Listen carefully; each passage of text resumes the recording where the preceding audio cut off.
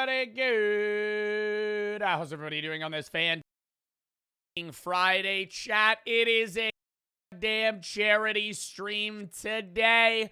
F cancer in the chat. We're doing a charity stream for cancer.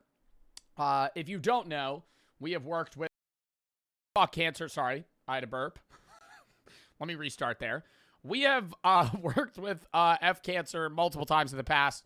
One of the best charities I've worked with. They have a whole campaign that they're doing this month to raise money for, obviously, their charity F Cancer. We're trying to raise, you know, I have the charity goal at 6K today. As a rule, generally, I really want it to be a goal of mine to at least raise $500,000 this year cumulatively through my own donations as well as chats. So every charity stream that we do, that I host myself, I try to match donos, and we're going to be matching chat's donos up to $10,000 today total. So if we raise 5K, I will match that. We'll raise 10. If we raise 6, I'll match it. If we raise 12. If we raise 10, we raise 20. So that's how it's going to work. I will try to read all the donos that I get for F Cancer, but if I don't read your message, I'm sorry. We're probably going to get a lot of donos. I do want to have content, you know, rolling in as well today. So I'm going to be reading donos every time I pause. But if I don't read your message alongside it, I do apologize. So I'm saying that now just to get that out of the way. If you don't know, F Cancer, they have their all-star takeover this March. So they have a bunch of streamers doing their own, you know, individual charities. F Cancer, generally, you can look at the charity page. It's pinned right now, or you could just do !F Cancer in chat. They focus on prevention, early detection, supporting those affected by cancer. And basically, they're a charity that just helps people that are currently dealing with cancer. They help in terms of advocacy for cancer prevention because obviously a lot of cancers may be genetic, but a lot of it is also environmental factors in people's diets and exercise and a million other things. So they do a lot of work on that end. They're great people at the charity. I've talked to them before. And they asked me to do something this March for them, and I immediately was like, hell yeah, this would be awesome. So we're going to be doing a charity full stream today for them specifically. We do have a few dono goals if we hit them. Oh, where the fuck? Hold up. Technical difficulties. Oh, boom. Okay. They do have a few, or we have a few goals. Extra YouTube video for the week for $1,000. That'll probably apply to next week because it's basically the end of this week. I'll twerk for $1,500. Maybe pop an edible for 4K. And chat video idea for 5K total. Now, side thing, F Cancer did send me a bottle of bourbon that they made alongside of Penelope. Hold up.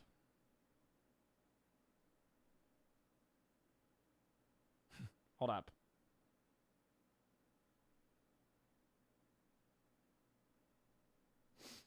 Responding to the manager.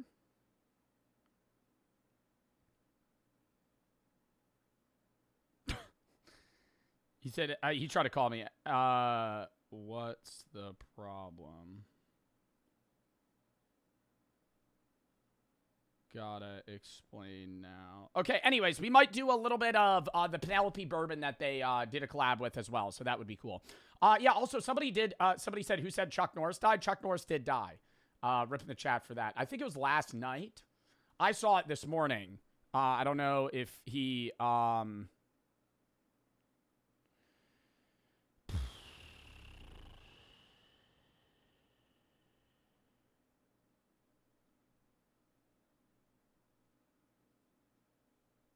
oh my God, bro. No fucking way. Hold up. Chat, you gotta give me a minute. I gotta make a phone call.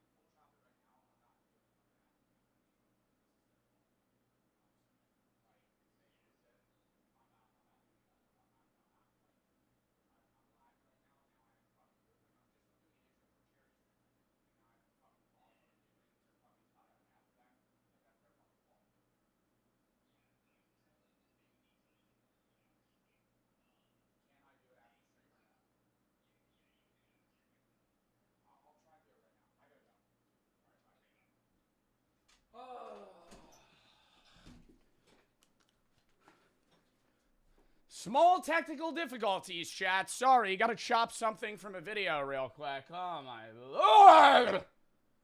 Tell me to calm down. Tell me to calm down. Tell me to calm down. Oh, I'm gonna fucking freak out. Is everything okay? Yeah, everything's fine. I appreciate you being curious, chat. Everything's fine. It's some ad stuff. I just gotta chop something real quick. Hold up. Sorry about this, chat. Sorry, I know I was in the middle of my intro for this. Oh my god. Where is it? Hold up.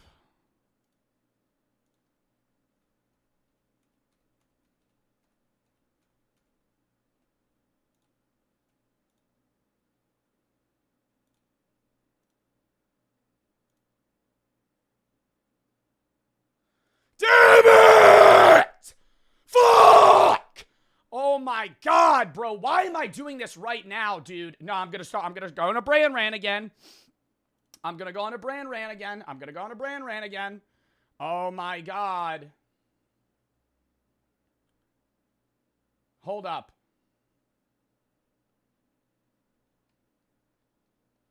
Bro, where is it?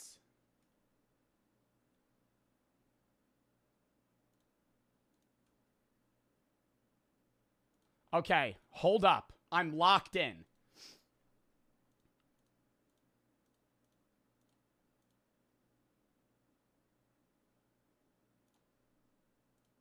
Boom.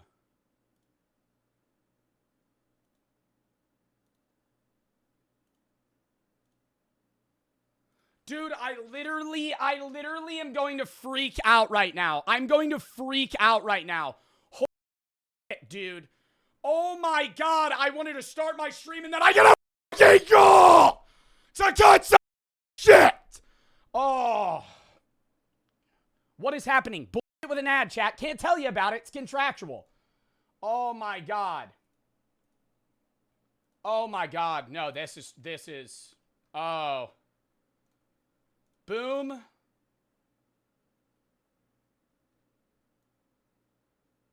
To boom.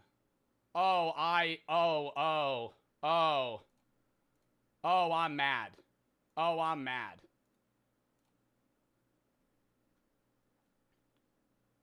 Hold up.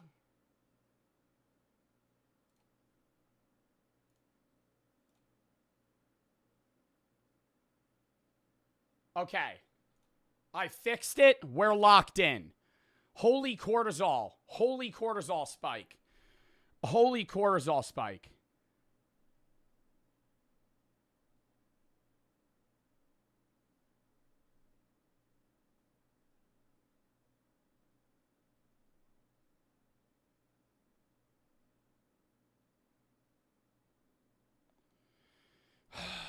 Sorry, it's just like, I want to do a charity stream, you know, and I'm hyped to do this charity stream. I'm not going to let it ruin the vibe, okay? I'm not going to let it ruin the vibe.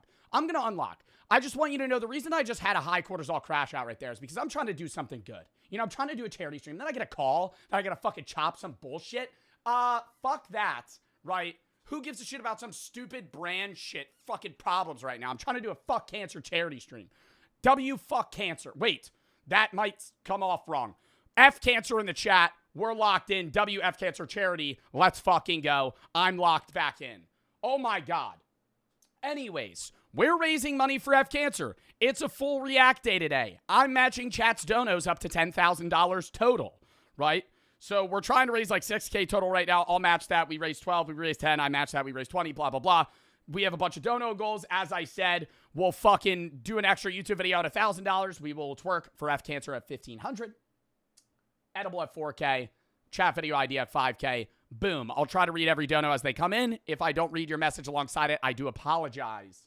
But I'm going to try and get through all of them. Also, PSA, if you were going to send bits today and you were going to buy bits, you were going to send something like that, please instead, exclamation point F cancer, it's pinned in chat, donate to the charity instead. It works just like a bit dono would.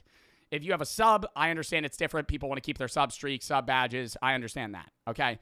But I'm saying in general, please, if you were going to gift subs today, if you were going to fucking send other shit, just please donate to the charity instead. Cam for the 3. Cage for the sub. Labyrinth, thank you for the 5 gifteds. Run for the sub. Labyrinth and Sergeant for the sub. Labyrinth, Side for the sub. Andrew for the 5 gifteds. Tired and Sergeant for the sub. Please, chat, instead of subs. Individual sub, I get it. Instead of gifted subs, please just send the money to the charity.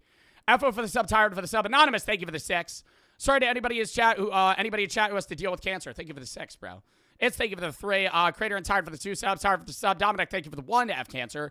Next in person for the sub. Joey for the 10 to F cancer. My girlfriend broke up with me and you helped me get my mind clean. Thank you for helping. You helped me more now. You've helped me more than you know. Love you, man. Stay safe. Thank you. Ghostly for the sub. Banana, thank you for the 10. I hope you're all right, bro. Thank you for the 10 to F cancer. Thanks a lot for influencing me to change my views, to be a better person, getting me into philosophy. Thank you. Shadow and Tired for the sub. Jordan, thank you for the 20 to F cancer. And Jack, Darth, and Andrew, thank you for the 5 gifts. Darth for the 20 to F cancer. F and Sting for the sub. Next for the sub. Please don't give subs today, chat. Send the money to F cancer instead. I don't want the subs today. Please send the money to F cancer instead. Elijah, thank you for the fucking 100 to F cancer. Love your streams. Been watching since 2023. Started watching the streams about 4 months ago. Found out my mom might have breast cancer. Well, I hope she doesn't. And I hope that, she's able to find out soon from the doctors, whatever scans they have to do to determine that. I'm sorry that your mom's going through the worry of that right now, as well as you and your other family members. Thank you for the 100, though, to F cancer. Late for the sub. James for the 10 to F cancer. F for the sub. Denver for the 10. Sam for the 1. Andrew and Jennifer, thank you for the 10 to F cancer. Andrew for the 5. Gift is Grace for the sub. Brooke for the 3. Chell, thank you for the 4. Logan for the 10 to F cancer. Winner, thank you for the 5. Jay Bree for the sub. James, thank you for the 10. 80s for the 15. Batman, thank you for the 2. Watcher, thank you for the subs. Liv and Calvin for the sub. Barry, thank you for the 10. Melania, thank you for the 10. Blue for the sub. Banks, thank you for the 5. Nara and Grinch, thank you for the 8. Phoenix and Zazel for the sub. Czar, Eric and Becca, thank you for the 2. Jackson for the sub. Zixie, thank you for the 25 to F cancer. Chip for the 10. Anonymous for the 2. Anonymous for the 10. Jaden for the 10. Anonymous for the 25. Jack and Sergeant for the 2 subs. Alex, Canadian, Mateo for the sub. Rosalina for the 10. RK for the 5. That, thank you for the 10. To have cancer, never donated, but figure I was going to do it. Best to do it for a good cause. Love for the beard. Thank you. Sorry for the sub. Just thank you for the 1. Labyrinth, thank you for the 5. Jonah for the 25 to have cancer. Anonymous for the 25 to have cancer as well. Zelda and Kiara and Ghostly for the sub. Jackson Mason for the sub. Zixie, thank you for the 25. And Chip, thank you for the 10. All right.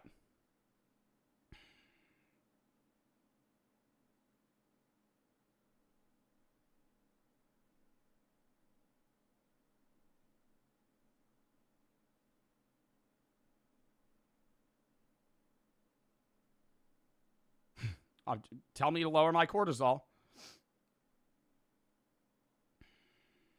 Oh my God. Oh my God. They want me to replace every single thing. I hate brands. I hate brands. I hate brands. I hate brands. I hate brands. I hate brands. I hate every brand, right? Huh. Fucking hell. Outside of the ones that I work with. God damn, dude. It's just like it's just like corporate bullshit. It's like, oh, well, we need this disclaimer, so we have this. Bro, who gives a shit, dude? Oh, my God. Well, we're going to have to run this by our team for the 15th time because actually you don't have this disclaimer at the bottom of it. Oh, my God. Oh, my God.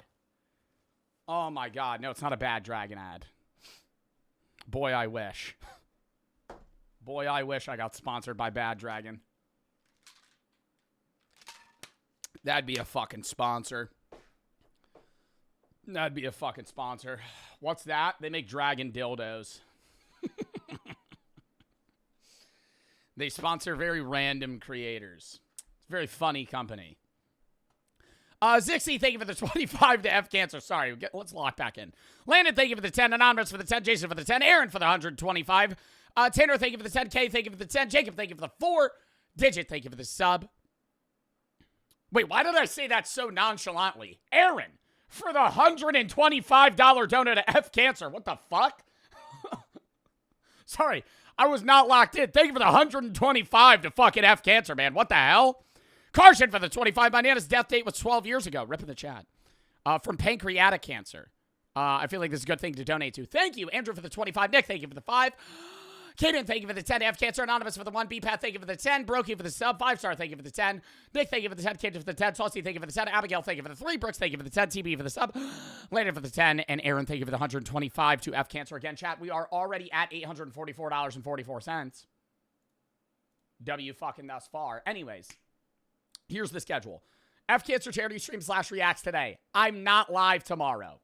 Sunday, Bro v Bro against Ron into a rainbow challenge. Monday, random games, horror games, maybe horsey game again.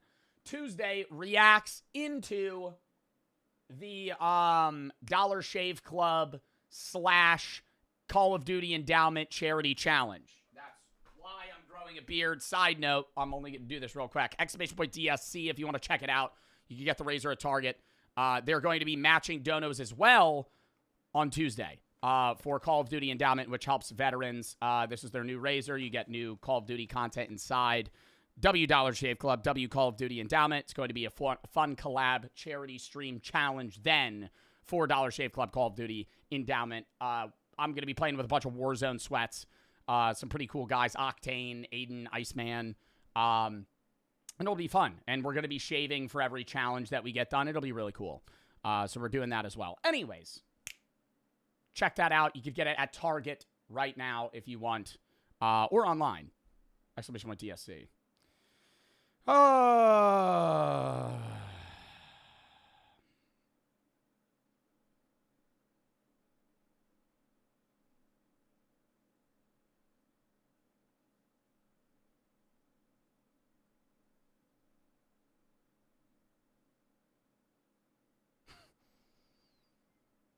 Just know that I am potentially going to crash out after this stream on a brand for maybe 2 hours straight. Let's just keep that in mind. I'm going to try and get this at cortisol. Let's lower it. Just know that a relationship might have been tarnished, right, in the making right now. Might have been tarnished fully. Not like, wow. I mean, just utter insanity, dude. Holy fuck. It's for the sub. Chunkle for the sub. Crazy, thank you for the 10. Honey for the 25. Ghostly, thank you for the 10 to F Cancer. Ventus, thank you for the 250 to F Cancer. Dubbing the fucking chat. Pit battling stage 4 cancer. I have 2 more months of treatment to go. Well, I hope it goes well. And I hope the treatment isn't too, like, taxing on your body, especially. And F Cancer in the chat, bro. I hope the rest of the 2 months of treatment goes fucking great. Your content has helped me through the days in chemo. Well, I'm glad to be able to help through the chemotherapy, bro. Keep fucking pushing strong. F Cancer in the chat. Next, thank you for the 10. Thank you for the 250, Ventus. What the fuck? Can you read my book? No. Trade for the sub. Owen for the 10. This one's for Chuck Norris. Mom, thank you for the 25. Currently cancer-free. Keep being you. Blake, thank you for the 5. All my grandparents died from cancer in the last 5 years. I'm sorry to hear that. Angel, thank you for the 100. Mike for the sub. Scene, thank you for the 10. Ashley for the 1 digits. Thank you for the 25.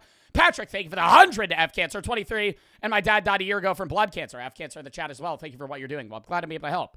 But I'm sorry for the loss of your father, man. Rip in the chat. Black for the sub. Aiden for the 20. Crash, thank you for the 25. Anonymous for the 1. Anonymous for the 1 again. Finn, thank you for the 1. Mohammed, thank you for the 5. Or not Mohammed. Mahampth, thank you for the 5. Sorry. I have a family member with cancer currently. Do you have any tips on streaming? Is it all right if you give me tips? Tati and Peyton for the sub. Kaden and Tati for the sub. Hold up. Let me read these donos. Beller, thank you for the 10 o'clock. And Peyton for the sub. Breck, thank you for the 5. LN, thank you for the 200 to F Cancer as well. I want to say how much you've helped me and countless others. And F Cancer. Perception, thank you for the 50 to F Cancer. Butcher for the sub. Vibrant, thank you for the top for the 100 to F Cancer. Tati for the sub. It's for the sub. Muted, thank you for the 50. It's and Chuckles for the sub. Honey, thank you for the 25. Peyton and Pickles, thank you for the sub. Robotic and Peyton for the sub.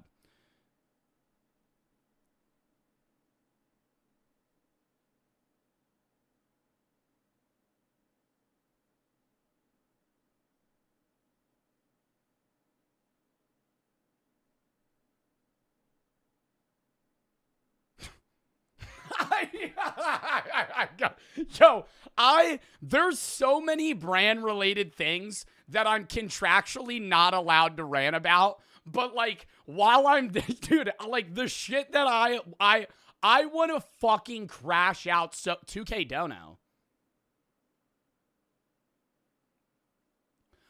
Clover Lee for the $2,000 to F Cancer.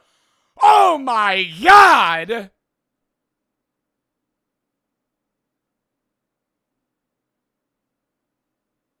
Thank you for the fucking 2K, dude. Oh my God. What the fuck?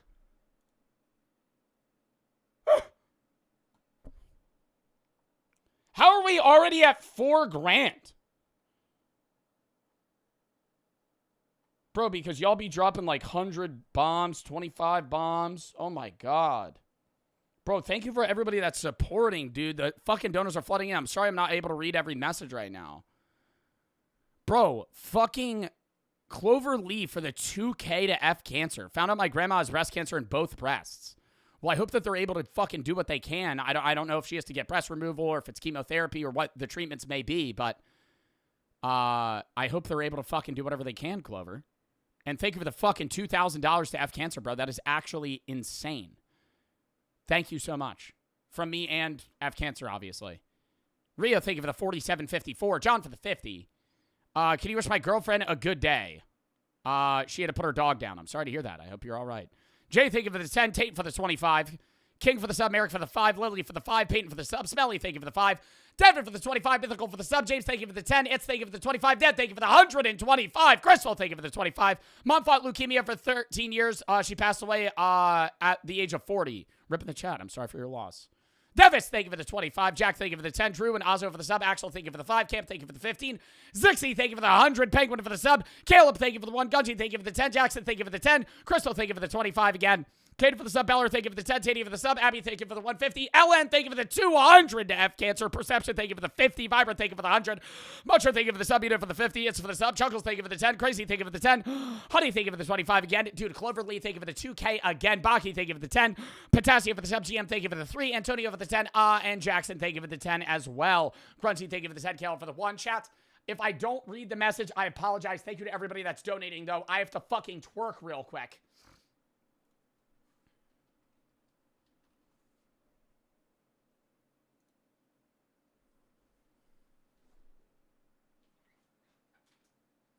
It's been a while. Hey, we're in shorts today.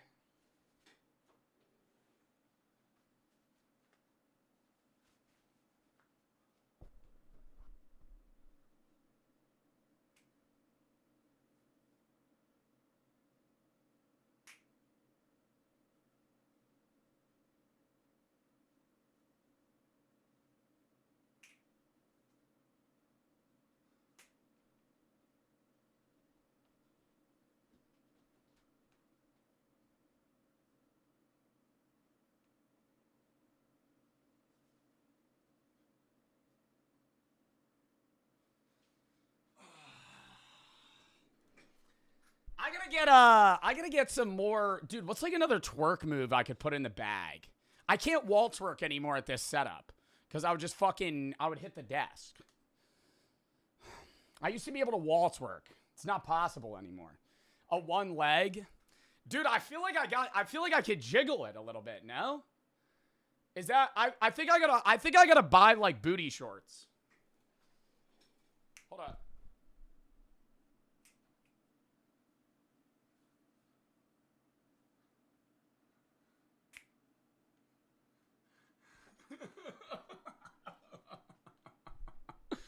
Oh my god, mods, time out the person that said I'm soaking.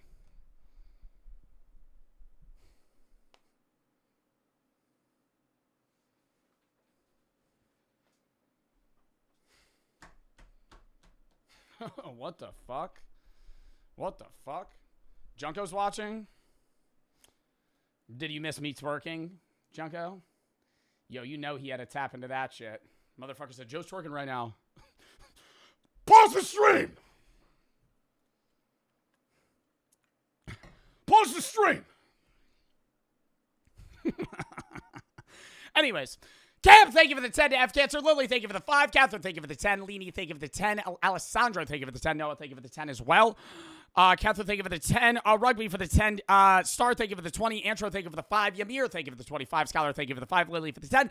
Zadaka for the 100 to F Cancer. Had cancer at 12 and I'm now fully cleared, and I would love to say thank you for spreading awareness. Well, W Chatter and F Cancer, and I'm glad that you're clear of it now. Obi for the sub. Anonymous, thank you for the 10. Kane, thank you for the 1. Downey for the 10. Austin for the 2. Potassium for the sub. Baki, thank you for the 10. GNM, thank you for the 3. Batman for the 2. Lenio, thank you for the 50. Hayden, thank you for the 10. Noah for the 10. Cork, thank you for the 5. Anyways, chat. We're going to do an extra YouTube video. Do we want it on the main or the gaming? I'll probably post it next week. Just because we're basically at the end of this week. Main? Word. All right, we'll do an extra main video next week. I don't know what day. Maybe like Thursday. It'll probably be like Wednesday, Thursday next week. Like middle of the week, I'll do like a double main gaming day. Dude. See, I kind of expected us to hit the edible, like, I don't know, like 3 hours into stream. We're already at it. So, also, I'm matching donos up to 10K, chat. So right now we're at $10,091. At the end of stream, I'll match whatever we hit, and then I'll post it on my story so you could see. But right now we're at like 10,200 technically, because we're at 5,116. Also, you guys have chat video idea. What video idea do you guys want me to do? I still have the Etsy review that we have to do first in the tier list, but it could be a food review. It could be a vlog video. What type of shit?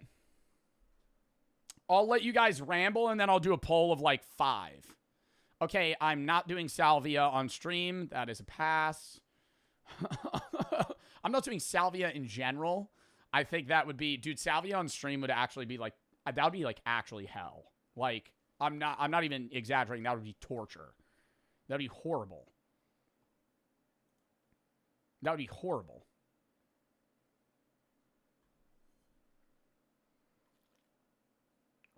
That would be so bad. VIP meetup. VIP meetup. What are we going to do? What are we going to do? Ben and Jerry's? A Ben and Jerry's review? That's like really hard. Aren't there like 100 flavors? How many Ben and Jerry's flavors are there? 100. Where am I going to have 100 flavors of Ben and Jerry's? I could buy as many as I could find, maybe. Ben and Jerry's review. Hold up. Keep typing shit outside of Ben and Jerry's. Because I'm going to pull, like, the most said 5. Okay, twerk tutorial isn't really a video idea. Day in the life. Chat, I'm a streamer. This is it. What do you mean? Theme park vlog. Ramen. Cooking stream. Bro, I just, that's like in the logistics of doing a cooking stream. It's just like, I don't know if it's possible. Gym vlog. You can do a little gym vlog. Ben and Jerry's review, gym vlog. Gambling stream. I can't do that. I could do a gambling vlog, but I already kind of had that planned. I could do a gambling vlog where I go to Atlantic City and gamble at every casino to see which casino's best. I did want to do that. I would probably do it in like a day. I would show up at like 9 a.m. and gamble for like 12 hours. Gambling vlog. Camping vlog.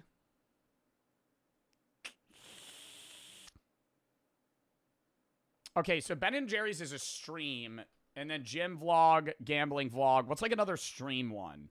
Just to have variety in the options here.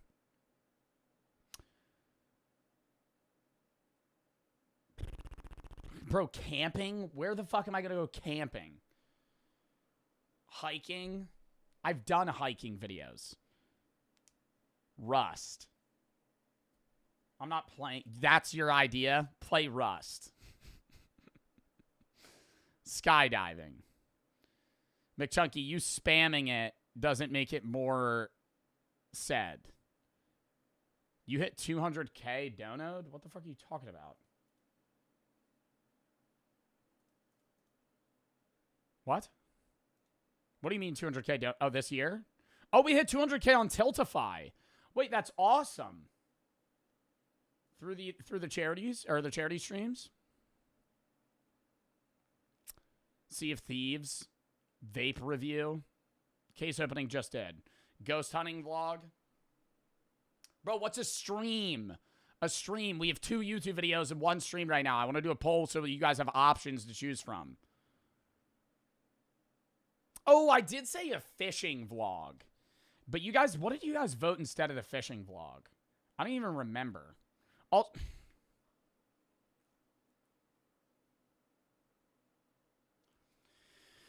Derek FDB for the fucking $1,000 dono, as well as SZ Pinnack, literally back to back, you fucking demons, in a good way.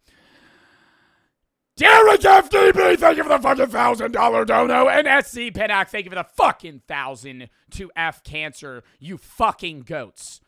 Thank you for the fucking donos, guys. Oh my god. Derek said F Cancer SZ just drops 1,000, no message. You're a fucking goat, bro. Thank you guys for the fucking donos, genuinely.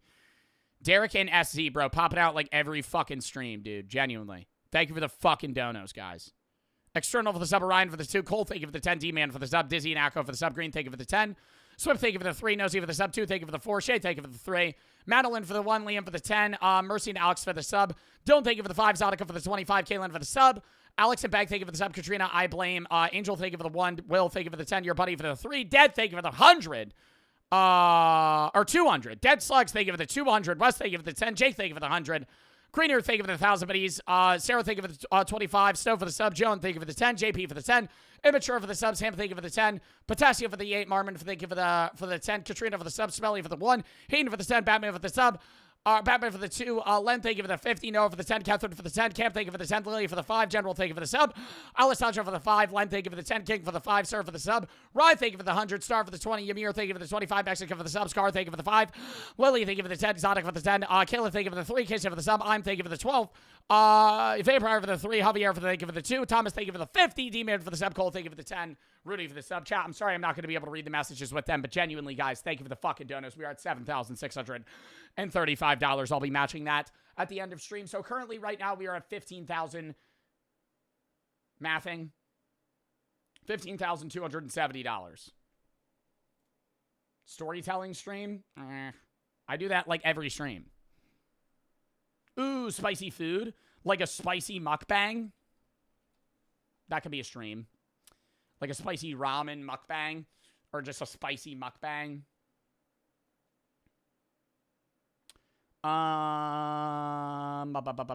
What else? And it could scale. So we just do spicier shit. One more. And then we'll do the poll. Toilet review. Toilet review. Do the one chip again. I'm actually never doing that again. I'm so serious. After the second time I did it and I was curled over the toilet, literally feeling it go through my fucking intestines, I went, I have free will. I'm willingly putting myself through this. And every time the video just gets age restricted and I make no money. So I literally, it's like an hour-long stream segment for like 2 days of pain, and then the video just gets age restricted. So it's just like, because the entire time I'm just cursing and fucking freaking out and gagging. It's horrible. It's not, it's not fun.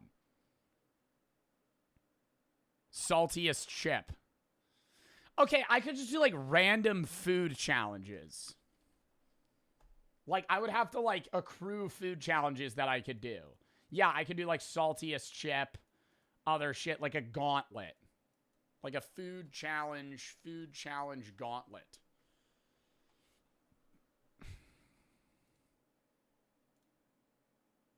That sounds really bad, though. All right, vote on the poll. This is for the video idea. Or stream idea. Bro, like, why are we... See, like, why do we vote for the least entertaining shit every time? Like, do you guys actually... No, I'm serious. Like, this is not clickbait. Like, you guys enjoy watching me just go...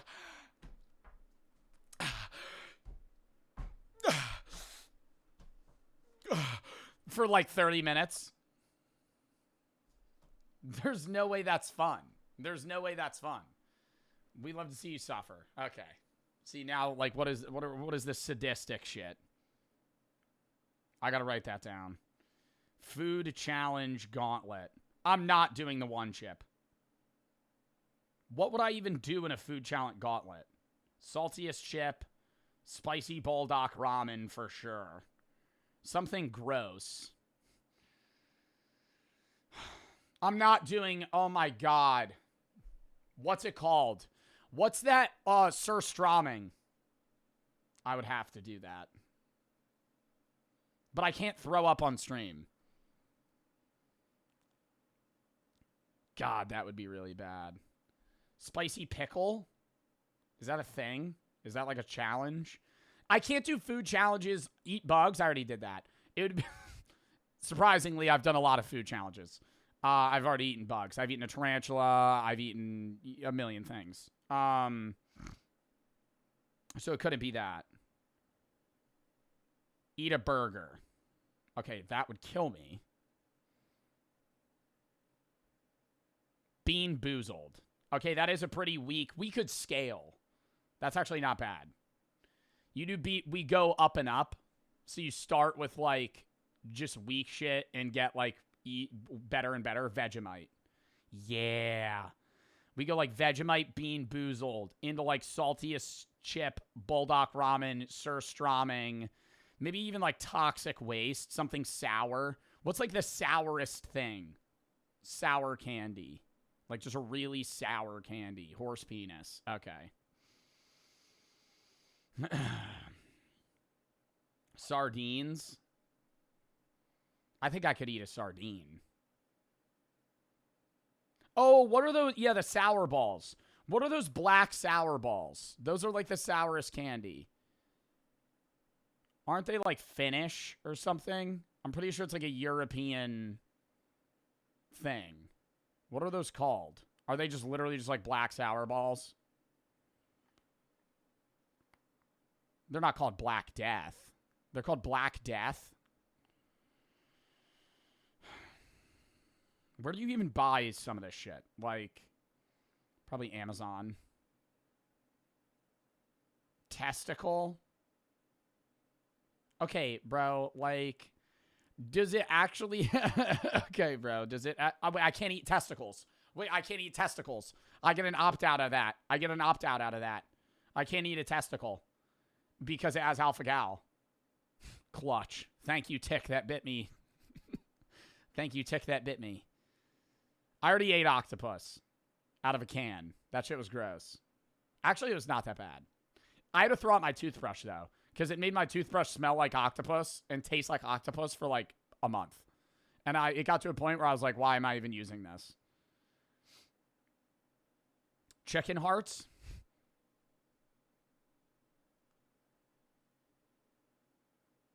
Okay, that's 1, 2, 3, 4, 5, 6, 7. I feel like I would want, like, 10. What's, like, an easy challenge? We have a lot of bad ones. Chicken heart, surströmming, Bulldog ramen. Those are, like, horrible. What's, like, an easy one? Don't put any emote only. Cow vagina.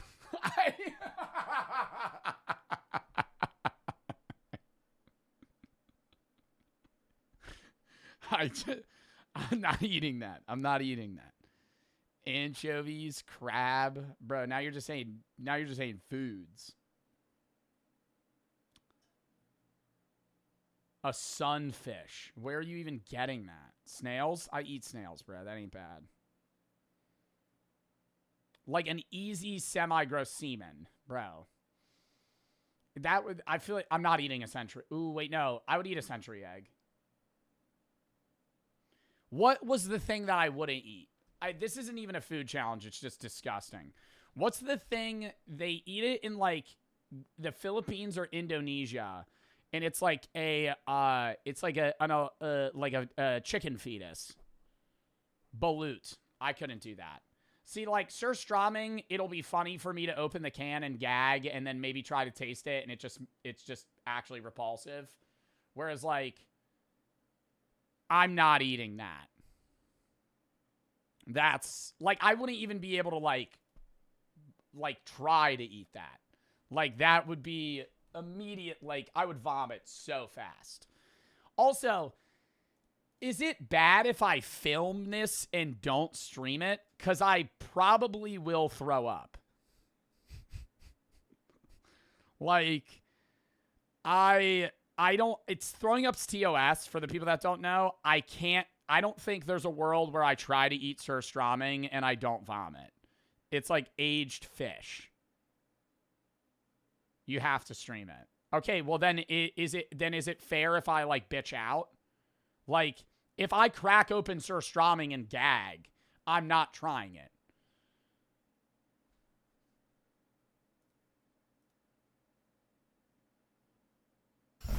Hello, YouTube. Hi. The Pepsi hot sauce. This is a food challenge that I have to do. As usual. And then give it a round. Okay, sure. Pepsi hot sauce. That'll round it out. Dude, that video is just gonna get age restricted. Oh my god. And that's like tiptoeing TOS. It's fine. It's fine. It's fine. Okay. That's the challenges. I don't know when we're gonna do that because I have to get through the Etsy review and the tier list first, but I'll start trying to figure out where I buy those items. Anyways, chat, here's the schedule. We got to get into it now. Reacts today into, well, no, it's just a full React day today. Tomorrow, not live. Sunday, Bro v Bro with Ron at 3 into Rainbow with Jinxie, Ron, and a bunch of other streamers for like an hour and a half. Monday, horror games, random games, maybe more horsey game. Tuesday, we have the Dollar Shave Club Call of Duty Endowment Charity Challenge. But before then, we're going to do another React Day. Then I'm gone the 25th to the 30th. I'm gone for like 6 days. I'll be posting on YouTube every day that I'm gone, as well as the extra YouTube video next week, too, for the charity stream. I'm going to be filming content, but I won't be live. And then we'll be back grinding out stream, doing the Etsy review once the products are in. The tier list, probably another CSGO case opening. There's a few more games that are dropping as well. We also have a 988 charity stream April 13th, and then the 420 weed review, bunch of shit. So we got a lot of stuff upcoming.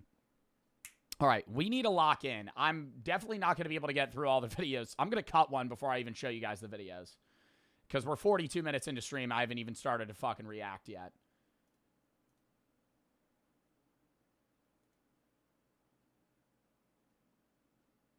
We'll save that one. Okay, the rest we'll do today. Pinned? It just says don't send bits, donates have cancer. Oh, I have to eat the edible. Hold up. Can I read these other donos first? Adam and Mainly for the sub. Rocky and CNC for the sub. KX, thank you for the 10. Atomic, thank you for the 25. Wild and DR, thank you for the sub. Jackson Tubbo, thank you for the 3. Tristan for the sub. Joe Barton, Lashaisi for the sub. Aiden for the 3. ARZ, John for the sub. Gabe, thank you for the 3. Durst for the 10. M, thank you for the 15. Tux, thank you for the 5. Gwig, Yo, and I'm for the 3. Dino and In for the sub. Big, thank you for the 3. Salty, thank you for the 10. 1 in the Meg, thank you for the sub. Aiden for the bird, thank you for the 10. Eloy for the 10. Lane for the 50. Kyle, thank you for the 10. Dexter for the sub. Travis for the 10. Jupiter for the sub. Kayla for the 3. Did you take the edible yet? No. Casey for the sub. Ruddy for the sub. Jordy and Red, thank you for the sub. Okay. So, run down to the videos real quick. I'll pop the edible. We'll lock in. First, normally we end on a Chilling Scares video. We're actually going to be starting with a Chilling Scares video today. Killers who didn't realize they were being recorded. Kind of half body cam, you know, Ring doorbell shit. What it's like to be a black market surgeon. I went completely screenless for a week.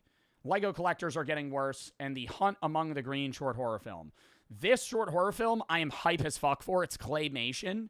And if you remember, they had one of the best short horror films I've ever seen, A Kid with a Camera. If you remember this. Didn't sleep up stood on the other side of Kaylin's bed. You haven't been resting at all lately.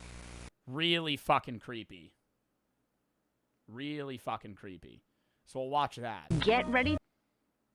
They made another one. I think it came out, yeah, like 4 days ago, 3 days ago. All right. How many milligrams is the edible? It's going to be like 10. I did take a bite out of it. It's like a little Pac-Man. I took a bite out of it on stream. I don't remember when, but this is the rest. It's probably like 8 milligrams, actually. This might be like I might be pretty high.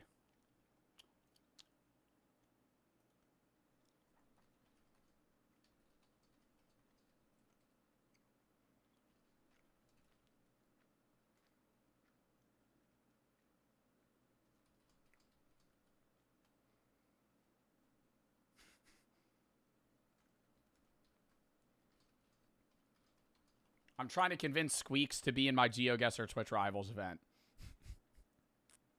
I will get on my knees and beg you, Squeaks. No, I'm not going to do that. If Ludwig says yes, will you say yes? And this is where I go to Ludwig and I say, Squeak said yes. Will you say yes? Fuck. He said no. That's a chat. That is the move. Have you ever done that? You need like 5 people to play a video game, and you go to your friend and you say, hey, if everybody else plays, will you? And they go, yeah. And so you just go to everybody else and say, dude, they already said they're down. It's the method. If you need 3 people to do something, right? So like, I need them to play. They go, okay, yeah, I'll play if everybody else plays. And then I literally go to everybody else. And I go, bro, everybody already said they would play. Everybody already said they would play. Now you have to. And then they go, oh, fine. I hate that friend. Bro, that's the best friend. What do you mean? That's the guy that gets shit done. What are you talking about? That's the guy. That is the guy that gets video games and stuff planned. That's the guy that gets fun shit. Oh, can you delete the F cancer command real quick? It's broken. What?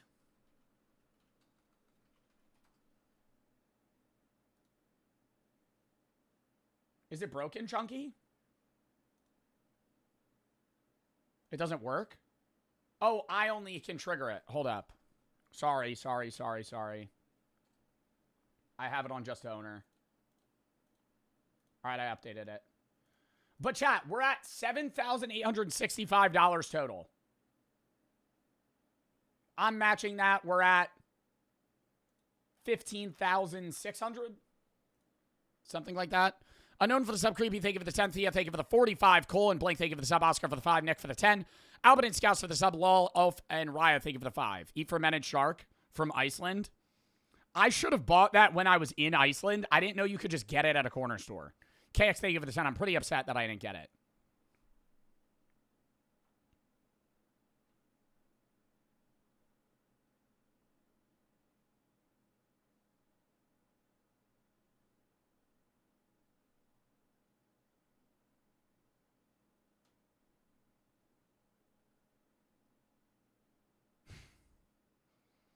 Again, chat, the brand shit. Cortisol. Cortisol, bring it down. Bring it down.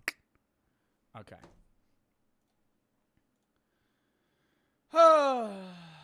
Okay, so.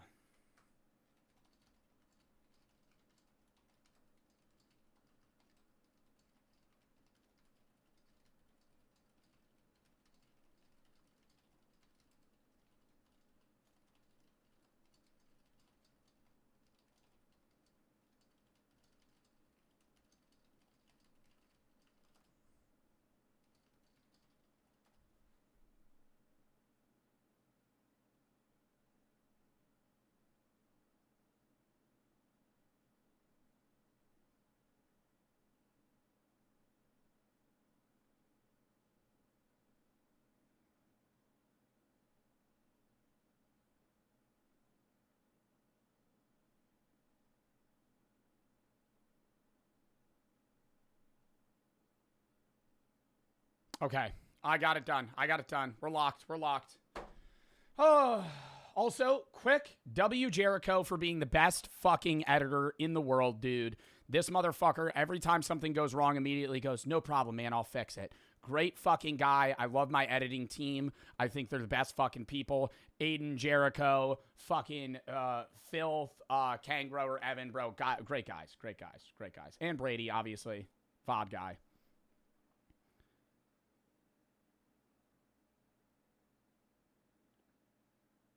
Okay.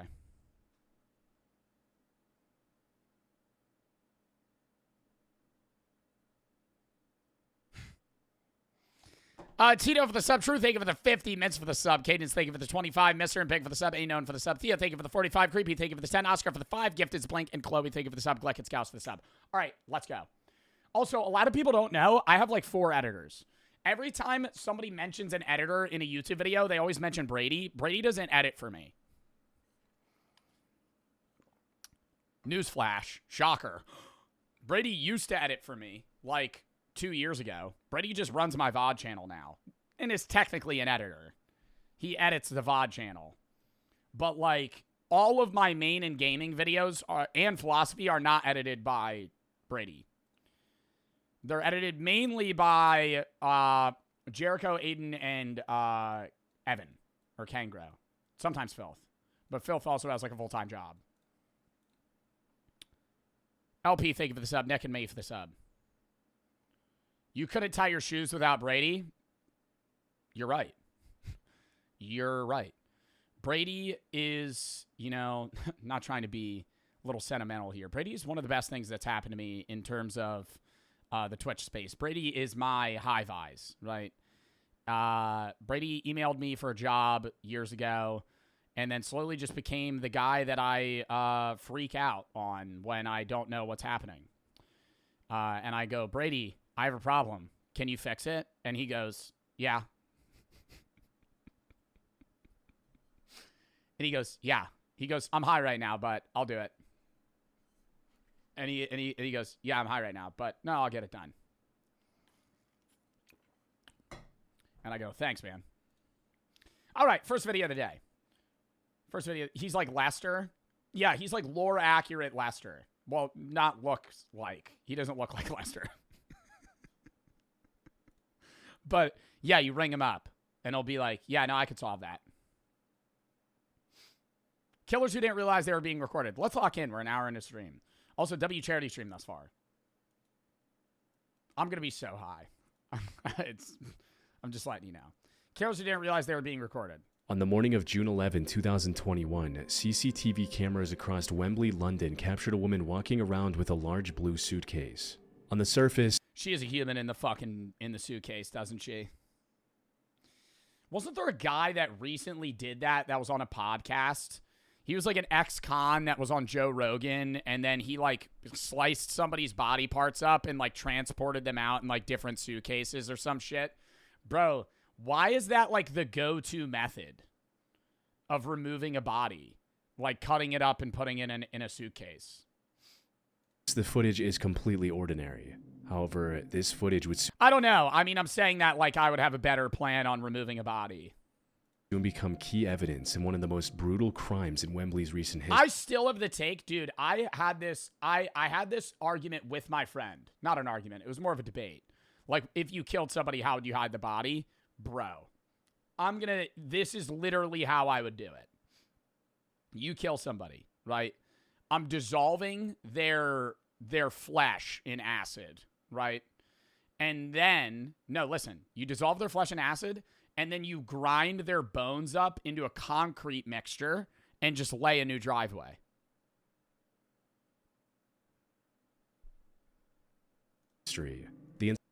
This isn't Breaking Bad. I'm not saying it's Breaking Bad. You're acting like I'm copying Breaking Bad. I'm saying the bone part is you just cremate them. Great job, Zod.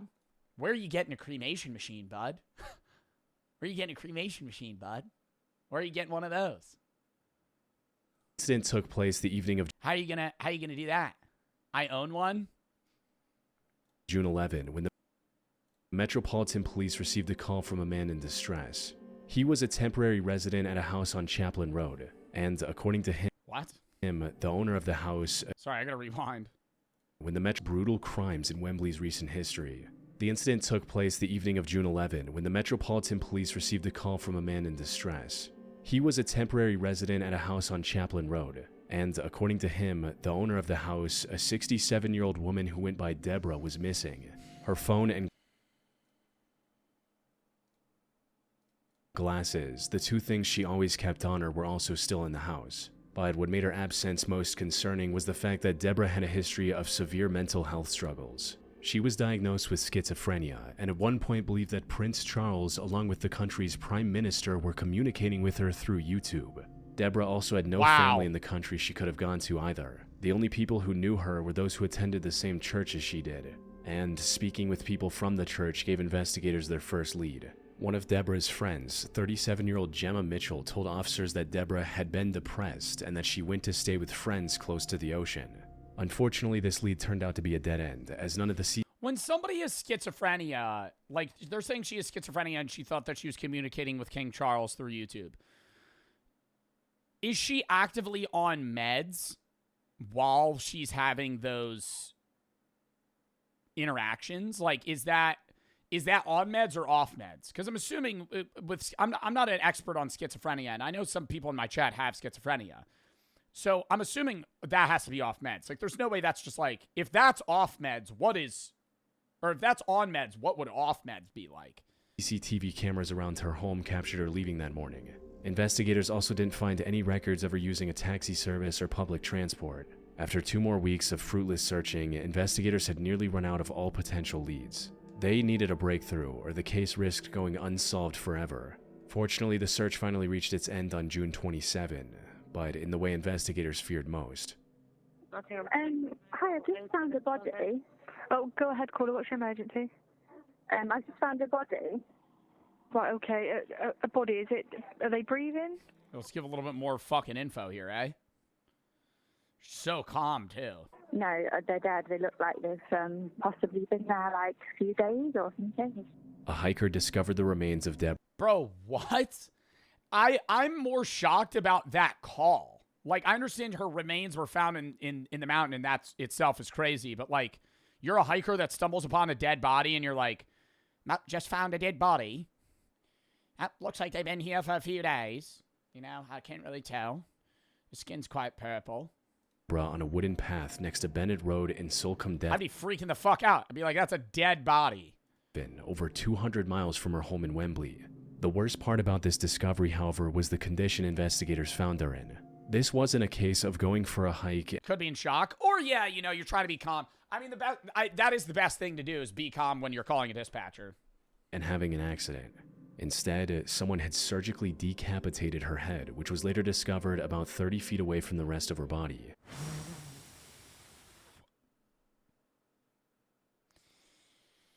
I don't know how she's staying calm, Chad. I understand she's in shock. Now I'm really sure her body, she was decapitated. Her head was 30 feet away from her body. Autopsy results also showed signs of blunt force trauma to the head. With that, the case shifted from a missing person search to a homicide investigation. However, finding the culprit was going to be easier said than done, largely because Deborah never gave anyone a reason to take her life. Despite her mental health struggles, everyone who knew her described her as extremely kind and compassionate. She was even letting the temporary resident who filed the missing person report live with her for free since he couldn't afford to pay rent. But while investigating those closest to her, investigators noticed something suspicious about Gemma. CCTV cameras captured Gemma walking toward Deborah's home with a blue suitcase on the morning of June 11, the same day she went missing at around 6:30 a.m. Hours later, the same cameras captured Gemma walking back, this time with 2 suitcases. She was also struggling more to roll the suitcase. Yeah, walking backwards. Like, I understand in a killer's mind, it's like, hey, this makes me look less suspicious because it's a suitcase. But if I'm watching somebody walk backwards with 2 suitcases because it's too heavy, I'm going to go, what the fuck do you have in there? That's more suspicious. Like, I actually think you walking backwards with 2 suitcases in broad daylight like this is worse than if you just had, like, a weirdly shapen trash bag with a dead body in it, like, over your shoulder. She was also struggling more to roll the suitcases, suggesting that, unlike before, they were Oh, they're not walking backwards? Well, I can't tell. It's in fucking 120p. Side note, why is every CCTV in 120p? Why is that? I understand it's, like, cheaper, less energy.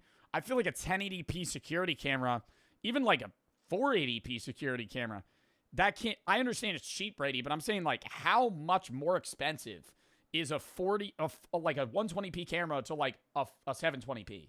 I feel like it's got to be like tens of dollars, man. Heavy. Less storage? Yeah. Okay, because they're saving the footage. This made Gemma the primary suspect in Deborah's Storing 4K footage is expensive? Well, I'm not trying to say you get 4K footage, Brady. Murder, prompting investigators to look into her more closely, which turned out to be the right move. On the 26th of June, CCTV cameras captured her struggling to load the same blue suitcases into the back of a rental car. She then drove to the same road where Deborah's remains were found a day later. This was enough evidence for the police to obtain a warrant and arrest Gemma on July 6. Oh my god, is this them arresting her? Or is this just another fucking... Hello there. Hello, how are you? Yeah, good. There's no answer. Was he just banging the door down with like a battering ram and then just had a casual conversation with her when she opened the door? Police! Excuse me. Hello there. Hello, how are you? Oh, hello. Sorry. Yeah, I good. didn't think you were here. There's no answer. Sorry, what's your name? Sorry, we're asleep. Are you Gemma? Yeah, I am. Okay, Gemma. Just could you hold a second? She's yours. Come on a second. Sorry, could I ask Gemma? Bro, Brady, why did your account just actually say spam detected? If you continue, escalated action will be taken. Brady just dishing out threats in chat. It's a bug. Do you want to come out? Yeah, sure. Yeah, I just want to see them. Hand just so your hands. All right, Gemma, at this moment, I'm arresting you on suspicion of murder. Gemma didn't even try to plead her innocence and went with the officers without any resistance, But, like, why did she kill this woman? almost as if she was already expecting them to some extent. She also remained silent at the station, answering every question with a And then she just dumped the body in a hiking trail? cold no comment. But now that she was under arrest, authorities were able to search her home, and it wasn't long before everything became clear. You see, Gemma lived with her mother in their home on Bronsbury Park. The house was worth over £4 million, but it was in rough shape. So they hired a contractor and paid him over £230,000 for the renovations. Unfortunately, the contractor ran away with the money, leaving Gemma and her mother with an incomplete home and no money to fix it. That's where Deborah stepped in. She knew Gemma from church and considered her a friend. So after learning about her struggle, Deborah offered to pay over £200,000 for the renovations. However, in early 2021, Deborah was admitted to a mental facility where she received treatment for her schizophrenia. This treatment seemed to be very effective, as she was now thinking a lot more clearly. It also resulted in her Oh my god, and then went, yeah, I'm not going to pay for this. reconsidering her offer to Gemma and withdrawing it completely by early June. She instead told Gemma to sell the house and use the money to live a good life. Phone records revealed a message she sent to Gemma. Yeah, like, even if it needs $230K worth of work, like, you could still sell that house for like £2 million plus, right? Like, that's enough retirement money for you. Like, I mean, not retirement necessarily, because you're going to need to buy another place to live, but like, that's enough seed money to basically work for 5 more years and then retire. You know, that's $5,337,000. Well, that's if you sold it full price. On June 8, reading, "Until you sold house, I won't want you to come to me or my house. I'm stressed to the core." However, Gemma did not take this kindly, and on the 11th of June, she went to Deborah's home with the intention of ending her life. After committing the crime, she stuffed Deborah's remains in the suitcase and brought it back home, which is why And what is this solving? She's actually, like, this is, like, weirdly malicious. Like, beyond just, like, oh, you fucked me out of money. She's getting nothing out of this. Like, she's not getting money. She's not getting anything. It's like this lady that had schizophrenia and only agreed to it because she was in a bad mental state gets help and then goes, okay, maybe it's not a great idea to give you $250,000 fucking dollars, and so you just get angry and kill her. Like, I looked much heavier on the way back. people are crazy. I know, dude, but it's just like, I can't get in that mindset. You know what I mean? Like, do you ever try to put yourself in the shoes of, like, people? You know, you do it every day. You know, oh, what's it like to be a bus driver? What's it like to be, like, somebody like this? But it's like, I can't get in the logical mental state of this. Like, if she was doing it, I'm not saying it's right to kill somebody in any extent. But say she killed this woman, which removes a lien on her house, so then she has, you know, she has the ability to sell it. Then I'd go, okay, she's doing this for some sort of financial personal gain. Like, she actually gets nothing out of killing this woman.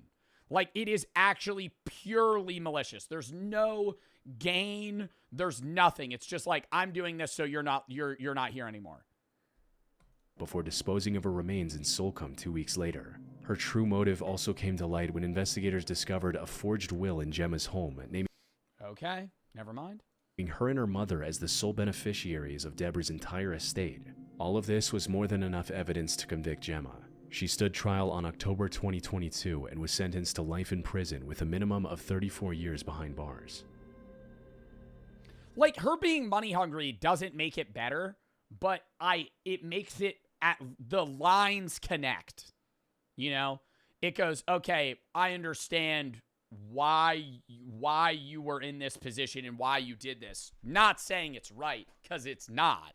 But it's like, I get that. You know, like, I don't want to say I get that, because that makes it sound like I agree with it. I don't agree with it. It's like, you doing it for money is like, I understand why a human would try to do that. There's a reason, not an excuse. Yeah, perfect words, Jayski. Don't know how to say your name.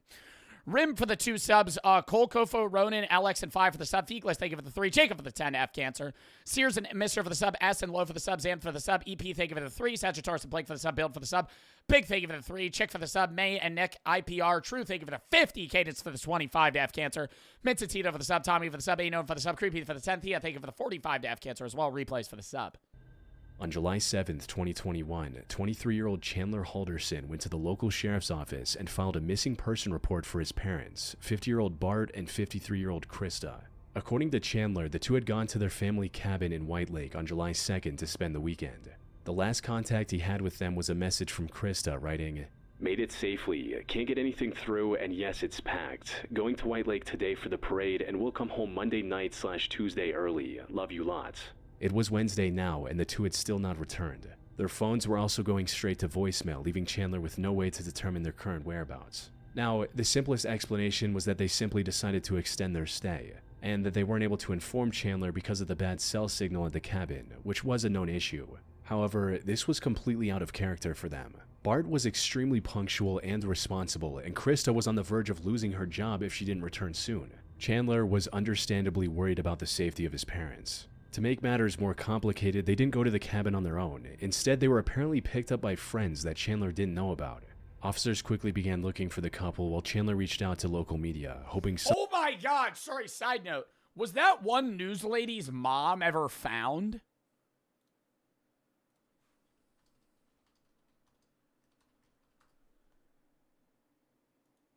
Savannah Guthrie? Question mark, question mark. Savannah Guthrie of NBC Today. Somebody like kidnapped her mom and is like holding her for ransom. They still haven't found her. She was kidnapped January 31st. And they wanted $1 million. Nancy Guthrie, 84 years old. They still don't know. Missing for 2 months. Wow.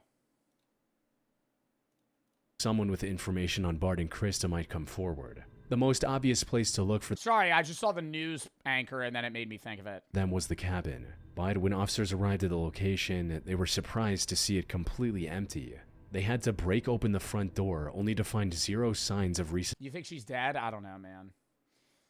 All I know about that story specifically is that Savannah Guthrie, if you look up Savannah Guthrie, you know, if you live in the United States, you know Savannah Guthrie. Like, everybody's seen Savannah Guthrie. She's a famous news anchor. Like, if you've seen the news, you've seen Savannah Guthrie, right? In my opinion. I'm Aussie, Joe, so I don't. That's fine. I'm saying Savannah Guthrie is like, nope. You don't know this woman? Chat, do you know this woman? She's in, like, so many shows. She does the news. She'll do, like, different NBC Today segments. Wow. Okay, y'all don't know Savannah Guthrie? Okay, how's this? Do you know Al Roker?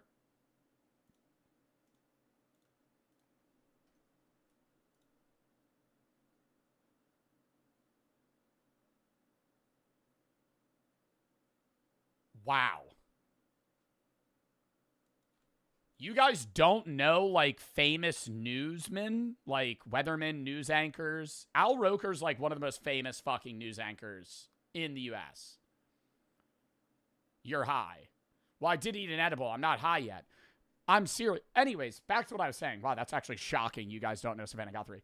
I would assume that was the motive, is, like, because she's a news lady, so it would be a big deal. But, like, all I know about it is that they kidnapped the mom. They were asking for evidence of her being alive, and then they sent, like, her glasses or some shit. I was like, that doesn't show she's alive. I'm like, that's very suspicious. And, like, you kidnap an 84-year-old woman, and there were blood droplets found. I'm like, I wouldn't be surprised if she did. I don't want to say that because, like, I truly hope she's alive. But I'm like, you kidnap an 84-year-old person, bro. Like, they might die from the stress of that. You know what I mean? Like, have a heart attack, stroke. Like, they're not getting medical help. Apparently, she has like a bunch of medical prescriptions, and they weren't getting them for her. So I'm like, that's also just not, like, if they're keeping her in, like, a fucking basement or some shit. Yeah, her pacemaker's off. Like, that's just, I don't know. I feel so bad for her, too. Like, you know, the fucking stress of that? My God. Anyways, back to this. And plug for them was the cabin. But when officers arrived at the location, they were surprised to see it completely empty. They had to break open the front door, only to find zero signs of recent activity. It seemed like Bart and Krista never made it to the cabin. Yeah, never but even if went that there to was the begin with. case, why did Krista tell Chandler that they made it safely in her text? Somebody else texted. In the meantime, Chandler turned to the neighbors to check if any of their doorbell cameras captured anything about Bart and Krista. But that didn't prove very useful either. Without any other leads, investigators went back to the Halderson home to look for any clues. They also brought Chandler in for questioning since he was the last person who saw the couple. Though, until now, Chandler appeared to be a perfect son. Despite living with his Oh my God, did he kill his fucking parents? Chandler was doing very well for himself. He had already gained valuable work experience in several different fields at just 23 years old and had even received a job offer from SpaceX. Unfortunately, before he could accept the offer, he accidentally fell down the stairs. This resulted in him sustaining severe nerve damage in the legs, forcing him to reject the SpaceX offer and focus on recovery. He had also been very cooperative with the police up until this point. But, as it turned out, the concerned look on his face was nothing but a complete lie. His behavior started becoming suspicious as soon as he was brought in for questioning. Not realizing he was being recorded, Chandler was seen in the interrogation room putting his head up against the wall, almost as if he was trying to listen in on what the detectives knew, likely so he could adjust his story accordingly. The investigators searching his home also discovered some rather concerning He didn't think about there being cameras in a fucking interrogation room? evidence. This included things like missing floor tiles and cabinets from the kitchen, a broken glass pane from the fireplace, and most concerningly, splatters of recently cleaned blood all throughout the house. However, Chandler seemed to have an excuse for everything. He blamed the missing tiles and cabinets on renovations, and claimed the fireplace glass broke while playing with one of his dogs using a tennis ball. As for the blood, Yeah, I mean, that's not itself that suspicious that he killed somebody in a struggle. Chandler The blood is sketchy, though. claimed that it came from Krista having excessive nosebleeds, and from Bart getting a deep cut on his leg while doing some repair work at home. But investigators were starting to notice some inconsistencies in his statements. For instance, at one point during the interview, Chandler claimed that he couldn't drive because of his leg injuries. But not long after, he mentioned driving to multiple places to celebrate the 4th of July holiday. However, despite their suspicion, investigators had no proof of any foul play from Chandler. That is, until they received a call from a woman named Cress. She was a family acquaintance of Chandler's girlfriend Catherine, and the two had actually gone to her place for dinner on the 4th of July. According to Cress, Chandler visited her farm in Cottage Grove on July 3rd, asking to use her pool. She said yes and went on with her day. But when she came back to check on him an hour later, he wasn't in the pool. Instead, his car was backed up to a wooded area next to the farm and its trunk was open. Investigators rushed to the location she Oh my God, and he was dumping the fucking bodies. provided. And not far into the wooded area, they found the dismembered remains of Bart Halderson, wrapped in a tarp and hidden under some foliage. Around the same time, a different group of investigators discovered Bro, that's like another level of fucking crazy, dude. Like, I don't like comparing like heinous crimes, but like killing a random person versus murdering your parents. Like, holy shit, Dexter, dude, no. Well, number one, that's a fictitious serial killer, but like murdering your own parents, cutting them up, and then like dismembering them. Like, that's like looking at that. Like, you're like looking at your own, like, that's fucking wild. camera footage that showed the Halderson home in plain view. Taking a life as something, dismemberment just feels like a whole nother level. No, taking a life is, yeah, crazy. Dismemberment, crazy. Dismembering your fucking parents, dude. The people that brought you into the world, that you've grown up with. According to this footage, Bart and Krista never stepped. Like, how do you dude, it's not even inhumane. It's not even humane or animalistic. It's like, it's beyond that, you know? Like, murder is like an insane animalistic thing. Cutting up your parents is like sadistically like serial killer psychopathy. Like, that's so nuts. Foot outside Yeah, barbaric. on the morning of July 2nd. In other words, the story of the mystery friends picking them up was a complete lie. But when confronted with this evidence, Chandler stopped talking and asked for a lawyer.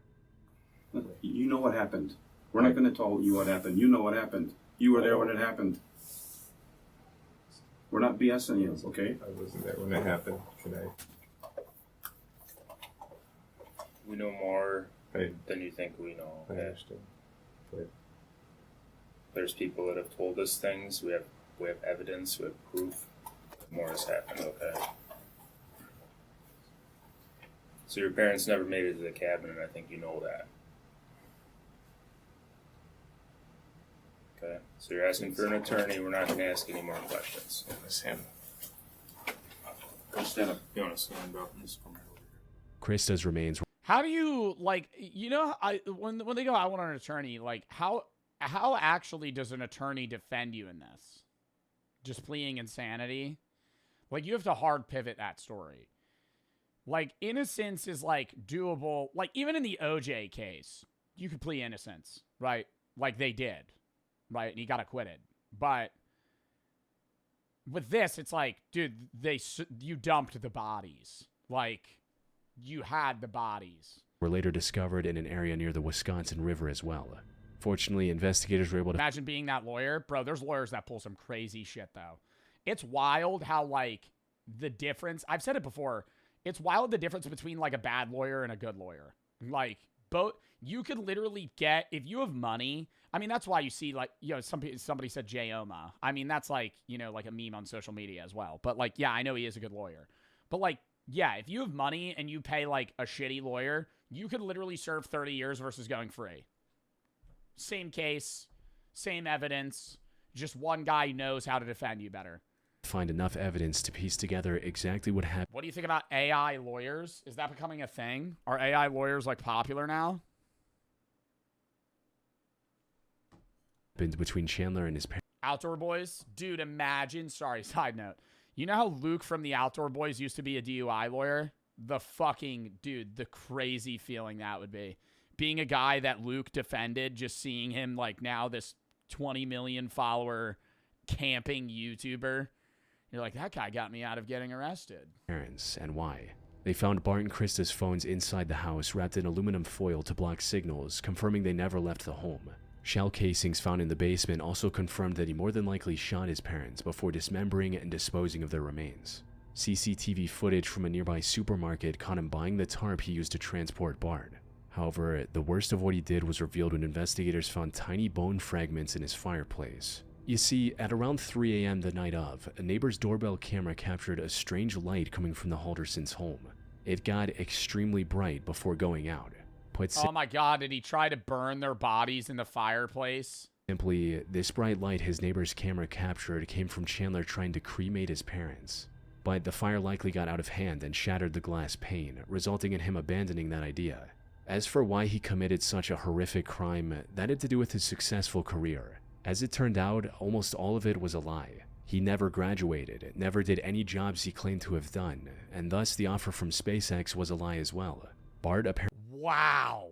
Just like full fabricating every aspect of your life, like a fake it till you make it. Apparently found out about it, and instead of facing the consequences of his years-long lie, Chandler decided that it was a better idea to take his parents' lives instead. He stood trial in January 2022 and was sentenced to life in prison without the possibility of parole. On the night of December... Bro, instead of just dealing with his dad being like, you're a fucking bum-ass loser that lied about graduating college and job offers just so you could do nothing, like, the next train of thought is like, I'm just gonna kill my parents. 28, 2016, a home security camera mounted outside a garage in Albuquerque, New Mexico captured... He was a bum? Well, he didn't do anything. Yeah, he was a bum. What do you mean? He didn't fucking graduate. He lied about every job offer he ever had and didn't get a job, and then his dad found out, and instead of dealing with his dad being mad at him, he fucking killed him. That's, like, beyond bum.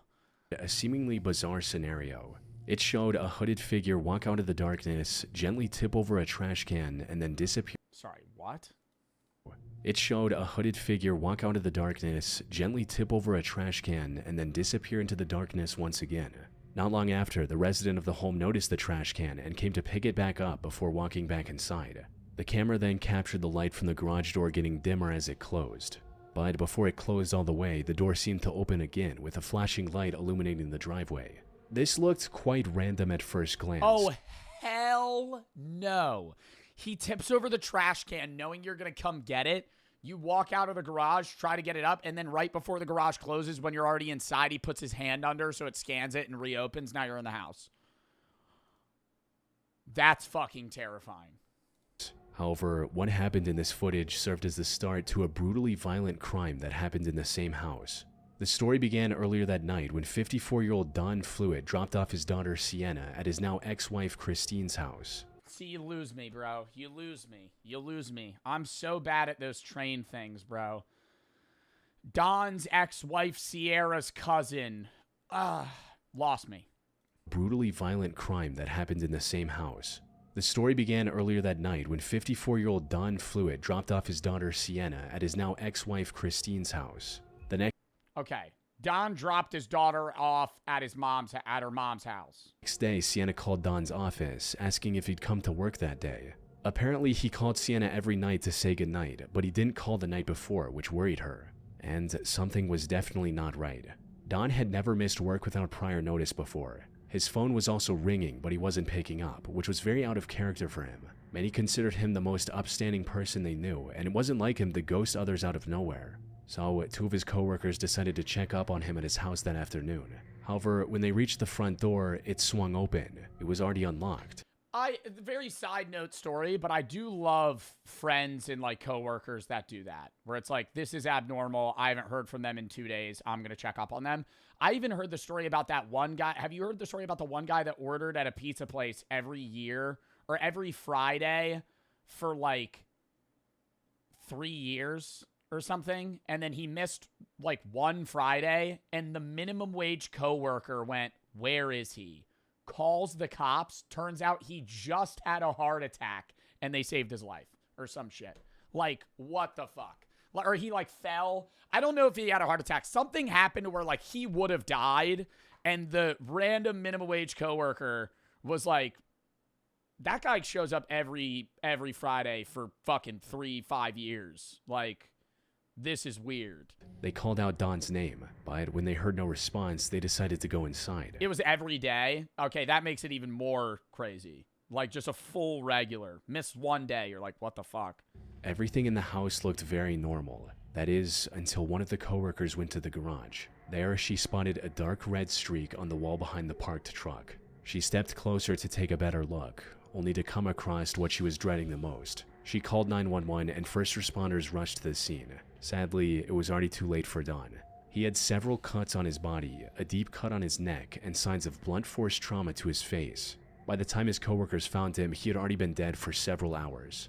The Albuquerque police immediately launched a murder investigation. However, the only clue they had was this home security footage. I mean, whoever knocked over the trash can's the person that did it. It wasn't clear enough to make out the suspect's face, but the footage did suggest the intruder knew Don's habits quite well. He knew his daily routine, and more importantly, he knew Don wouldn't be able to ignore the trash can if it... Yeah, to know the guy that well, it's somebody that's very close with him. Because most people in the middle of the night that see a knocked over trash can are going, I'll get it tomorrow. Like, you have to know that he's compulsive enough to, like, need to fix that. were lying on the ground. It's got to be his ex-wife. I feel like it was like a self-report. Giving him the chance to sneak into the garage while Don picked it back up. This wasn't a random burglar. So she could get, like, custody of the kid or some shit. I don't know. Or serial killer who just saw an opportunity. It was likely someone close to Don. Unfortunately, figuring out who this person was turned out to be near impossible. The first suspect police questioned was Terry Lee White, Christine's now husband. Given Don's history of an intense custody battle against Christine and Terry in the past, investigators began to look for any lingering resentment that could have boiled over into violence. However, when questioned, Terry was able to provide alibis for that night that self-report? I'm not trying to make this into a joke. That was like actually just terminology. No, I'm not trying to make like an Among Us joke. I know this is a serious video. That's like actually the terminology that just popped into my head. It's self-report. That's what it is. Like, you fucking kill somebody, you call and you go, oh, fuck. That's what this guy did. He fucking self-reported on his parents. Completely checked out. And he was the one that chopped him up. The next two potential suspects were Don's brother, Dennis, who didn't have the best relationship Yeah, you were. Shut the fuck up. Illicit. Every time I try to make a joke, I laugh. with Don and the landlord, Benny Ruiz. But while neither had a strong alibi, there was also no evidence linking the two to the crime scene. With that, the investigation was back at square one. It wasn't until March 31, 2017 that the Menendez brothers did the same thing. Yeah, but different conversation. The Menendez brothers went through like years of like sexual abuse, dude. Like that's like now you're getting into like this one guy being a bum and just killing his parents versus like them being like basically like molested from a young age and then killing their parents. killer was identified. It turns out the person who led detectives to the truth was none other than Don himself. Not saying that they should have killed their parents, but it's like there's more like whoa, you know, versus it just being like flat out murder. You see, despite likely getting ambushed by the killer, Don The did details matter in that sense. not go down easy. He fought back and ended up scratching the attacker. This allowed investigators to find foreign DNA under his fingernails and match it against the samples police had taken from the suspects. More than 3 months after the crime, Don's killer was finally identified as 51-year-old Terry Lee White. After clocking in at work as a commercial truck driver, Terry went to Don. It was the ex-wife's husband? Do you think she knew? Don's place and carried out a plan he had likely been thinking over for a very long time, with the home security footage of him sneaking in Don's driveway showing how premeditated this whole thing. That's so fucked. That's so fucked. Like, I know, like, okay, there's a custody battle and everything, but it's like, dude, this is like the daughter you're fighting for's biological father that you, like, beat to death in his own house. Was. After a brief manhunt, Terry was arrested on April 3rd, 2017 in Arizona, about 200 miles from Albuquerque. He stood trial in June 2018 for his crime and was sentenced to life in prison without the possibility of parole. What about the wife? What? What about the wife? There's no way he was just like, I'm just going to do this and not tell her. She was innocent, so he just didn't tell her. I don't know, bro. You're telling me you're married to somebody. They're gone in the exact hours that this person dies, and you don't go, did you kill my ex-husband? I feel like that'd be like somewhat trying to connect the dots. Search it. I don't know. That's just upsetting. It just ends on like that. That's like literally like a fucking cliffhanger. Bro, why do people always use suitcases for bodies? That's exactly what I was saying, Ruby Possum. Like, if they're found, there's zero chance people would just ignore a random suitcase in the middle of nowhere. That's exactly what I'm saying, Ruby Possum. Why are people putting dead bodies in suitcases? Why is that? That's, like, constantly what people do. And then they just, like, throw it into, like, off the fucking, off the boardwalk into the ocean. And it just washes up ashore, and they're like, there's a dead body in this. What do you think? A shark was going to eat it? Strong, thank you for the 25. Perky for the sub. Anonymous for the 5. To F cancer as well. Grandma was diagnosed with breast cancer twice and beat it both times. F cancer in the chat. Christian Kai, thank you for the sub. Anonymous for the 10. Hold up. LGO, thank you for the 10. Polar for the sub. Negative, thank you for the 20. Andrew for the 10. Dylan and Riley for the sub. Nutella for the 50. Joyce, Saul, Arthur, Rad, Pancake. Audrey, thank you for the 10. Arthur for the 25. Dane and Dempsey for the sub. Taylor for the sub. Real, thank you for the 10. Jake, thank you for the 10. Diz and Harry for the sub. Zachary, thank you for the 20. Nat and Benny for the sub. Solar, Alfie, Morty for the sub. Smiley, thank you for the 1. JS and Gold for the sub. Real, thank you for the 10. Ash, Energy, and JB for the sub. Ronan and Cole, thank you for the sub. Strong for the sub. Chat. Total, we are at $8,172 for F Cancer. Exclamation 1 F Cancer if you want to donate. I'm matching chat's donuts up to $10,000. Feel free to pass the goal, but I will match right now $8,172. So we've raised $16,000 and like 400. We've raised 16,000. Who the fuck just donated? Someone clip it. Thank you for the fucking 100. Said, look at Spiffy. Thank you for doing the charity stream. Well, thank you for donating as well, someone, because you're making a fucking great change, brother. Thank you for the fucking 100. Avery and Aku for the sub. W Donos, chat. Thank you to everybody that's fucking supported. I'm sorry if I haven't been able to read everybody's message specifically, but thank you guys for the donations to F Cancer. They're a great charity, and I'm very happy to be able to do this charity stream for them. What a wonderful charity stream thus far. Already hit the fucking goal. Smashed it. All right. I got to piss real quick, and then we're going to hop into the next video. Let me play a song. The best song.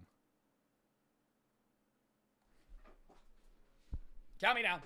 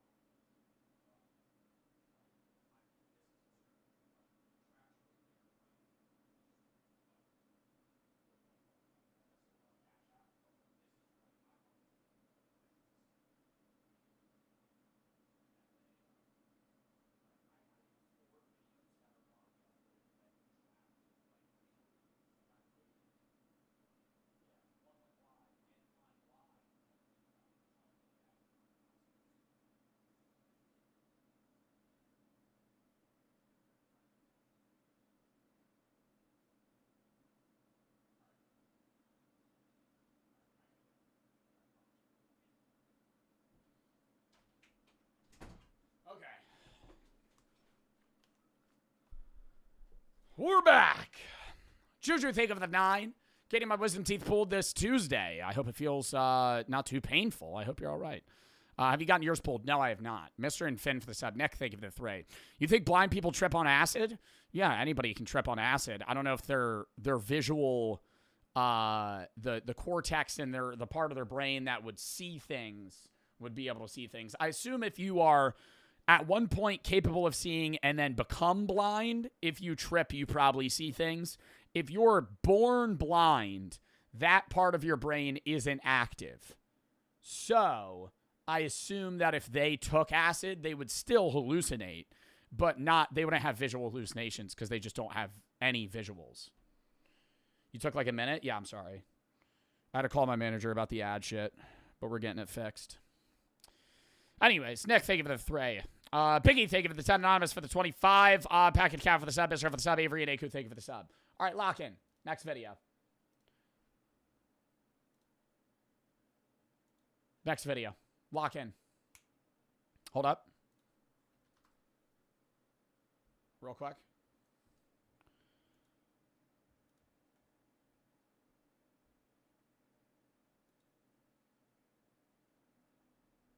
What do you mean it's already posted?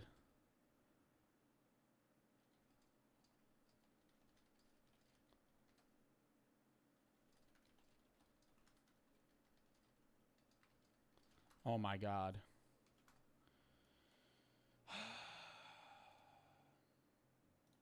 Oh my God. Cortisol. Gotta drop it. Cortisol. Let's get it down.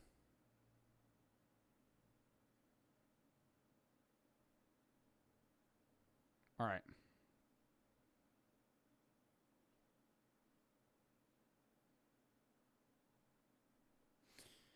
All right. So I can't remember that. No, remove them all. The Rocket League vid I posted, chopped myself.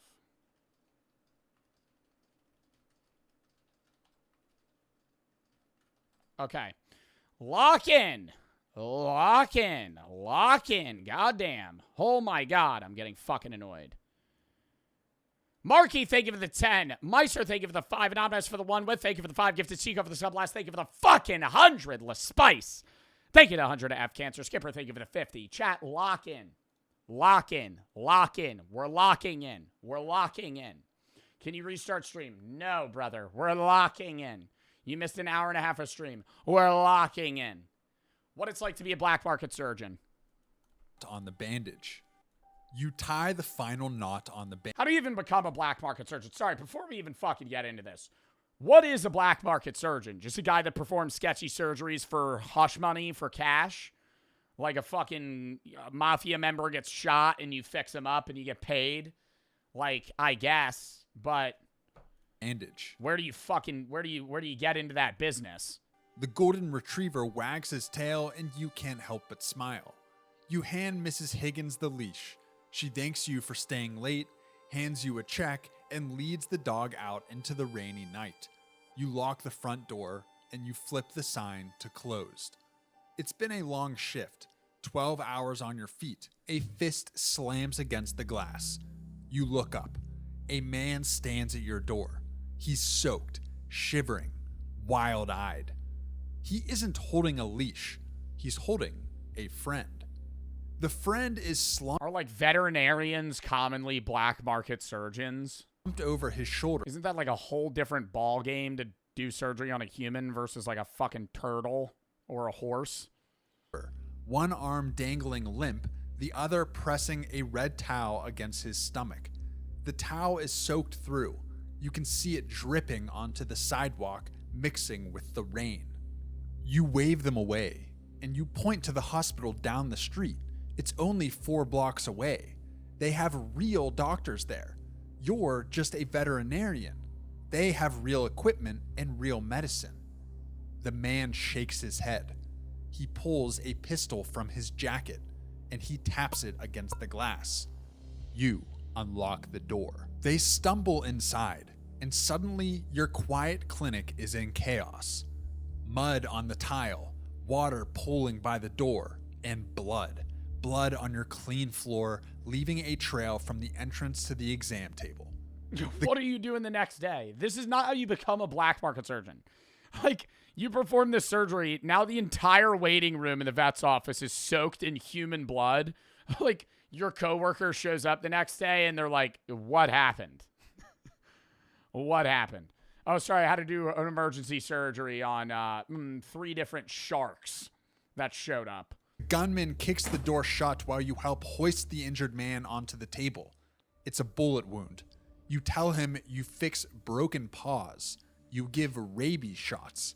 You remove ticks and trim tails and tell old ladies their cats need to lose weight. I don't know, bro. I think if you're a high-tech vet that's doing surgery on like random animals, I low-key feel like you're at least qualified to save a guy that got shot in the chest. Like, you might not. He might bleed to death. But I would take, like, if I got shot and the best guy in the room's a vet that performs surgery on, like, I don't know, horses. This feels like a Rick and Morty segment. I'm trusting them to do surgery on me.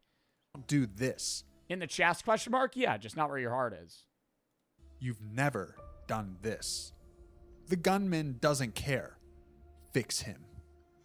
That's all he says. But you understand everything those words mean. Fix. It's different, more pressure. Yeah, bro, it's more pressure even if you're a fucking regular surgeon. You have a random guy pointing a gun to your head saying, save this guy's life. I feel like that's more stressful than even a regular surgeon. Him or join him. You look at the wound. Then you look at your cabinets. You don't have human medicine. You don't have the right tools. You don't have training for. You have ketamine for this, but you have to. You have ketamine, horse tranquilizer. Try. You grab a tranquilizer meant for horses.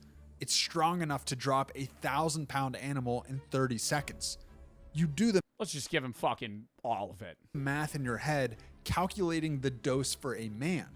You pray you don't stop. It's not pre-watch, bro. It's fucking ketamine is horse tranquilizer. His heart. You pray you got the numbers right. You inject the line. The man groans. His eyes roll back. His body goes slack against the table. He's He's dead. under. You have made You've killed him. You gave him too much. maybe 20 minutes before he starts to wake up.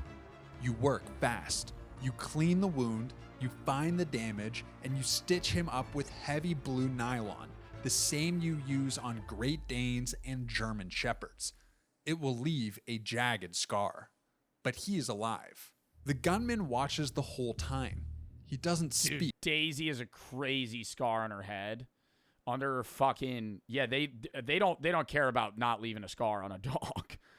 But Daisy is a crazy dude. She had a tumor on her head when she was like a puppy. We had to get it removed. Bro, they just like pinched her face. Like if you look at Daisy's face straight on, it's like kind of like this, like pinched to the side on one eye because they just removed the tumor, just grabbed the skin, went, cleaned it up. He doesn't move. He just watches. When you tie the final knot, he steps forward. He reaches Gives him how much money? How much money? $10,000. into his jacket and pulls out a thick envelope, then tosses it onto the patient's chest. Keep your mouth shut, he says. Buy yourself something nice. He carries the man out the back door. You don't help them. You just stand there, hands shaking, watching them disappear into the alley behind your clinic. The door swings shut. You're alone. Bro, the biggest problem is now the entire facility is covered in human blood. You pick up the envelope. You open it. You count the bills inside. $5,000. Fucking wipe your ass with $5,000. You're a veterinarian that's just held at gunpoint to save a fucking guy's life, and they give you $5,000. What are we on, fucking Family Feud? I'm snitching. I'm snitching for $5,000. I would say, says the millionaire, Ryan, you're snitching for $5,000. Let's be real, brother. You're a vet that just performed a surgery on a guy that was definitely involved in an illegal crime. You're an accomplice to a crime now, by the way. And all they're giving you as hush money is $5,000. I'm expecting, I would say minimum 20. Minimum 20. 20K, you just saved the guy's life that was definitely in a shooting. Like, Cash. You don't know what to do. This isn't a crime. It definitely is. It's not a crime to save the guy's life. It's a crime for him to not report it. He's withholding information from police by willingly saving a, for sure, criminal's life because they didn't go to a hospital, meaning he definitely did something illegal. And you're not saying anything. Part of you wants to It's call 100% a crime. the police. Tell them everything. Show them the blood on your floor and the money in your hands. And Oh, I'm not going to show him the money. Dude, they just held me at gunpoint, maybe saved this guy's life, and then left. Fucking crazy. let them handle it from here. But the clinic hasn't been doing well lately. The bills are... Nah, honestly, I probably wouldn't report it. I'd be way too scared. I'd be way too scared because they'd come back and kill your ass. piling up. But I would be like, only 5K. The rent is late. You're trying to save for your daughter's college fund, and every month you fall a little further behind. And these guys don't look like they forget. Witness protection? Brother. That sucks. Witness protection. You're acting like that's like, oh, dude, it's just witness protection. Brother, you're changing your name. Witness protection is you and your family get given a new identity and move to another state or country where they now have to live out their life as different people. That sucks. Get a face. You saw the gunman's eyes, cold and calculating. The kind of eyes that remember everything. It's always in a boring ass spot too. Yeah, you know where you're moving? Guthrie, Texas. That's where you're moving. 6-man football team. 100 people in the town. You're the town veterinarian and doctor now. Reporting them could lead to problems. The kind of problems that don't get solved by calling 911. You mop the blood off the floor. You throw away the rags. You hide the money in the back of your filing cabinet behind the tax returns nobody ever looks at. Bro, and we're talking about getting your kid through college. Bro, wipe your ass with $5K, getting your fucking daughter through college. Are you serious? Average college tuition's what, like fucking 30 grand a year? 25 grand a year? Oh, fuck, this is gonna help me go. What are you gonna start a fucking Roth IRA, buddy? We're gonna start a retirement. We're gonna put it in a trust fund. What is your kid 6 months old? Getting your kid through college. That money's not fucking compounding to shit. That's doing actually nothing. You tell yourself it's a one-time thing. 3 nights later, you're 3 nights later, doom, doom, doom, doom. It's a guy just Swiss cheesed. Just fucking 30 bullets in his chest. Save him. Save him. Phone rings. Bring him back. It's 2 a.m. You're half asleep on the couch. The TV How'd they get his phone number? playing some old movie you've seen 100 times. It's a number you don't recognize. You answer it. The vet who works late. I heard you do good work. You don't say anything. You barely breathe. A friend of mine needs help. Same situation as before. Double the pay. You should hang up. You Quadruple. 40K. should call the cops right now. Tell them about the phone call. Tell them about the money hidden in your cabinet. But you think about your daughter again. You think about the tuition bill sitting on your kitchen counter. The one with the red. Bro, oh my God. Pay now, rent due late. Yo, are you getting paid chump change at the vet's office? You're a doctor. You're a doctor. You mean 20K? Chat, I'm high. Stop trying to get me to do math. Pay now your rent late 5 months? You're a fucking veterinarian. You went to college for like, what, 12 years? Past due stamp in the corner. You give them the address. The second patient is a woman. She's hurt badly. You clean the wound. You stitch her up. 47 stitches in a neat, careful line. When you're done, her partner hands you an envelope. You don't count it until they leave. Okay, and we're also trusting that this isn't dirty money that would throw up a red flag in a system if you were ever to cash it. And because now he has to launder this money. This is not laundered money. He has to launder this money. So now he's going in a breaking bad. Like now he has to like buy a car wash or some shit. Like how is he going to get this money into like legal spendable money? And what's stopping them from just shooting him in the head when he's done the surgery? All right, they're stitched up. Thanks. Here's your 20 grand. Just kidding, jackass. Bang. Right to the fucking dome. Thanks for the fix. $10,000. You start launder it at the casino. That actually is a strategy. Keeping the back door unlocked on Tuesdays and Thursdays. Word spreads. You don't know how, and you don't ask, but it does. A man with a shattered kneecap shows up on a Tuesday. You set the bone with a splint meant for Bernie's Mountain Dogs, wrapping it tight, telling him to stay off it for 6 weeks. A woman with burns on her palms comes on a Thursday. She says she grabbed something hot. You don't ask what, you just wrap her hands in gauze and give her antibiotics. And how much money is she giving you, dude? Fucking $30? She burned her hand. I mean, like, what did she do that she couldn't go to a hospital? She burned her hand. On a Thursday, she's coming to the vet. Antibiotics meant for chickens. They all pay cash. They all leave through the back door. They all know better than to ask your name, and you know better than to ask theirs. But isn't it a little stupid that he's doing the surgeries at the vet? This is all hypothetical. Sorry, I'm bringing myself back to reality. This is not a real person. This is a stick figure that has a fake daughter and is trying to get her to attend a fake university. This is purely hypothetical. None of this is real. Why am I getting so... I'm saying, why is he doing the surgery at the vet's office? Like, I feel like he should, like, get a warehouse, you know? But here's the... This is a real story. This could be, like, a real... I'm not saying this isn't, like, based off real information. Here's the thing that lets you sleep at night. Most of them aren't criminals.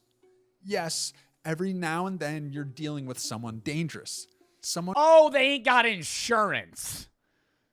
That's worse, bro. I feel like I'd rather, bro, because then you're getting into like this legal bind where now they're going to snitch on you, you know? If you're a veterinarian doing surgeries on people without insurance, say you fuck up, they're going to snitch on you for doing a surgery illegally. But it's actually better to do the surgeries for the criminals and the gang members and the mafia guys, because if one of their guys dies, it's like, shit, tough shit, you get him next time, you know? Like, versus this lady, you give her burn cream and it makes her grow like fucking foot warts.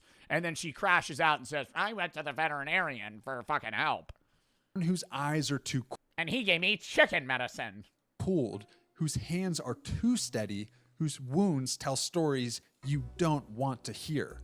But mostly you're helping people who just can't afford a hospital. A construction worker who fell off a ladder and doesn't have insurance. A mother who burned herself cooking dinner and can't miss work for a doctor's visit. Regular people with... Okay, that is not burning yourself cooking dinner, dude. What, did she fucking throw a frozen turkey in a deep fryer and stand a foot away from it? Like, half her body is singed. A mother who burned herself cooking dinner and can't miss work for a doctor's visit. Sorry, put a little bit too much oil in the pot. Regular people with regular problems and no way to pay for regular solutions. You're doing good work. At least, that's what you tell yourself. You buy new equipment for the clinic, sharper tools, stronger lights. You tell your ex-wife the clinic is finally turning a corner. She doesn't ask questions. She just nods and says she's happy for you. You put a deposit down on your daughter's first semester. 3 months pass. Bro, is she going to fucking, like, Harvard with no scholarship? Like... Fucking put a down payment, brother. You're doing illegal surgeries. What, put a down payment on the fucking first semester? Or would we get a mortgage to pay for the college? You've made more money than the last 2 years combined. The filing cabinet. And then it all settles in when he hears that she's majoring in communications. You're going to a $50,000 a year college to major in general business. It is stuffed with envelopes now. You had to start a second hiding spot behind the water heater. You start to feel good at this. Philosophy, that's too far. That's not funny. Not proud exactly, but capable. Needed. Like you finally found the thing you were meant to do. That's the first mistake. It's a Thursday. You finish with a patient around 2 a.m. Dislocated shoulder. Easy job. Pop it back in. Wrap it tight. For a dislocated shoulder? I saw somebody do that shit themselves on Storage Wars. You ain't need to go to no black market veterinarian. Get some duct tape. Fucking be like, come push this. Them the painkillers and collect the cash. You walk them to the back door. You watch them disappear into the night. And you lock up behind them. You grab your keys. You head out to the back lot where your car is parked. You notice the black van too late. It's parked in the corner of the lot. The side doors slide open. 2 men step out. Big, silent, moving with the kind of purpose that tells you they've done this before. One of them puts a bag over your head. Everything goes dark. They shove you into the van. After a short drive, they pull you out. You hear a door open. It smells like a real hospital. They walk you down a hallway. They push you forward and you stumble into a chair. Someone cuts the zip ties. Your hands are free, but you don't move. The bag comes off. It's just somebody splayed out on the table with like genital herpes. Fix this. Fix this. Oh, it's actually a lifelong well, it's actually a lifelong thing. I mean, you're in a room with glass walls. Beyond the glass, you see medical equipment that looks more expensive than your entire clinic. An operating table in the center with a body on it. A man in a suit stands in front of you. You're the vet, he says. He turns and points. That man needs help. You look at the person on the table. You recognize him. Everyone in this city would. He's the man who owns the ports. He's the man who owns the police. The man who owns everything that moves through this city after dark. The crime lord. He seems very sick. Wait, this is like your Super Bowl, bro. This is your Super Bowl. You save his ass, bro. Now they're set. Now you're, bro, now you gotta fuck. Now you're like the right-hand man, bro. You be making $1 million a year. You shake your head. You tell them you What? I'd be like, okay, yeah, I'll do the surgery. Can't do this. You explain that you fix dogs, cats, the occasional Wait, what's wrong with him? wound from someone who can't go to a hospital. But this is... Hold up.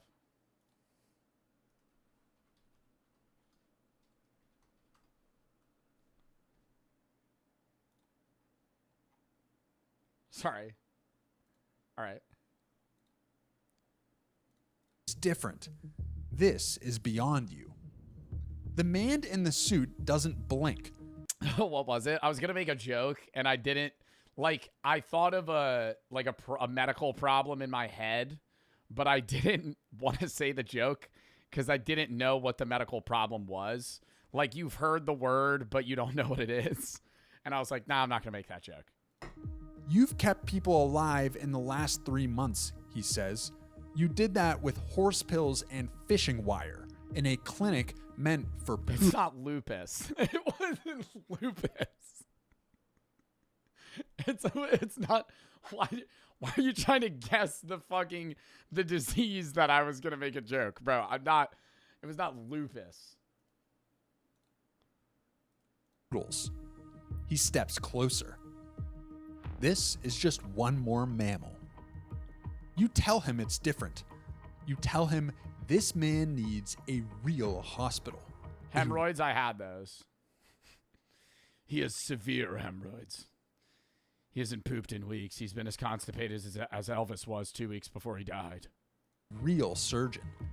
You need to save him. Someone who went to medical school and did a residency and knows what they're doing. Hospitals ask questions, he says. They file reports. They call authorities. We don't like questions. A guard steps forward. You didn't even notice him before. He was just a part of the background. But now he's front and center, and his hand rests on the gun at his hip. I like how this guy tells stories. Makes me feel like I'm really immersed into the story. Mammals are mammals. Now begin. You scrub your hands. A woman in scrubs... I gotta sub to him. Hold up. You didn't even notice him at first. He was standing in the back, menacingly. Appears beside you. You step into the glass room. The crime lord lies on the table. You check his vitals on the monitor. You've seen this before, in dogs who got hit by cars, and cats who fell from windows. Internal bleeding. You look through the glass at the suit. You tell him you need to operate now. No more waiting. Get me a pool noodle, and he just starts asking for random items that are just like totally fucking useless to the situation. Give me a kiddie pool, a pool noodle, and a water gun. He nods. Stat. The woman hands you the tools. Your hand hovers over the crime Hey, give me some hummus. What? lord's stomach, and you hesitate. This man has ruined lives. You've heard the stories. Everyone has. He also has 3 Cuban chains. The businesses he's burned, the families he's destroyed, the people who crossed him and simply vanished like they never existed at all. You could let him die right here. Just hesitate a little too long. Call it a complication. I feel like if he died, though, they'd kill you. Nobody could prove otherwise. But then you think about your daughter. Yo, bro, can we stop with this bullshit? Then you think about your daughter. She needs to go to college. Wants to dorm. $35,000 a year. You're never going to be able to afford that. She has dreams of becoming a Hollywood actor. She can't even sing, let alone do an emotional scene. She's never going to make it. You contemplate whether or not you want to just give her the tough news now or send her through, you know, have her complete the degree work, try to become an actor and fail just to start working part-time at a Starbucks. Her smile, her laugh, the way she hugs you when you pick her up on weekends, squeezing tight like she never wants to let go. You begin. The next 2 hours disappear. You work fast. Then you think about your son, how he thinks he's going to get rich quick on meme coins. He tried to, quote-unquote, buy the dip on Shiba Inu. He lost the family's fortune.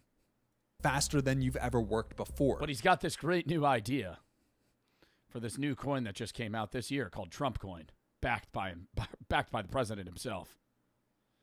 Surely this doesn't get rug pulled. The woman assists you. She's good. She anticipates your moves before you make them, handing you tools before you ask, adjusting the lights when you need to see better. You wonder how many times she's done this. You wonder if she chose this life or if it chose her. Another hour passes. Your back aches. Your legs are numb. What are we, in Interstellar, dude? What are we getting into the fucking purpose of this shit? If this life chose her. What am I, John Wick? What the fuck? Sweat drips down your face, stinging your eyes. Am I Neo? But your hands are steady now. Steadier than they've ever been. You start to stitch him up. You tie the final knot. The crime lord is alive. You stand there for a long moment. You don't feel proud. You don't feel relieved. You don't feel much of anything at all. Just empty, hollow, like you left something of yourself. Bro, that would feel like a ranked win. Like, I know we're getting, like, you're trying to loop me into, like, the mindset of, like, oh, this is a crime boss. But I'm like, in the moment, bro, you save some guy's life when you're only, like, you're a veterinarian, you've never done fucking internal bleeding surgery. That's going to feel like you just got a fucking promo game into a rank that you've never been able to achieve before. You just got unhard stuck. And now you're leaping to new bounds in life. On that operating table, the suit enters the room. Better than I expected. You pull off your gloves. You drop them in the bin. You tell him you're finished. You ask for a ride home. You want to see your daughter. You want to sleep in your own bed. You want to forget this night ever happened. The suit doesn't move. Soon, they have another surgery, but this time they have your daughter at gunpoint. You already put a down payment on the 4-year anniversary. No takesies backsies. The money is already locked in, and you don't want to take her place going to college for a communications degree. So you might as well do the surgery to save her life. He says. He presses a button on the wall. The glass walls turn white. You can't see out. It's already paid for. Anymore. You spin around. The door is sealed. You push against it. Nothing. You pound your fists against the glass. Nothing. You turn around slowly, your heart pounding in your chest. The crime lord's eyes are open. He looks at you the way a cat looks at a mouse. He smiles. You saved my life, he whispers. His voice is weak. You nod. You tell him you did what they... Another rough day. It's a dog pun. He just starts getting into one-liners. Asked. Now you need to... I feel like I'm kind of like Leon from Resident Evil now. Maybe I should pick up this badass personality. Leave. You have a family, a daughter who needs her father, a life that's waiting for you outside these walls. He shakes his head. A gift like yours, he says, wasted on house pets? He points to the corner of the room. You look. There's a bed, neatly made, a small desk with a lamp, a stack of medical textbooks, thick and heavy. I've been looking for someone like you, he says, calm under pressure, asks no questions, works with what they have. You tell him no. Your voice cracks. You tell him you have a life out there, a practice, a daughter. A daughter.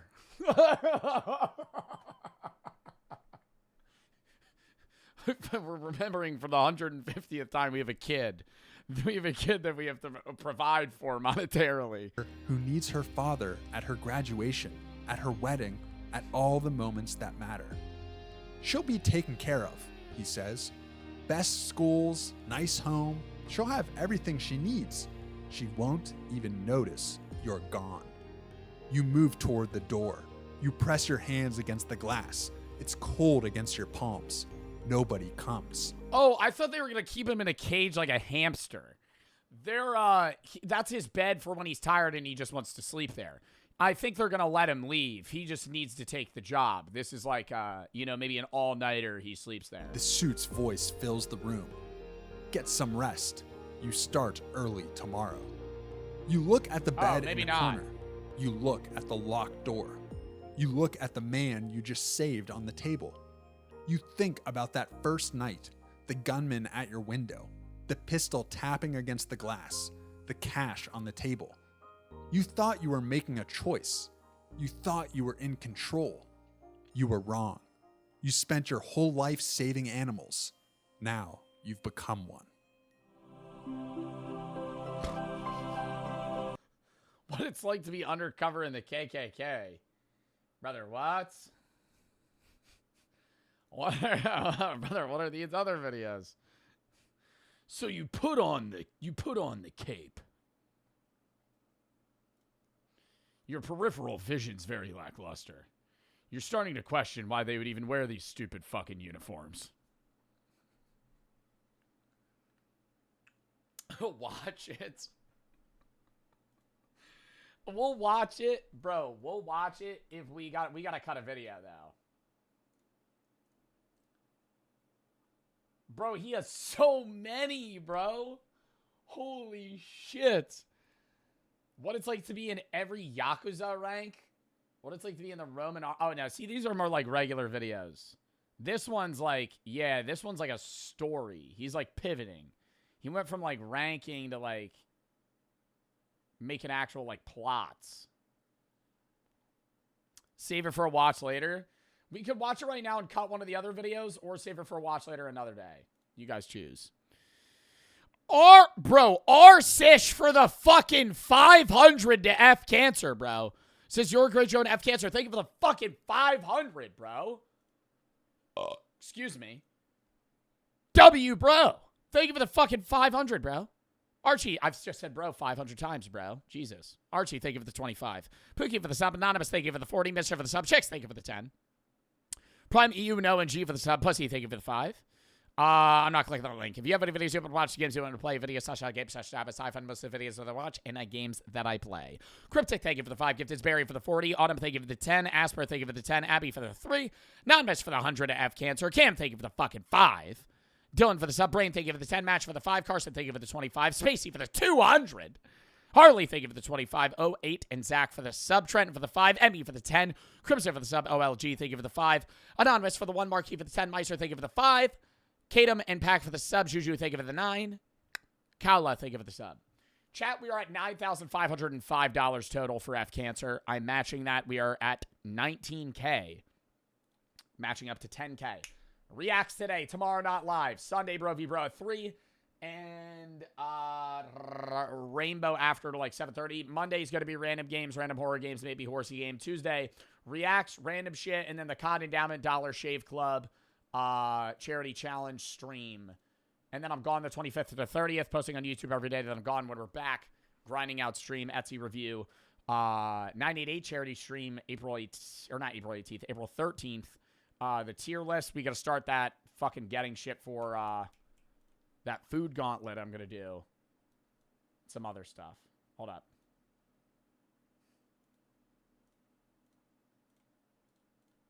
I got to start these downloads. Un momento. Por favor. Okay.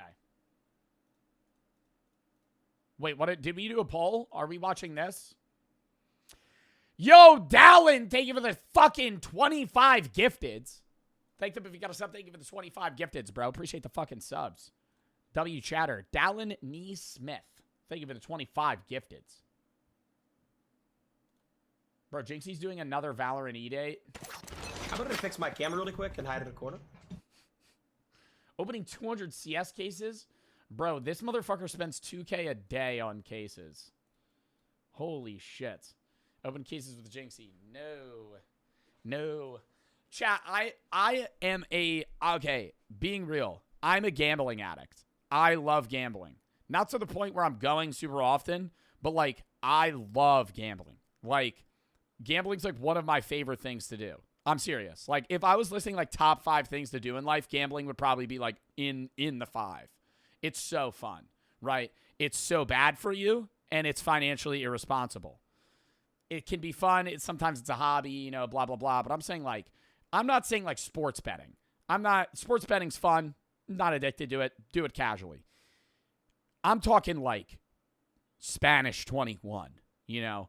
I'm playing cards. That is addicting. Poker. Fun. A little bit different. Not as addicted to poker. I am addicted to blackjack, Spanish 21, and roulette. Slots. I like slots, but that's basically what CSGO cases are. They're slots. It's a slot machine. It's literally a slot machine. With a payout of a cool gun that you could use in a video game. It's an NFT, effectively. Anyways. Junko said he's addicted to poker. I don't know. I've gone through, like, poker phases, but I don't really get, like, that into poker. But, like, I've never played craps. I've never played craps because I'm too nervous to play craps at a casino. Because whenever you're at a casino, the craps table is always full of, like, 45-year-old men that are, like, really loudly exclaiming, like, what they want and having conversations that are, like, you know, heard 6 groups over. And so you're like, I don't really want to butt in on this and be like, so how do I play? Because craps, you have, like, a betting line. Like, I would have to watch a YouTube tutorial about how to play craps if I was going to go play. Craps is dice. And it's not regular dice where you're just, like, playing, like, 4, 5, 6 or some shit.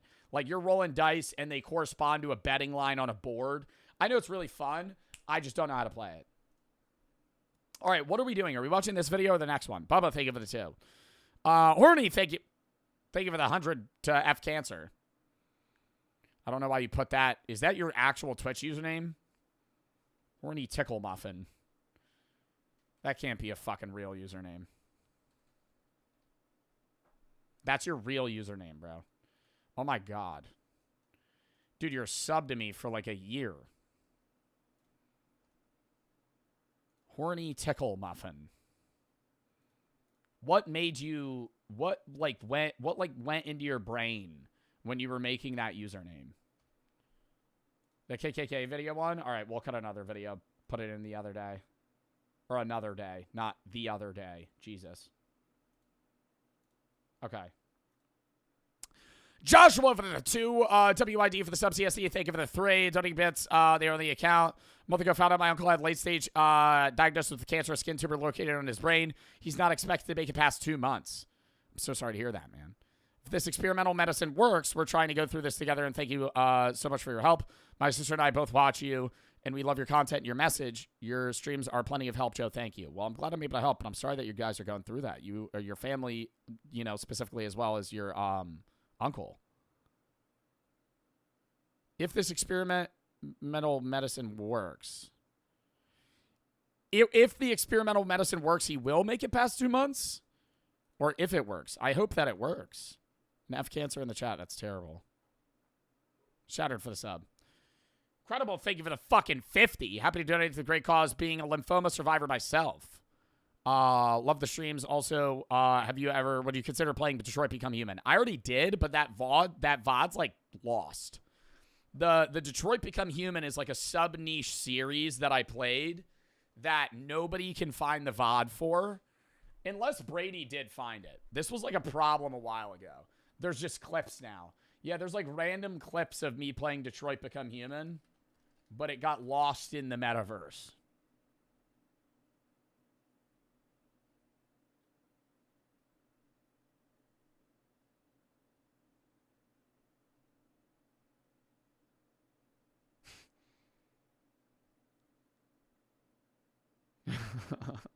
I hear Daisy barking, And Brooke texts me and goes, does Daisy need to be fed? I go, yeah, I told her you had to feed her at 5.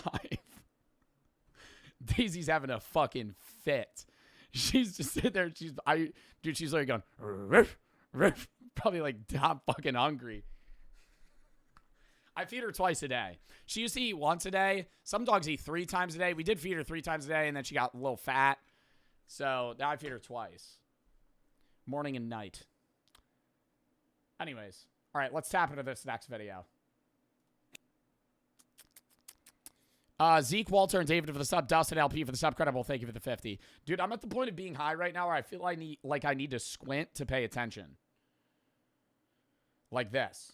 Like I'm frowning. I already have those lines. Do y'all have these lines on your head yet? It's bad. The amount I go like this. Like they just stay. Permud. And then even here. Like I have 2. Not yet. Yeah, you're not supposed to do that. That's bad. Doing that a bunch. I do that shit all the time, though. Be playing video games. Or like this. If I'm blocked. Matthew for the sub. Zeke for the sub. What it's like to be undercover in the KKK. Next video, dude. This one's going to be fucking whack. 2 men broke into your house last night to end you. You did what you had to do. Now you're sitting at a table across from the man who sent them. And he's asking if you want more coffee. But that's the middle. Why, dude? What the fuck does that have to do with relevancy? I know this is like the middle of the story. This is like a sneak peek. He's asking you if you want more coffee. Do I say yes to that? I don't really. How's that related? What the fuck are we talking about? Of the story. Let's go back to the beginning. You get the assignment on a Tuesday. Your supervisor slides a folder across the desk and says just 3 words. We need you. Inside. We watched an actual video of a guy that did go undercover in the KKK. But now this dude's posing this hypothetical to me as like what I would do. The folder is a name and a photograph. The man in the photo looks like someone's grandfather. Your supervisor tells you this man is the leader of his local Ku Klux Klan. Your job is to become his friend. What your supervisor doesn't tell you. Wow. And then you have to like put on the dude, you literally have to be like, all right, now I have to be like a raging racist. Like I have to literally, you have to go meet this guy, shoot shit with him, and then be like, yeah, so... And then just start spewing hate to be like, for him to be like, you know, you're pretty cool. What he can't tell you is that Op said not hard. Not hard. Been in a Valorant match. Not hard. Have you ever played a League of Legends game, buddy? That this case is going to force you to make a decision about an innocent woman that has no good answer. A decision that will keep you up for years after it's over. But that comes later. First, you... How long would you have to fake being racist for? I don't know, probably some time, seeing that you would be joining the Ku Klux Klan. You're going to be wearing the uniform, you know, probably doing some crazy shit. Probably more than a day. Have to become someone else entirely. You move to the man's town 6 weeks before you even try to meet him. You rent a small place. You get. I knew somebody was going to make that joke. Bro said faking, question mark. A job at the hardware. Well, that wouldn't be hard for me at all. Store on Main. You wave at Shut the fuck up. Neighbors. You learn which diner has the best biscuits, and you go there every morning at 6:12 until the waitress pours your coffee before you sit down. You become a regular. A man with a pickup truck and a... Bro's literally a sleeper agent. ...grudge about the federal government. That's your cover. A man who hates the system. You don't rant. You let it slip out in pieces. A comment about taxes. A shake of the head when the news comes on. Fake work history. Fake ex-wife in Tallahassee. You build a backstory so... Wow, Tallahassee. Yep, there's a pick. ...tight that no one... Yeah, my wife's down in Tallahassee. ...one should suspect anything. The problem is, should. Because on day 9, a man in a gray truck parks across the street from your house for 40 minutes. He doesn't get out. He doesn't check a phone. He just sits there with the engine running, looking at your front door. Could be nothing. Could be a guy waiting on a friend. You write down his plate number anyway. First contact with the target happens at a cookout 3 weeks later. Someone introduces you. It starts at a cookout 3 weeks later. You brought baby back ribs. You spent 9 hours perfecting the recipe, and you kind of think they're a little undercooked. They don't fall off the bone like they should. You're a little nervous whether or not Randy's going to like the baby back ribs you brought. This is a pinnacle part of you getting entered into the KKK, and everybody knows you got to have good ribs. To the man from the photograph. His name is... So we're reusing characters now? Yeah. Dale. He shakes your hand and asks where you're from. You answer. He talks about his tomato garden for 10 straight minutes. Soil mix, deer... The trick is soaking the baby back ribs in a sort of saltwater solution to help loosen up the meat before you actually cook it. Problems, how the heat's been rough this year. You nod. You don't know anything about tomato gardens, but your grandma loved gardening. You tell him you actually love to garden as well. Your grandma actually gave you the baby back rib recipe that... Using whatever... Some fucking YouTube commenter. Why does he always fucking pause the video and say stupid shit that doesn't have anything to do with it? You can remember. You're connecting with him, relating to him. Major progress. Then you do it. You slip in some comments to let him know you're an ally. Comments that make him understand you're on the same side. Like what? You know, they're just saying a slur or some shit? Like, what is he doing? So black people, right? He smiles, but that's all. For now. A week later, Dale invites you to a meeting. Like, what are you slipping in? Yeah, I feel like we're implying that it's like, okay, you're just being really racist around this guy so he likes you. It's a back room behind a machine shop. 12 men, folding chairs, fluorescent light buzzing overhead. The room smells like motor oil and cigarettes. You notice 2 men in the corner immediately. They're not talking to anyone. They're not eating. They're watching. You notice the kiddie pool in the middle of the room, filled with mud and some type of oil. This is a mud wrestling tourney. You're going to need to prove yourself to see whether or not you're going to be able to join the boys. One of them has his chair angled so his back isn't against the wall. It's against the door. Nobody sits like that by accident. The other strange thing about this room is how normal it feels. The people there, they're your neighbors, your mechanic, the type of guy who may have patched your roof last spring. They laugh the same way. How normal it feels. I feel like there's one distinct thing that I would be noticing. Standing in a room full of, like, ragingly racist white men. Like, there's gonna be a vibe, you know? Oh, it feels totally normal. What? Yeah, like, what's the normal? Like, what am I sitting... Am I sitting in, like a small town mechanic shop right now, just, like, listening to them, like, talk? Like, I don't understand. Jaden, thank you for the 50. On a school trip to New Orleans, can't donate much, but I have cancer. Well, thank you for the 50, bro. Felix, or Fletch, thank you for the sub. Lily for the $999.99 to F cancer. I absolutely hate cancer. Love helping out the units who are working so hard to find out how to cure cancer. I love that I can donate. W, Lily. And thank you for the fucking $1,000. It's $1,000 dono. Thank you for the $1,000 dono. 1 penny off. But I think that's for the memes. JK, thank you for the 3. Happy. Thank you for the $100 to F Cancer. Spenzo for the sub. Dan, thank you for the 6. Sense for the 15. Emmanuel for the 5. What and Water, thank you for the sub. R Sish, thank you for the fucking 250. So it's got to go with 250 more. Thank you for the 500 total. Actually, isn't it 750 total? 750 total, I think. Sakri, thank you for the 50. Kai, thank you for the sub. Jaden, thank you for the 50. Yo, chat, we are at $11,136 total. I'll match for 10K, so we're at 21,000 right now. Oh my God. W chat. Elena, thank you for the 10. Kai for the sub.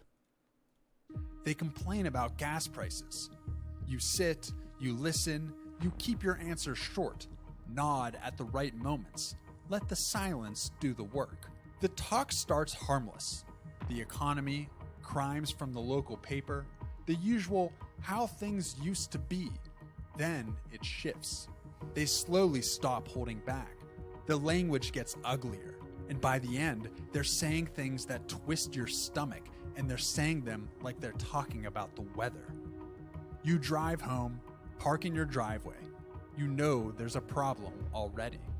Those two men who watched you the entire night never blinked. Do they already know you're undercover? No, they can't.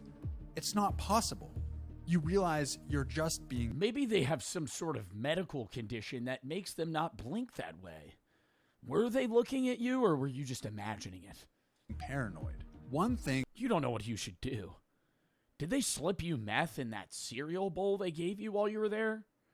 Why were we even eating cereal to begin with? It was 5 p.m., and we were all just sitting in a warehouse. Just... None of it makes sense. Hold up.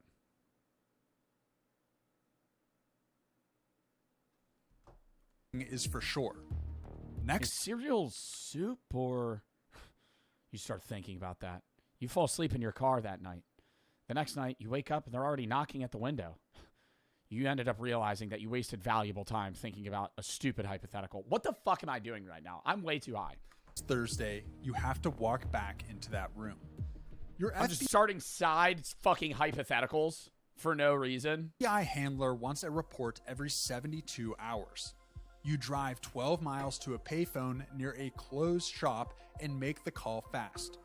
Never the same phone twice, never the same route home. You become paranoid about being paranoid. If you're too careful, they notice. If you're not careful enough, you miss something. Or worse, you get caught. And getting caught here isn't an arrest. It's much worse. So you adjust. You forget a weekly meeting once so you seem normal. You make yourself imperfect on purpose. Next Thursday, you go back. The two watchers are completely different this time. Friendly, laughing. One of them pats your shoulder when you walk in, like you've known. Wow, missing a meeting's low-key tech, dude. I didn't even think about that. You showing up to the KKK meeting every time, they're like, this guy's a little too racist. He doesn't miss a single meeting?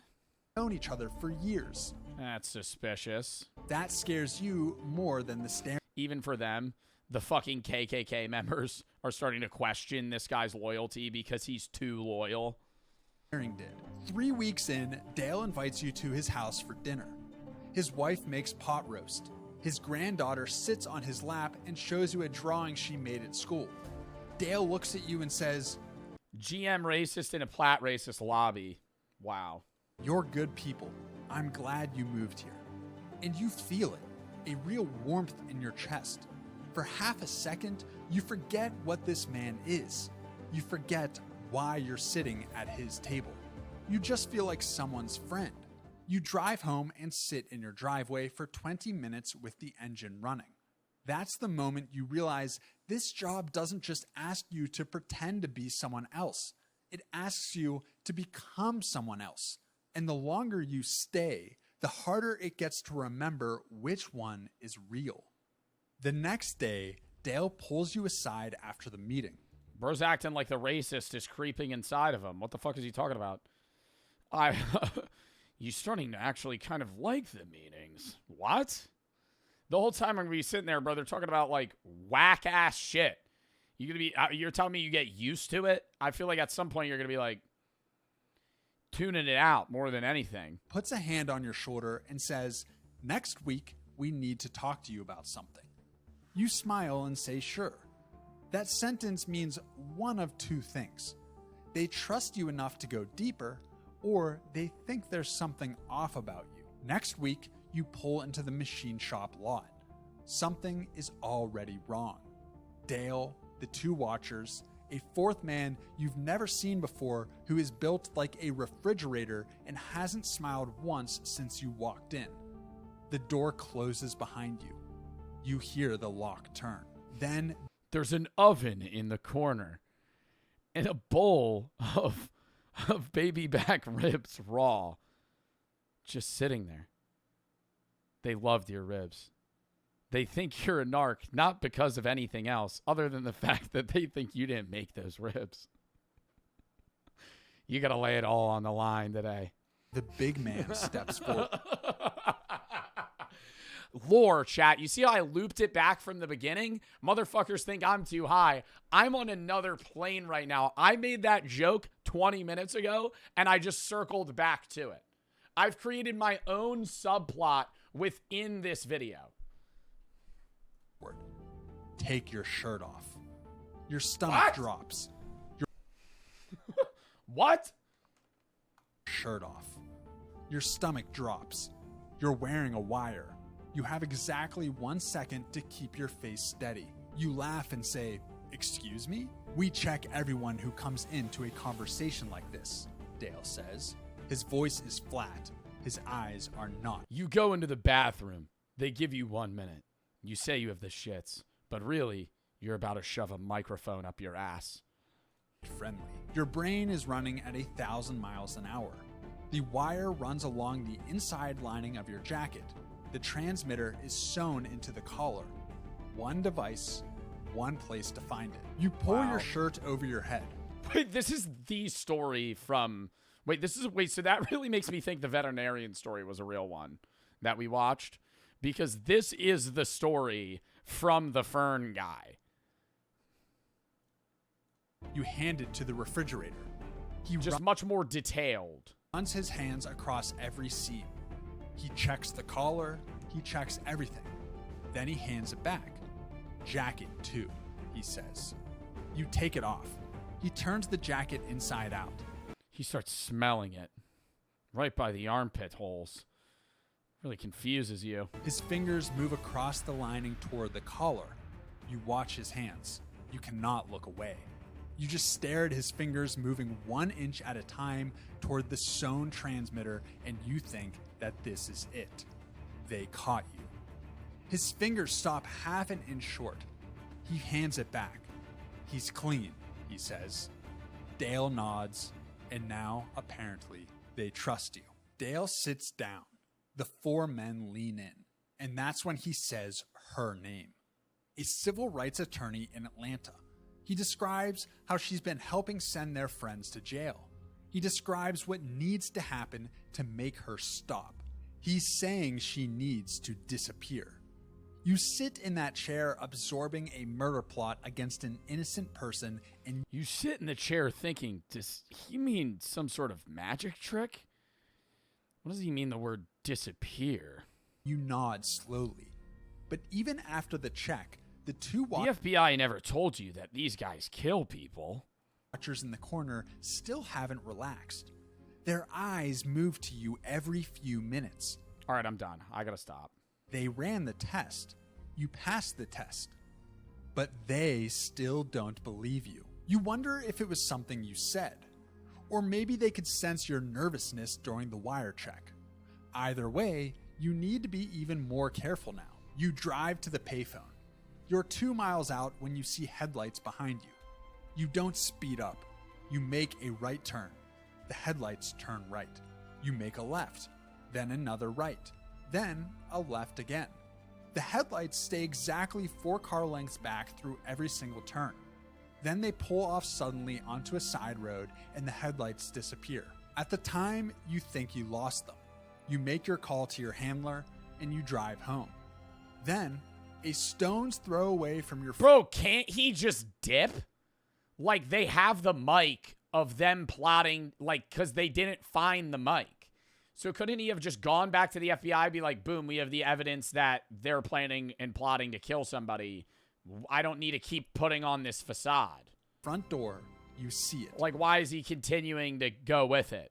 A car parked tight against the wall of an abandoned house on the left side of your street. Hidden from every direction except yours. From that exact position, your front door is completely visible. That's when you understand. The tail wasn't trying to follow you. They wanted to see you leave. While you were gone, someone else moved into position. You act like you went to bed, but you don't sleep. You lie there with your hand 3 inches from a silenced pistol on the nightstand. Every sound the house makes sets your nerves on edge. At 2 a.m., you hear it. The back door. Someone picking the lock, taking their time, trying to be quiet. I'm lighting 10 rounds through the fucking wall with a 12 gauge. It is going to literally be a smoothie mist on the fucking... Well, I'm not going to let him get... What the hell are we talking about, bro? Oh, you're sitting there just waiting. In your bedroom, you hear them trying to break in. Bro, go kill him. Then the softest creak of a hinge you've ever heard. You roll off the bed onto the floor, pistol in hand. You press your back against the wall beside the bedroom door and you wait. You left $200 in cash on the kitchen table, visible from the doorway. They walk right past it. You hear one set of footsteps moving toward the bed. Oh, to test if they're a robber? Then they stop. Dead stop. Right outside your door. That's when you realize it. The picture of you and your sister on the wall. It's at your graduation. You were in full federal gear. What a fucking dork. I mean, that's just not... I feel like this isn't a part of the story. There's no way. They're looking at it. You just have that hung up in your house when you're in your undercover. You just have you in FBI uniform being like...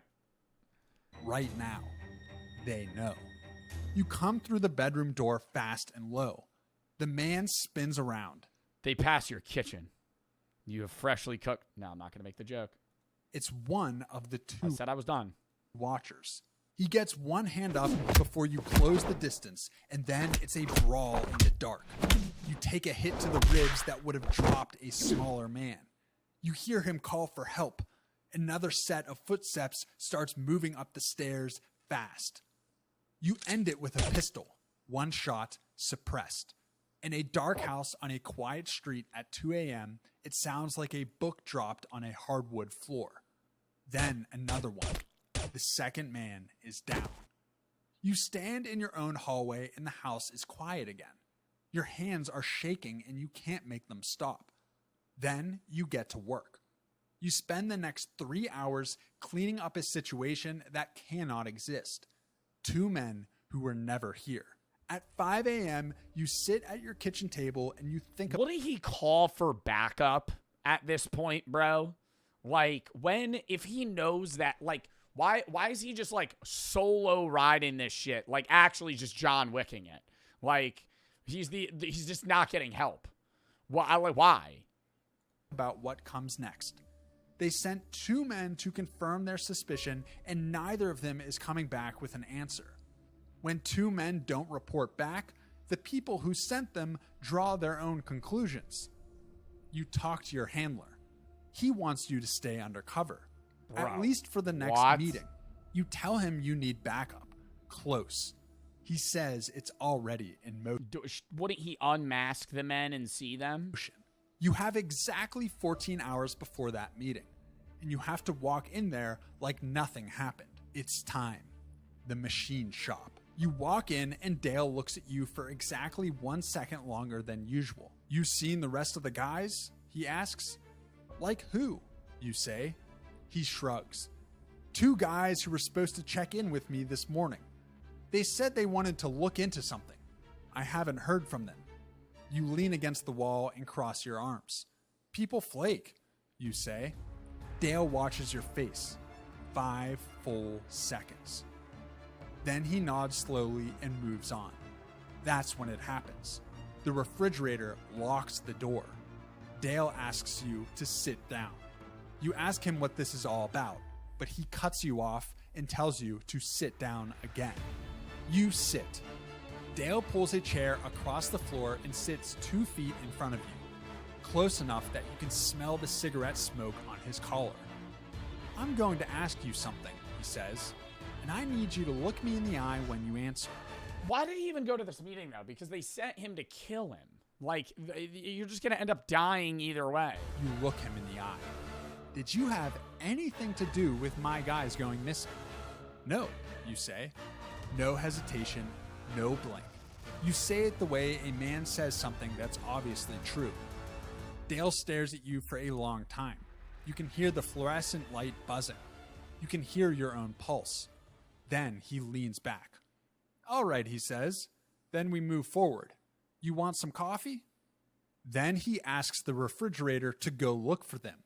In the meantime, he moves forward. Wow, the coffee part makes so much more sense now. With the plan. He slides a photograph across the table. It's the attorney, taken outside her office, time-stamped 2 days ago. Friday night, Dale says. Her husband leaves for a conference. She'll be alone. He looks at you. You're driving. And there it is. The decision from the beginning. The one with no good answer. If you say no, every ounce of your trust you've built collapses. Dale connects the... Bro, you could just say yes, and then they fucking fold on him then. Like, he doesn't have to actually go kill this woman. Dots, the missing men, your hesitation, you don't make it out of this room. If you say yes, you become part of a murder plot against an innocent woman. And even if the FBI steps in to stop it, you have to ride with these men toward her house, knowing that if anything goes wrong, if the timing is off by 30 seconds, she dies. You think about your sister. FBI could also contact the woman. We know, FBI could say, hey, there's 2 guys going to come kill you tonight. Maybe go sit in this locked room here. We're going to give you a bulletproof vest. They're going to try and kill you, and we're going to intercept them. Think about the photo on the wall that you should have taken. Or they just move her, and then she's just not there. They give them bad intelligence. Taken down months ago. You think about how far inside this thing you've gone and whether the person sitting in this chair is even you anymore. You nod. I'm driving, you say. Friday comes fast. You spend the day before going over the route with your handler. There are 4 intercept points, agents at every one, snipers on 2 rooftops, and a helicopter staged 11 minutes away. They tell you the window is tight, but manageable. Manageable. That's the word they use. You ask what happens if something goes wrong. Your handler pauses 1 second too long before he says, it won't. Friday night, 9:47 p.m. You're behind the wheel of a stolen sedan. Dale is in the passenger seat. The refrigerator is in the back with a bag you haven't looked inside. Nobody talks for the first 2 miles. The only sound is the engine and the road, and Dale... Me suppressing the urge to make a baby back ribs joke right now. Me actually suppressing the urge when he said that. Sorry, I'm locked into the story, but like every chance I get, it's just like a worm entering my brain to be like, he opens the bag. He forgot the guns. In his sleep, he swapped them out with the baby back ribs, thinking they would be hungry later. Cracking his knuckles one at a time. You pass the first intercept point. Nothing happens. You check the mirror. No lights, no movement. Just a dark road behind you. You pass the second intercept point. Still nothing. Bro, you don't have like a geo tracker on your fucking car? Like, how are they not intercepting? Chest gets tight. You start doing math in your head. 4 miles to her house, 2 intercept points left. If they don't move at the third one, that leaves 1 chance before you pull into her driveway. 3 miles out. Dale opens the glove box and pulls out a pair of latex gloves. He puts them on slowly, 1 finger at a time. He doesn't look at you. 2 miles out. He puts petroleum jelly on one of the fingertips. The refrigerator unzips the bag. You are driving toward this woman's house and you are thinking about every single thing that has to go. The refrigerator just took out a thing of hummus. Right in the next 90 seconds for... You're thinking this isn't about this woman after all. Her to survive this night. It's about you. 1 mile out. Then the road lights up. Blue and red from every direction. Helicopters, loudspeakers. Dale looks at you. He doesn't say a word. He doesn't have to. His eyes say everything. You don't look back. 3 months later... I feel like they would have pulled out a gun and just shot him. Dale gets 40 years. The rest of them get between 15 and 25. The attorney never knows how close it actually got. You go home. Your real home. You sit on your couch and stare at the wall and you wait for it to feel like a win. It doesn't. Because for 3 days you were willing to drive, and you passed 2 intercept points where nothing happened and you didn't pull over. You didn't stop the car. Yeah, but they got the job done. You kept going. You'll never know for certain whether you said yes to protect the mission or because saying no might have meant dying. You tell yourself it was the mission. You tell yourself that every night. Wow, that was a good video. This guy makes great fucking content, dude. Holy shit. The Wealth Explainer. All right, I gotta piss. Then we hop into the next video. You got me down.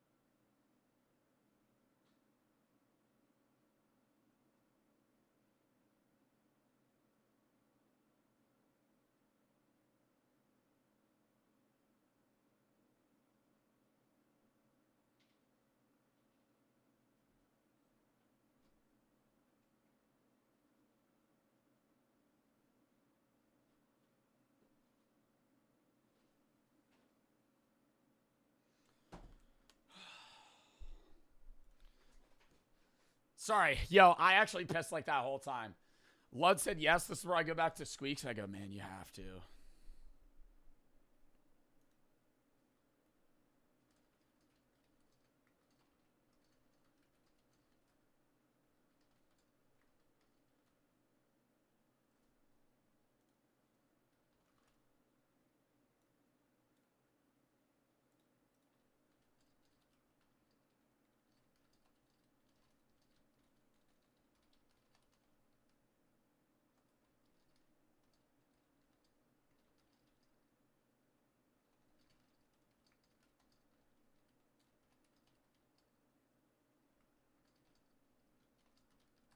All right. Sorry. Quick hummus break. Yep, that's exactly what it was. What was the song name? Ocean of Jazz. All right, next video. We got 2 more. 2 long ones. I went completely screenless for a week by Code Kai. And then that short horror film, which I'm super hyped to watch. Elijah K-Dog, OTS Jojo, and Biz for the sub, Abdullah, and Juice for the sub. Hartwell, thank you for the fucking hundreds. My grandma's birthday today. She's been fighting cancer for a few months now. Wanted to donate for her. Well, W Chatter, and happy birthday to your grandma and F Cancer. Squeaks, thank you for the 10. Fever, Sheer for the sub. F Cancer, thank you for the 10. It's and Steven for the sub. K for the sub. Squirt Queen, thank you for the 10. Archie for the 100. And David Thank you for the 10 as well. Bucky and It for the sub. Danny for the 10. Aiden for the 5. Landon, thank you for the 10. Jaden for the 50. I think I'm caught up. K-Dog for the sub. We're at $11,401. I'm matching for 10K. So we are at $21,401. W fucking charity stream thus far. All right. Next vid. I need to grab a goddamn water. Hold up.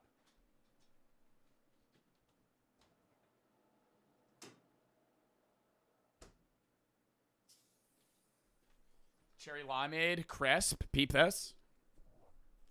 Oh, it was really quiet. Never mind. Lame. I didn't think he would say my full name. Squirt Queen 12. Moke for the subs. And K, thank you for the sub. All right. I went completely screenless for a week. On January 19th, my YouTube channel got hacked. My man could never do this, by the way. Oh my God. What percent of your day awake do you think you spend looking at a screen? An unfathomable amount of time for me. Because, like, my job is streaming, but I don't know. If I'm awake, say, 16 hours in a day, I think I'm looking at a screen for 10 of them. Maybe 12. Like, and even when I'm not, like, dude, I'm just on the phone, off the phone, on the phone, off the phone, on the phone. Like, most of my day. Like, the majority. Like, there's been times, bro. If I didn't go to the gym, there's probably been, like, 2-week spans where I could actually just never go outside. Like, in the winter, like, I could just never go outside. It wouldn't impact my day, is what I'm saying. Like, unless I needed to go like, I had to go get groceries or something. managers make it very clear to me that rule number 1 is don't click the links people send you an email, so naturally I clicked on the link someone sent me in an email. I immediately got hijacked and I could only watch in horror as my YouTube channel of 2 years started streaming crypto rushes to my audience of queer internet junkie college students, which, like, good one, man. They're gonna love this shit. What's worse is that— Wait, Elon Musk is giving me 3 Bitcoin for every 1 Bitcoin I buy? Wait, for every Bitcoin I send Elon Musk, he's gonna give me 4 back?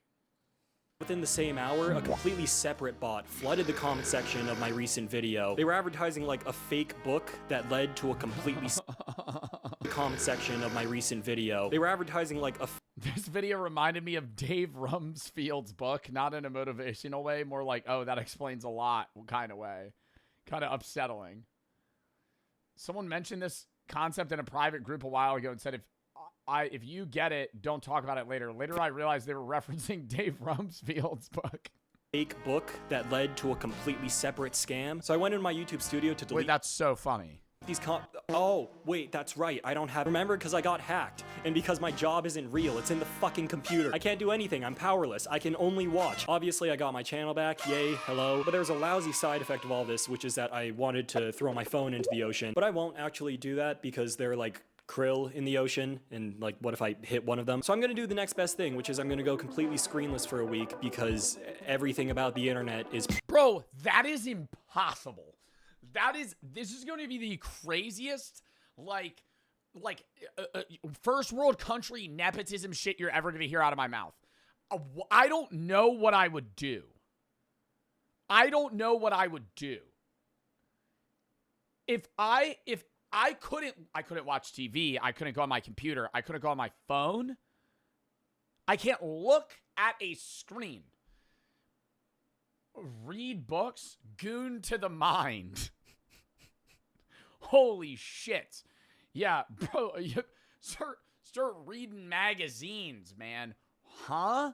I feel like I'd be teleported back to, like, bro, I know that you're all going to say this is unk. I remember being like 7 in 2009, taking a shit and reading the newspaper, bro. Reading the newspaper. Looking at the cartoons on the newspaper. Like, what? Looking at the pattern, bro. Looking at the pattern on the fucking shower curtain and trying to imagine things. Bring back childhood imagination, bro. Bring back childhood imagination. My ass did nothing. I will say I would like to feel that bored feeling. I know a lot of y'all watch me when you're bored. I am never bored, bro. I'm always doing something. So maybe that would be the upside, is like I would get to see that or feel that, you know? But like after like an hour, I'd be like, all right, I'm done. Pissing me off.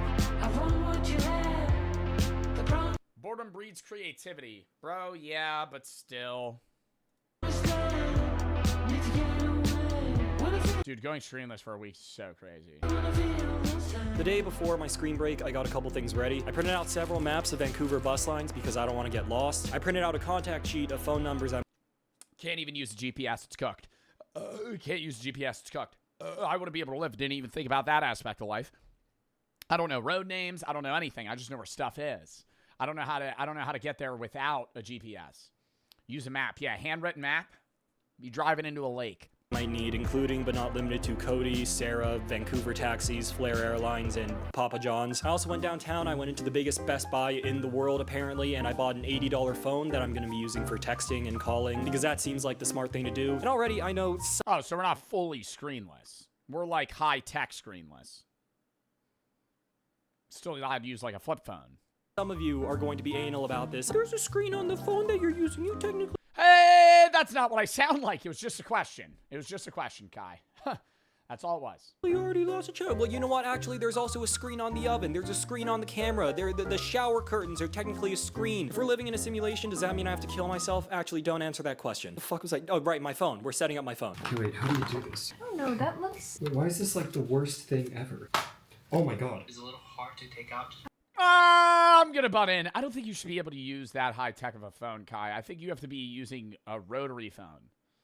You have to make calls on pay phones, right?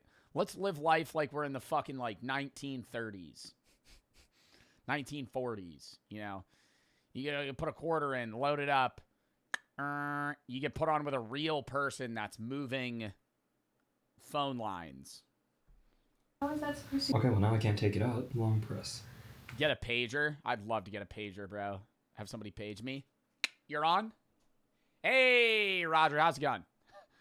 Yep, nope, don't mind me. I'm just driving to work right now. Hey, oh, I'll catch you later. Hold on, I got another page. Hey, how's it going? Oh my god. That's a nice sound. Well, no, doesn't somebody paging you means they want to call you? And then you call. I don't know how the pager works. I remember, dude, I even still have a guy at my gym that has one of those. So badass. He's like a cool guy that won't get with the times. But it's like, he has like one of those earphones that's like a phone. It's like one in your ear. What is that called? That's not a pager.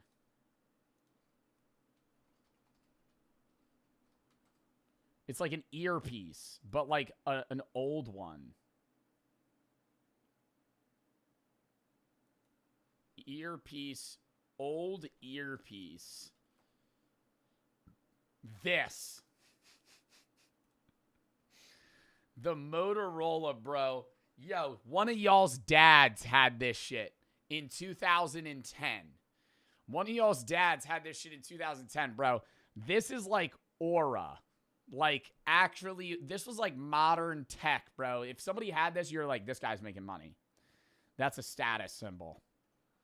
That guy's so on the go. His time's so valuable, he has to make calls without holding something. He needs his hands. Needs his hands. Oh. You don't like it? Fun facts about this phone: 1, it looks like this and I hate it, and 2, it has like sound effects, and throughout this entire video I never figured out how to turn them off. Oh my, are those the actual sounds? Wait, how do I backspace? What? No, I don't want to send a message. It'll be too humiliating to use this in public. There's a camera on this? Oh my god, and like a silent sub. You're just sitting there, there's like, it's crowded, silent subway, just boop, boop, boop, boop. If an emergency comes up, then Bro, I was at a concert with Brooke. And they were like, no flash photography. This was like a small, it wasn't really a concert. It was just like a show. No flash photography. Some guy in front of us, he starts recording and he goes like this. But then he goes, oh, fuck. And so a normal person would put their phone down, right? Just realizing that they were shining the people performing with a flashlight, or they would turn the flashlight off. He went like this.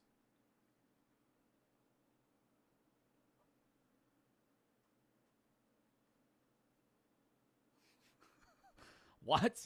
Like, who would do it? Like, I feel like I would go pivot, bang. He just, like, held it and then tried fixing it. And then did it again. I don't know. I'll start with the...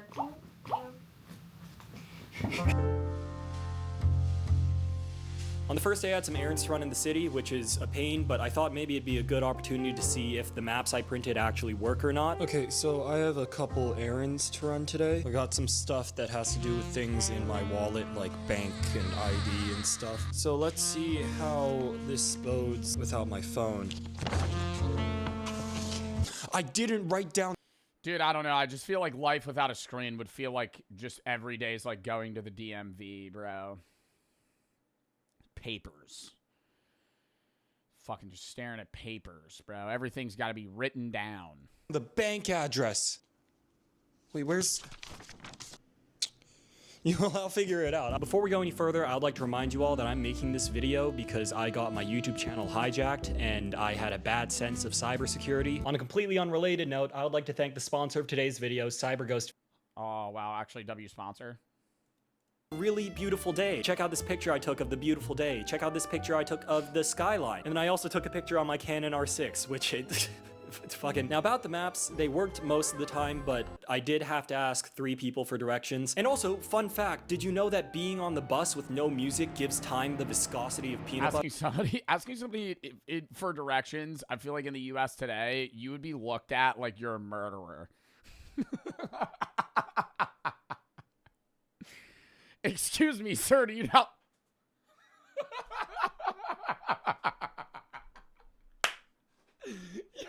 Yo, dude be like, what the fuck are you asking me, dude? What do you mean you look it up, bro? What? Yo, I feel like that would be like terrifying for the average person. Bro, that should just be content itself. Filming yourself walking up to people and asking them for directions and just recording their reaction. And watch 80% of them, like, take a step back like you're going to murder them. That and the... They, like, grab their purse. Oh, sorry. Anxiety of what I might be missing on my phone just made me a nervous wreck, white woman chihuahua style. And also when I got home, it was already 6 p.m. because I spent so much time just being... It's not that funny. I think that shit's hilarious, bro. Lost as fuck. That was kind of horrible, but also kind of excellent. Oh my god. Hello? Oh, Sarah, hello. Something tomorrow? What tomorrow? Get a package with you tomorrow? Market? Sure, bye-bye. As I was saying, just like looking around and seeing everybody like in their phones. Like if I had a phone, I'd be doing the same thing. But it seems strangely dystopian when I don't have a phone for the day. It's like, man, we're just animals, but we love these boxes. Bro, actually, like you spend the majority of your life, like the average person's going to spend the majority of their life looking at a screen that isn't real life. It's like if you got a bunch of cattle addicted to triangles, just like shiny triangles for the cows to stare. That's Italy. What? It's Italy. Because it's like the pizza. And the cows are the people. And they take the train and they go. You know, like in the past before they had phones, they'd like sit on the train with their pizza. Okay, in this video, there's a rat. They're trying to fish the rat out. The rat is winning. They lost the rat. I don't know where the rat is anymore. Oh my god, getting somebody to explain TikToks to you. You have nothing else to do? Can you scroll on your For You page with your earphones in and explain to me what you're seeing? All right, so I got a Big Chungus meme. ASMR video. Oh, Anderdingus edit. What? An edit? A new one? Yeah. Oh, this one's really good. Anymore. I'm gonna like that. Okay, there's The big frog. Gorlock tends to struggle during the feeding time. Okay, this one's Claro. It's cool. It's like bedazzled. It's Claro, and they have like they like drew on it with like marker and stuff. I've seen this one. Yeah, okay. Are you gonna do a mixed media edit for this one? Cut to the mixed media edit right now. It's a fun.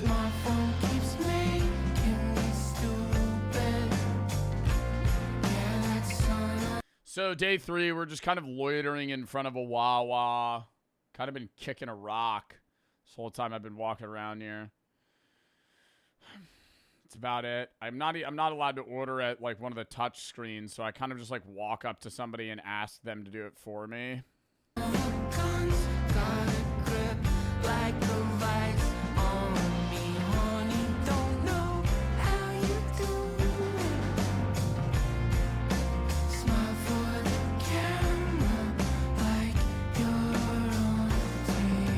You remember that call I took yesterday? Are you paying attention? Wow, that was like so iCarly.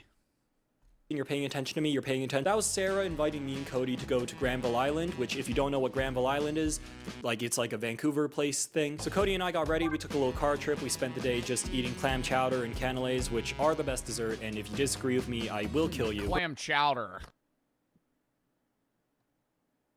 When we got back, I did some doodling because that's a thing that people... Oh, what's your soup of the day? Oh, we have a lovely clam chowder. Can do. Then I lied down and I just started thinking for like 2 hours straight. After you left, I had a nondescript existential meltdown. Like I poured myself a cup of sparkling water. I feel like I'd start getting into freestyling. And then just watched it slam poetry. Go flat. I had like a flash ego death. It was like a family.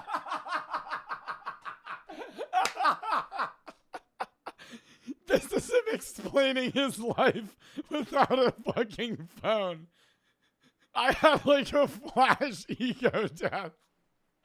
Like gaining consciousness. Sparkling water and then just watched it go flat. I had like a flash ego death. It was like a Family Guy cutscene. And then I went for a run and then I was back to normal.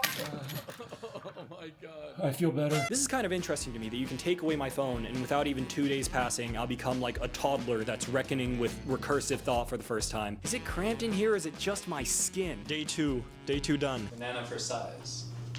What? Banana for scale. That's how big day, for reference, you can use this to see how big day 2 was. What?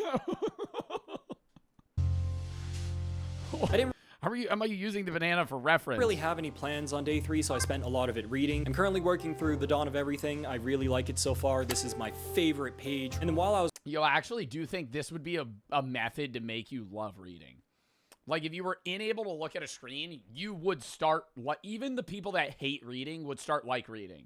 Start like reading. Starting to like reading. I was reading, actually. I came to the... And I forgot how to speak. Uh-oh. I just pass out. The realization, wait, I have a Google Home. I can listen to music. Which, like, thank fuck, because I didn't realize the first 2 days how much I started flirting with my Amazon Alexa. I think we're in a fucking pretty steady relationship now.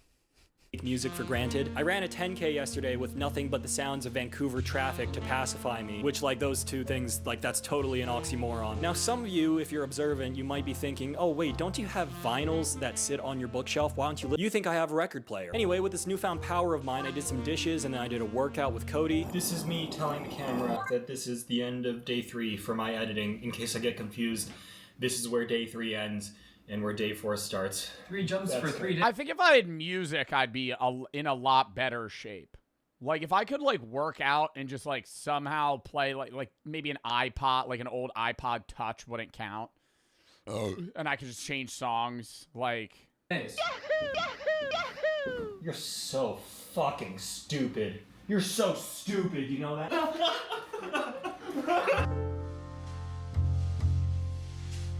I'm back to book maxing. So I got busy getting my brain absolutely shredded with anthropology, you know, things of that nature. When it got too cold to be outside, I went back in and I made dinner for Cody and Sarah, who came over to do some studying. Here is a picture of it on my evil phone. Also, since we're halfway through the challenge, I made this pie chart to show you what's been going on. This is just like a rough estimate. The big thing I want you to take away from this is just like being present in the moment, go up, white woman. Piss poop? We have to have a piss poop line? Damn, I do probably shit like 2 hours a day. a rough estimate. The big thing I want you to take away from this is just like being present in the moment go up, white woman chihuahua anxiety go down. Not 2 hours, maybe an hour. I think I'm probably taking a shit an hour a day. Half-hour poop in the morning. 15-minute poop after breakfast. Probably 30-minute poop after stream. And maybe a sneaky 3 a.m. shit. 4 a.m. I did actually spend some time that day trying to catch like a wafer. Especially if I ate a lot of spicy food. In my mouth. Yeah, you know, like a dog. No, like, okay. So I will eat, listen, I get up, I eat a case of blueberries almost every day. It's like $7 for a case of blueberries. It's a waste of money. I love blueberries. I'm going to spend the money on the fucking blueberries. I get the big ones. Anyways, I eat those with my breakfast. All right, take a shit, wake up, eat those with my breakfast, take another shit. By the time I'm done streaming, my shit's purple. So I know that in that, like, you know, 12-hour time frame, like, I have digested my breakfast fully. Because I eat so much fruit in the morning that, like, I will actually have, like, a purple shit. Or, like, almost purple. Not purple, but, like, you see the, or, like I eat a lot of raspberries. Not raspberries, blackberries. You need to go to the doctor. I don't need to go to the doctor. I do have a weird pain under my left armpit. I don't think it's my lymph node. I think it's a tendon.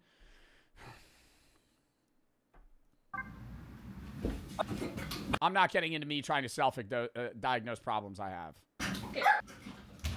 I wasn't quite able to do it, and I think that probably like makes me like less of a man or something. Soon after this, Cody was telling me about like the Winter Olympic uniforms. So he did the virtuous thing and he put them into like a Canva document and printed them out. Is this worth like the money that it costs for paper and ink? Is this worth the trees you kill? Is it worth being... Do you think after you finish a week without, you know, mostly all screens, a screen would hurt your eyes the first time you look at it? A murder?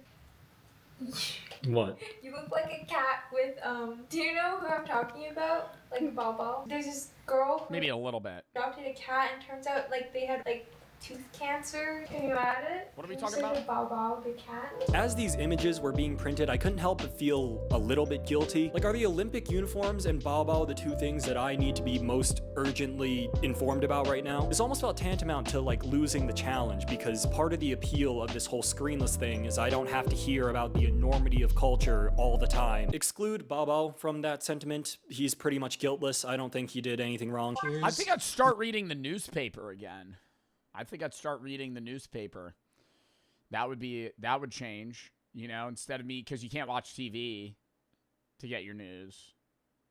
The Mongolia team in their cashmere sweaters. Why are they so handsome? Here's Brazil. Brazil Okay. is cool. This one's Where do you even get a newspaper? Any gas station, convenience store? Get a daily news. Haiti. That's Bao Bao. I'm just a little disappointed that I needed to be in the loop so bad that I got these pictures printed. Photos printed? On day 5, some of my friends were performing an opera, so I got Cody to print out some tickets for me. Cody is essentially just my internet at this point. I got them some flowers. It was a jolly good show. Here are some pictures from my evil phone. At this point in the video, like, anxiety levels have gone down. I've discovered— You would start to appreciate, like, other arts in certain things, like other forms of entertainment that you normally wouldn't have access, or would have access to but would never do. Possum, thank you for the 30. Jeff, thank you for the 3. Stick for the sub. John, thank you for the 25 to have cancer. Matthias, thank you for the 10. Or Mathis, thank you for the 10. Critical, Omar and Rupert for the sub. Plum for the sub. Critical for the 3. M and Mr. for the sub. Charizard for the sub. Ghostly, thank you for the 3. The Real That and Leisure for the sub. Dylan for the sub. Cole, thank you for the 10. Jojo, Elijah, K Dog, Hartwell, thank you for the 100 again and for the sub. other things to worry about, like I don't know, dinner. Everyone lean forward in your chairs, give me a little drum roll. Today we're hanging out with Tech Joyce. She lives a little out of the way, like an hour and a half away, so it took me 3 hours to get there. I didn't really think about this before I made plans with her, but like, what do you do with a tech YouTuber when you're screenless? Well, the answer is probably simpler than you think, because when I walked in, the first thing I saw were boxing gloves and mitts. Now, I have no idea how to box. I have never put these gloves on before, but I mean, it sounded like fun, and what else would you do with a 5'5" tech mogul on a Tuesday? The thing is, we can't really watch any tutorials on how to do this properly because I'm a problem, and you might think that fucking around with boxing with no experience would be like speedrunning an injury, and you're right. What? Sorry. Who's your side? If you had no boxing training, would you get better at boxing by just punching shit? Yeah. It would take forever, but like if you'd never got training, bro, you would at some point pick up techniques, unless you're a fucking idiot, right? Like you wouldn't there's techniques. I know there's techniques, but I'm saying you would probably pick up some form of like form. Like throwing a ball. Like if you've never thrown a ball before, you start throwing a ball more, you're going to get better at throwing a fucking ball. Like not in terms of like large scale fighting tech. I'm saying like you would just get better at punching stuff. Who's in your like weight class? You'd end up creating your own? Joe Bart style. Alright, you heard it here, most. Kick him in the balls, punch him in the Adam's apple. Wha-bam! After that, Joyce gave me a little house tour, which included her sleeping setup, and also I was finally able to see the infamous Tech Joyce Honda in person. What the hell is happening here? Your car is like the ice cream machine at McDonald's. You watch the latest video. Oh wait, you don't have a screen. I can give you a little quick rundown. Joyce gave me a little rundown of what went on in her latest video, and I'm like a pioneer of small creators, so you should go watch it. After that, we kind of ran out of things to do besides... Dude, if somebody was explaining like actual mechanical shit to me, like of them modding their car, and me just going, I'm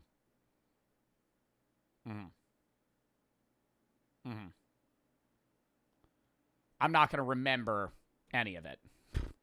Not going to remember any of it. When we say we aren't it's like, unless I'm like turbo interested in it, if you could tell me like, you could give me a rundown of how an engine works 4 hours later, if you were like repeat back to me, I'd be like, creatures.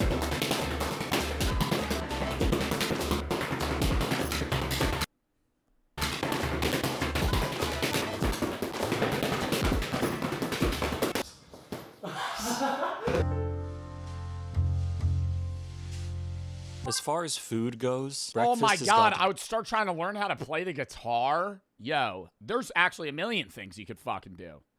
You could become an interesting person. You could become an interesting person and then not just rage bait people online. Be like the least satisfying meal. What? It kind of feels like I haven't done much since going screenless. Like, it's done a lot for me, but I feel like I want to do something, like, crazy. I want to do something radical. 1 second, can you hold this? Yeah. Sorry, would there happen to be room for 2 travelers tonight? I think he's going somewhere. Yeah, one night. I almost ate the mic. I thought it was an apple slice. Alright, thank you. I'm going to Victoria. Which Victoria? The province in Australia, or the one that makes sense? I'm going to the island. You're coming with me. Tonight? Yeah. I got school tomorrow.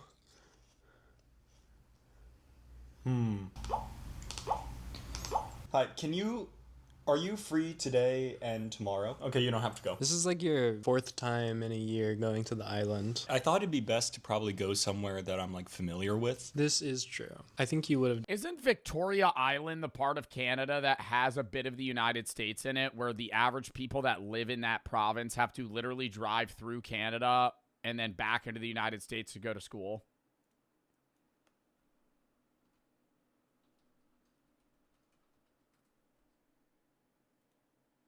I think that's that island. Because, like, part of it, or it's somewhere near there. There's some part near, like, Washington where it's, like, this part's in the U.S., this is in Canada, and it's, like, there's no way to get over to the mainland where the school is. So, if, like, you're one of the small families that live there, you have to, like, drive out of the U.S. to go to school. We've done well in Australia, though. For the finale of this video, It's Roberts. Oh, it's in Minnesota? Port Roberts. Port Roberts.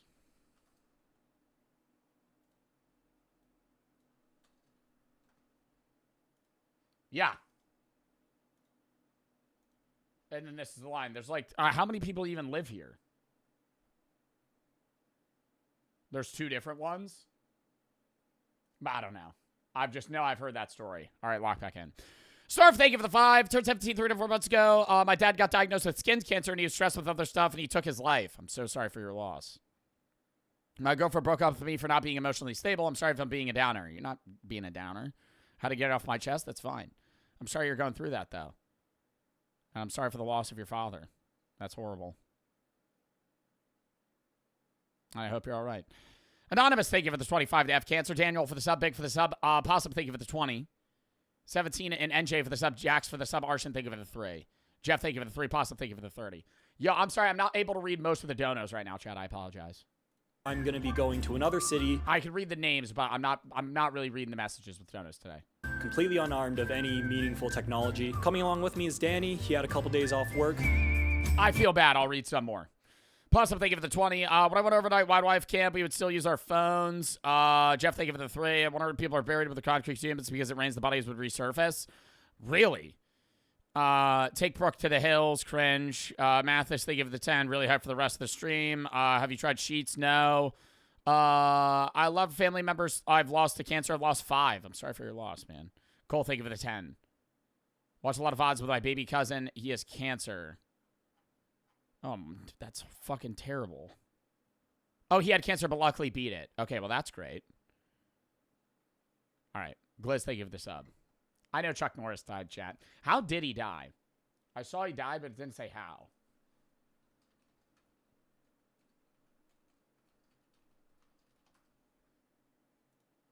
Heart attack? No, sudden hospitalization?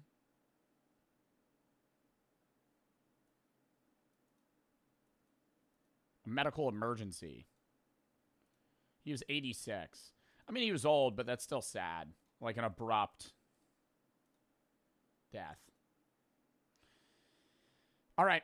I got to piss real quick, then we're going to finish this video. I'm not going to fucking hold my piss. Sorry. I've been slugging water. I have dry mouth. Count me down.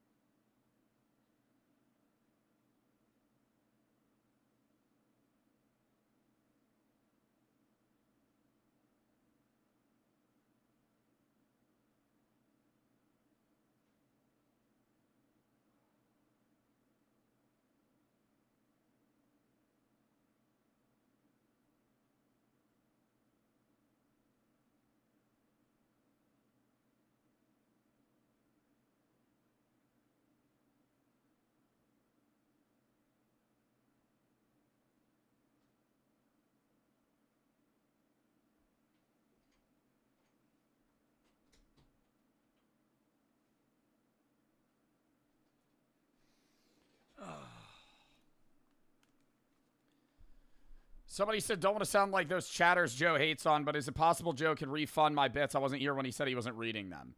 Well, I'll read your bits, bro, but I can't refund bits. Please don't send me bits if you need me to read the message. I think it should be a blanketed rule on my stream. I've said it before. I understand a lot of people want me to read their bits, and that's why you send them. But if the pinnacle of whether or not you feel like it's worth sending them is if I read them or not, please do not send bits. I'm sorry you weren't here for the part of stream or parts of stream where I said I wasn't reading a lot of them. And it is also a charity stream today. But yeah, I'm sorry. I didn't read your bits, bro. These bits were preloaded, donated to charity. I wanted to say I appreciate this charity. My cat died from cancer. I'm sorry to hear that. Watching you every day with my new cat helps me through tough days. Well, I'm glad I'm able to help, but I'm sorry for the loss of your cat, man. And I'm sorry I can't refund your bits, but I cannot do that. Please don't send bits if you need them refunded. Zayden Tor, thank you for the sub. Gliz in alert for the sub. Oh, for the sub. Anonymous for the 25. Snarf, thank you for the 5. I'm sorry, chat. I know it's just usually like during charity streams, I don't read a lot of the messages because we get so many donations and messages that it's like all I could do is read the name, because if I spend time reading the messages, we would be on the second video of the React Day, right? Like the first 2 hours of stream would just be reading messages, and then every 10 minutes I would pause to read another 15 messages. So it's like I try to kind of balance that line between doing the charity stream and also making content, because it's not really a great charity stream if all I'm doing is just reading messages versus like providing some sort of content in between. You know what I mean? House for the sub, Zayden for the sub. So I'm sorry, it's just, that's why.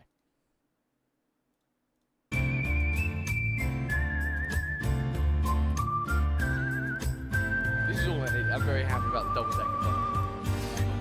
You got a big guy here. Oh, Ew. dude. He's my boy. I like that guy.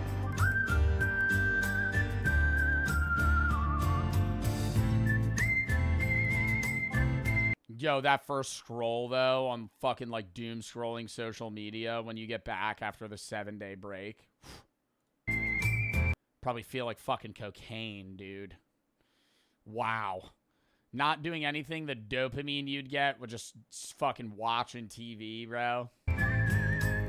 Be like a kid watching Cocomelon. By the time we arrived at the hostel, it was already dark out, and I was starting to feel a little nervous about opening my phone again at midnight. Luckily, I had a British cynic with me to make it all go down easier. All of your close friends might be dead. That's possible. One or two could have died. You're no fucking help. At this point, it was 7 p.m., and we had a couple hours to kill, so we went to play some ping pong.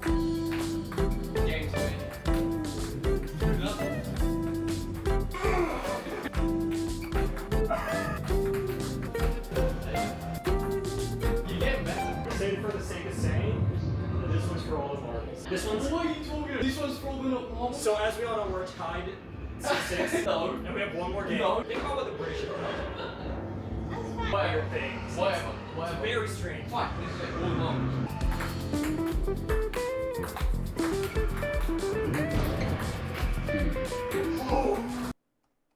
I'm tapping through the ping pong tourney. To the Legislative Assembly of British Columbia, because that's in Victoria, apparently. And also, what better place to finish a Kodakai video than in Parliament? Make a wish? Okay. Is that vandalism? Damn, when was the last time y'all made a wish in a fountain? Years. There are no other... Mainly because I don't have coins. I'm never carrying coins. Yesterday, I would wish in a well more often if I just had... I don't have, like, pennies or quarters on me. Or Coins in here. I don't know. I have a feeling that... If I get change, tip cup. Change, tip cup. Quarters, sometimes keep in case I gotta buy a toll. Tip cup. I'm not keeping change. I'm not holding up a line either. Right? I don't like when it's old people. I'm gonna say it. It's old people. When old people go, oh, hold on. I have 1833 exactly. And then they whip out a coin pouch. And I'm standing there. Waiting. As they scrounge through their coin bag. Because they want to get the fucking bill back. Brother. We weren't supposed to... It could be the people of Victoria aren't very wish. Acting like you need to go places. Interesting. Everybody goes, late. Now, was it my fault for waking up late, not planning and preparing things I needed to do so I wouldn't be late for stream? Or is it the old lady's fault for holding me up in line for 2 minutes? I think it's a them problem. Don't worry about it. Okay.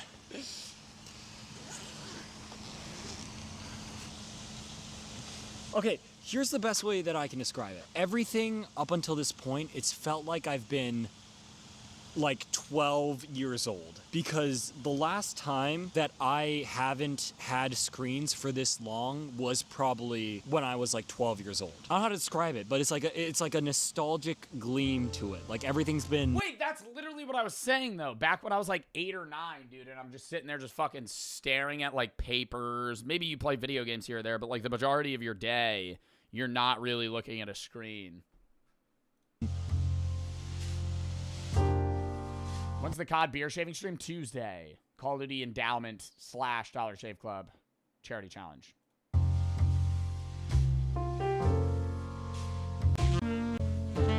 Life is different. Life has been different for this past week. No, you're gonna open your phone again, it's gonna be different. When you find out that all your loved ones have perished. I don't know, should I just do it? Should I just get it over with? I'm gonna start screen recording, right? Okay, so this is what I missed. The first, Jesus Christ, bro. No, that would stress me out. Oh my God, that would stress me out. Holy fuck, dude. When I see somebody with like 83,000 notifications unopened. What did you miss? Big like important shit. I'm not talking about like spam, right? Like obviously I don't see the majority of the comments or fucking mentions or whatever, but I'm saying like just letting it sit on like 85,000 emails. I'm like, bro. News?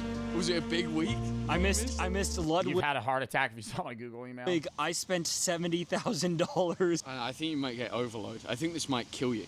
I didn't miss a lot. Wait, that'd actually be equally as upsetting. You got off your phone for a week, you come back, you have like one text message. It's automated from like Shein, letting you know about like a flash sale. Nobody else messaged you. Of course you didn't. Of course. Holy fuck. You didn't miss anything. I'm very happy you came to this realization in real time. That's fantastic. I missed nothing. You missed nothing. Nothing happened. What now? Clash of Clans. Your base was raided. All goblins. They somehow got a 2-star.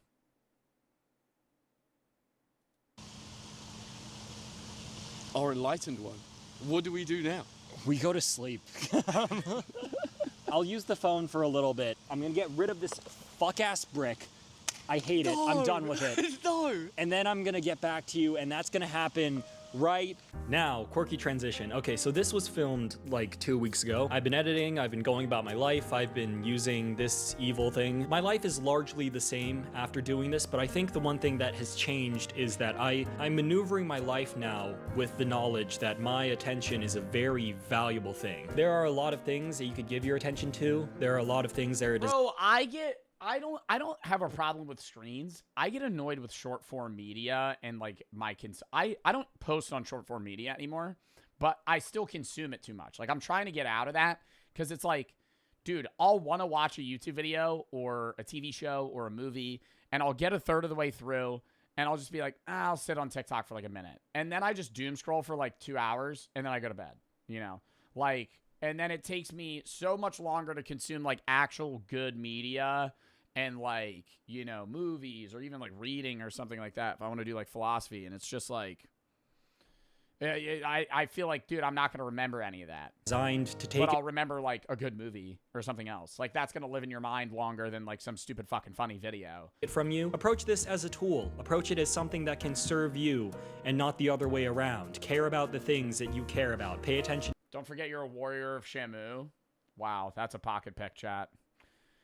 Don't forget Shamu. To the things that you pay attention to. Thanks again to CyberGhost VPN as well for sponsoring this video. If you want to... That was a WVED, bro. I really did enjoy that. Mike Ecstasy. Yeah, what do you think Mike Ecstasy's up to? Fucking caving still? Wow, now we're just bringing up fucking ball knowledge in the Joe Bart stream. I do love Code Kai, bro. That's a good vid, though. Joshua, thank you for the 3. You're the best. Not like other streamers. Don't push money even to run ads. Thank you. Parker, thank you for the 2. Red and Zen for the sub. Archie, thank you for the 75 to F Cancer.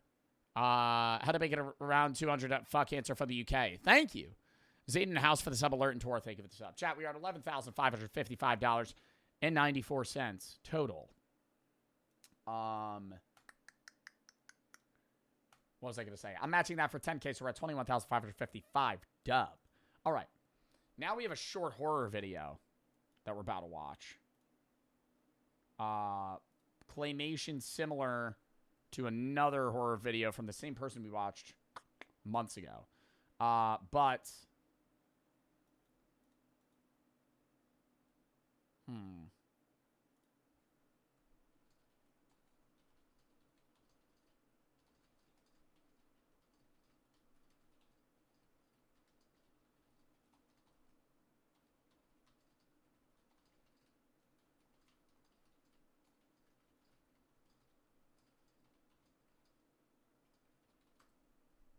Sorry. King Duck raid of choice. Oh, I'm not raiding. Yet. We have another video. I was responding to Lud. My bad. Anyways, chat. We got another video we're watching. F Cancer Charity stream today, obviously. Tomorrow I'm not live. Sunday, we have a Bro v Bro with Ron into, that'll be at 3 EST, into Rainbow with Jinxie. And a bunch of other streamers. Monday, random games, horror games, and maybe more horsey game. And Tuesday, we're going to probably do reacts from like 4 to 8. And then 8 to 10, we're doing the Call of Duty Endowment charity stream with Dollar Shave Club, the challenge. And then I'm gone the 25th to the 30th, back the 31st. And we'll be grinding out stream. While I'm gone, post on the YouTube every day on the main and the gaming. And also a double upload probably next Wednesday. And then I'll be filming content as well. I'm not just doing nothing. Then when we get back, I got to start planning that challenge that you guys said I should do, the food gauntlet for the charity. We have the Etsy stream probably April 5th. 988 charity stream the 13th. And then a bunch of other random fucking horror games and shit we're going to do. When's the IR with Jixie? No idea. Murrow, thank you for the 5. Because I'm also hosting a Geo Guesser tournament, so we can't do it when we were originally going to. Honestly, thank you for the efforts for suicide prevention. In 2019, my favorite streamer, Etika, passed away from suicide. Ever since, I've become a huge suicide advocate. Thank you for what you do. Well, I'm glad that, you know, I'm able to, like, do stuff for a good cause. And I'm sorry that one of your favorite streamers passed. I know who Etika is, but I'm sorry for, you know, you going through that as a viewer. And obviously that is very sad. Big advocate? Yeah, advocate for suicide prevention. Sorry, I'm high if I misspoke. Mason, thank you for the 4. Hayden for the 25. Death, thank you for the 5 gift hits. Mom passed away from cancer last year. Rip in the chat. Sorry for your loss as well. Hayden, thank you for the 25. Love that you're great. Thank you. I appreciate that, Hayden. All right. Chats. I actually have to piss again because I don't want to have to pee midway through this video. I'm sorry. Chat, I've drank this whole bottle of water, an energy drink, and a protein shake before stream. And then another bottle of water. My bad. Oop. All right. Small bladder. I do have a small bladder. Dude, I used to have a pee problem when I was a kid. I've said this. Dude, it got to a point where I was, like, forced to, like, hold my pee. And I remember being at a Dave & Buster's one time, and I had to pee so bad that when I was finally able to go pee, I couldn't... My bladder was so full that I couldn't piss. And I got nervous. Have you ever had that? We have to pee so bad that when you're finally able to pee, you've been holding your pee so long that you can't, like, condense your bladder. Horrible. Horrible. All right, I gotta piss real quick. Not the vibe of song, sorry.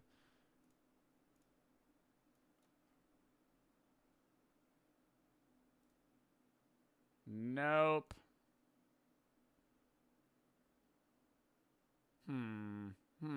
This one.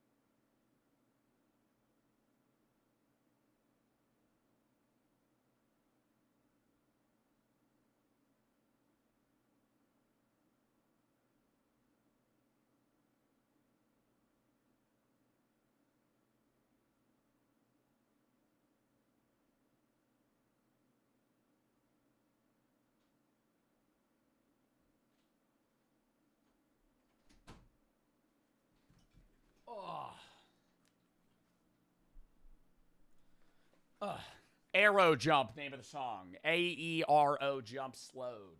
A-E-R-O, Arrow Jumped. Fire song, right? All right. Chat.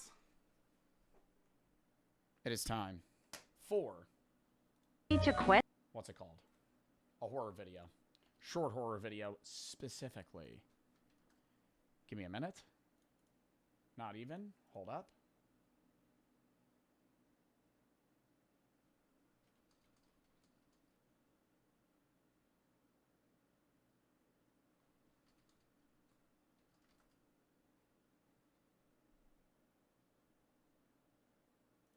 Okay. Lock in. The Hunt Among the Green. A short horror film. Lock in. It's probably going to be really creepy. Nice bowl cut. Fuck you. Death, thank you for the 5 gifted to Toby for the 330 to F Cancer. Let's go. The Hunt Among the Green.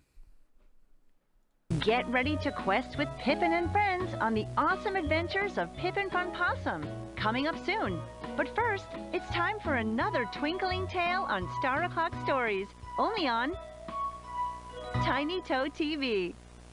Dude, the horror genre where it starts out like a childhood TV show or movie or game, and then it just slowly gets more demented and like glitchy. Scary. Not scary? Okay, we are 15 seconds through the video. Maybe let's have the attention span of something better than that of a peanut.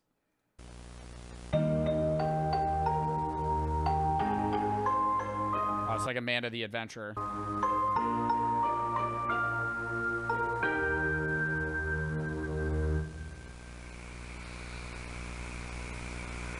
That's the name of the video.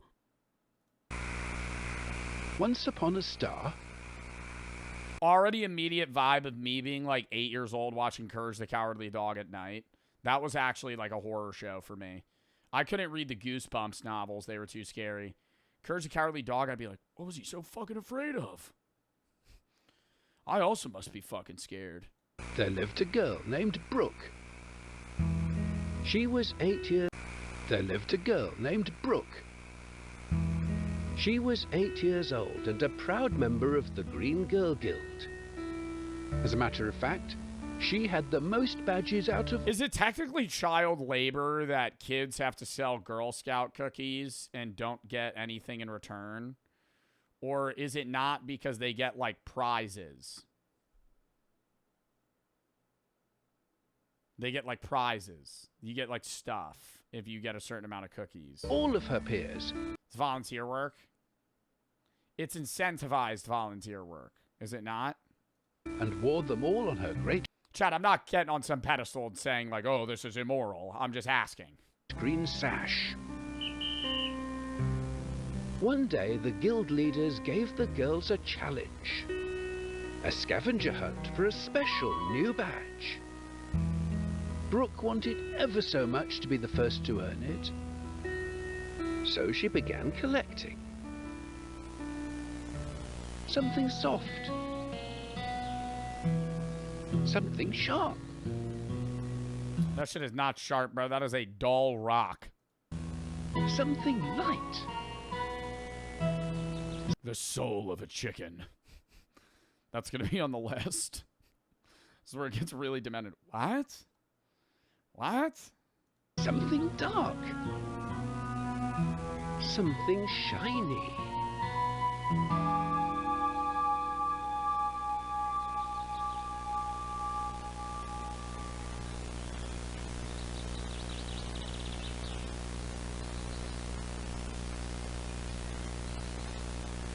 But is a mirror shiny? No. Like, it has to be, like, reflectively shiny. A mirror is like, more than shiny. It's reflective. What's the definition of shiny? Shiny def. It's going to say to have shine. Reflects light on the account of being very clean or polished. So a mirror would be shiny. Is a mirror considered shiny? Yes. Bro, that's not like nature, though. You just picked up a glass mirror. Suddenly, a nasty little... What's a mirror, dumbass? I don't actually fucking know. Robin swooped out of the forest and stole away with Brooke's bag. Brooke went after it. Uh-oh.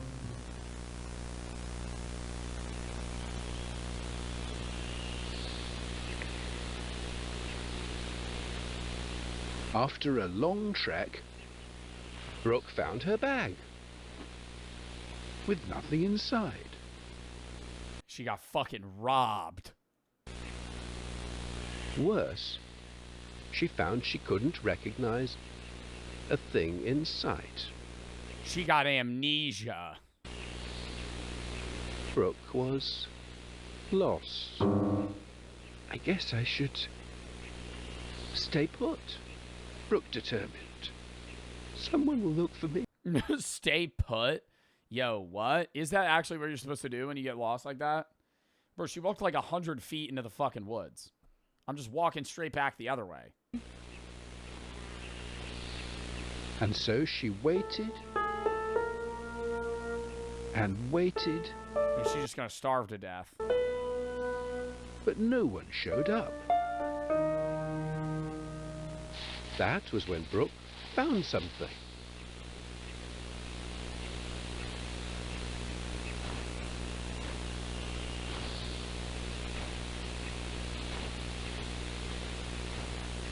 Don't trust it. Somebody in a Fortnite. What the fuck?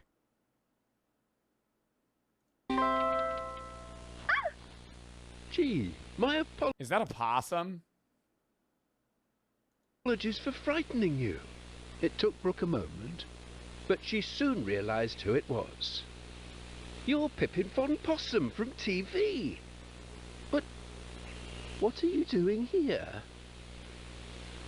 I'm taking a break. That's a motherfucker in a Pippin Von costume, whatever the fuck his name is, mask. Break from my usual adventure in this here forest, explained the marsupial. Don't trust him. Welcome retreat for a plucky possum like me. What about you? What are you doing here? I'm lost.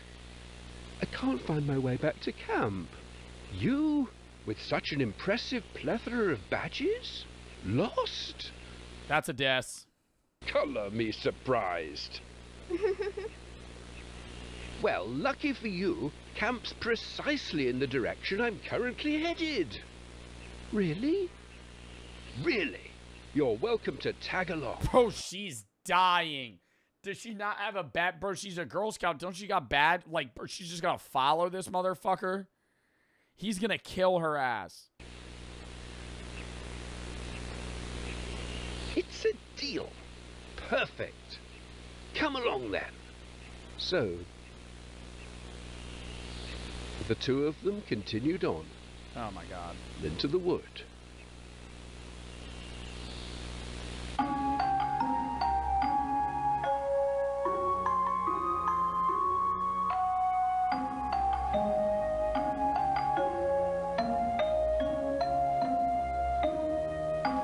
Do you think it's actually like a real, like, fucking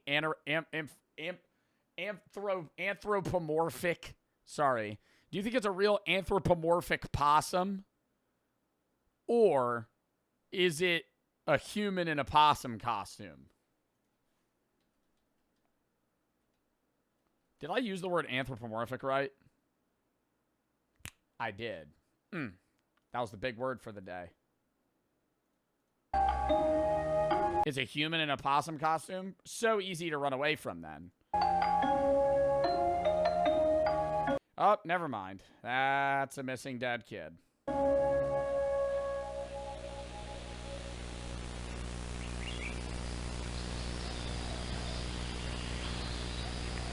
Until suddenly they stopped. Are we close? My legs feel all mushy. Pippin pondered about.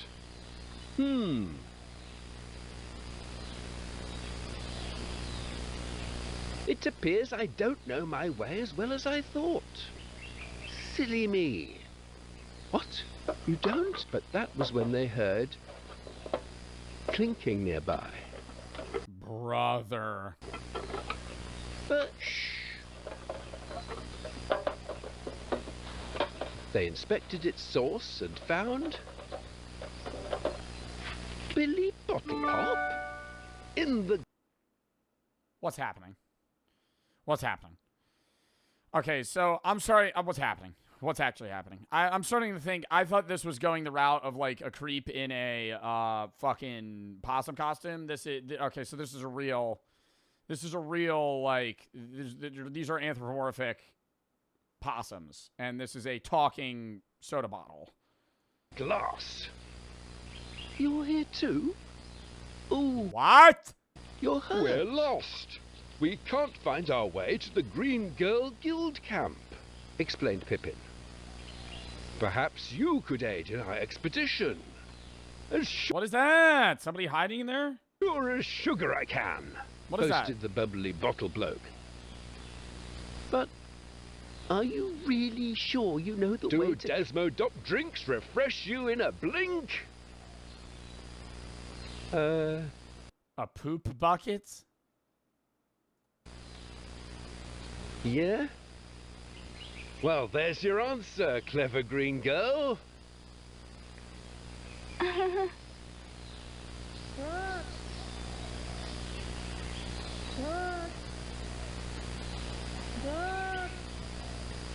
Oh my god, it's somebody saying her name.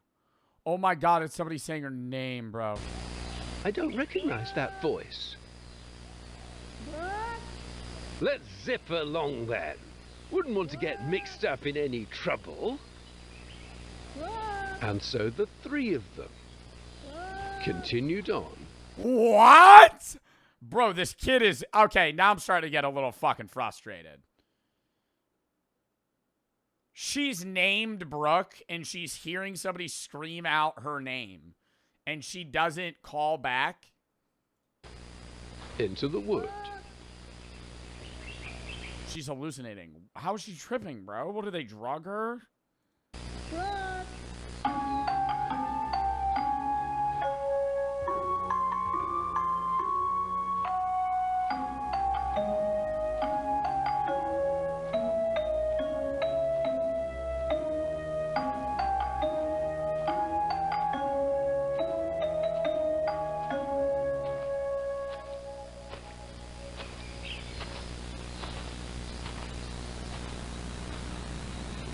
Bro, it's getting real creepy.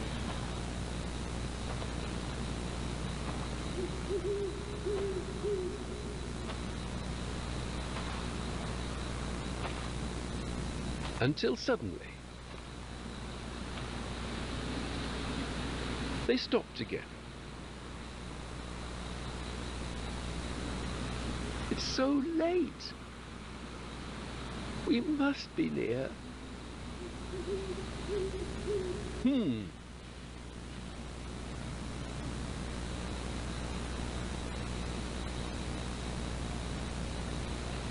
The directions must have leaked out my noggin. Silly me. What? Yo, I'm going, dude. Hey, 3 times in a row, pal. Hey, buddy. How many times are we getting fucking lost out here, right? We're just walking at this fucking point. What do you... Oh, the directions are we inhaling some fucking poisonous gas that's making us all just randomly lose our minds? What do you mean? We've been walking for 4 hours. No! At last, Brooke started to panic. You're expecting her to defend herself. I'm not expecting her to defend herself. I was just saying during this, yeah, I know she's scared. She's just going to rely on them. I'm saying when the woman was calling out her name, you literally would just go, oh, wait, that's the people that were looking for me. You have to know where we are. It's not her fault. I'm not blaming her. Chat, I'm not blaming her. I'm just upset she didn't go, I'm here. I could be upset about that. You have to. Oh, no, no. Someone has to be looking for me. I can't be here forever. I can't. It's a fake story. Bro, I know it's a fake story. I'm just tweaking. Has to be looking for me. I can't be here forever. I can't. All for a stupid badge. Where are you going? There's no need to fret. We'll find a way. No, we won't.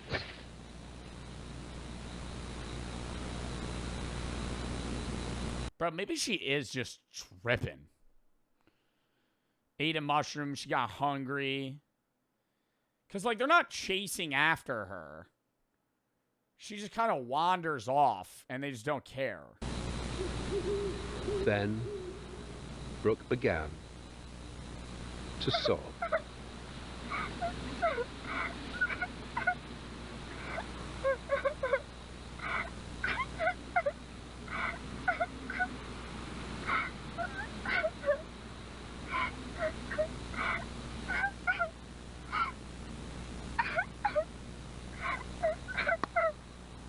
But then, a light blinked on.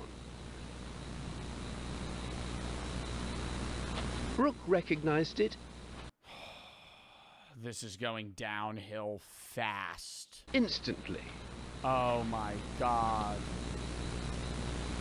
Jenny Joy Jr. Oh no.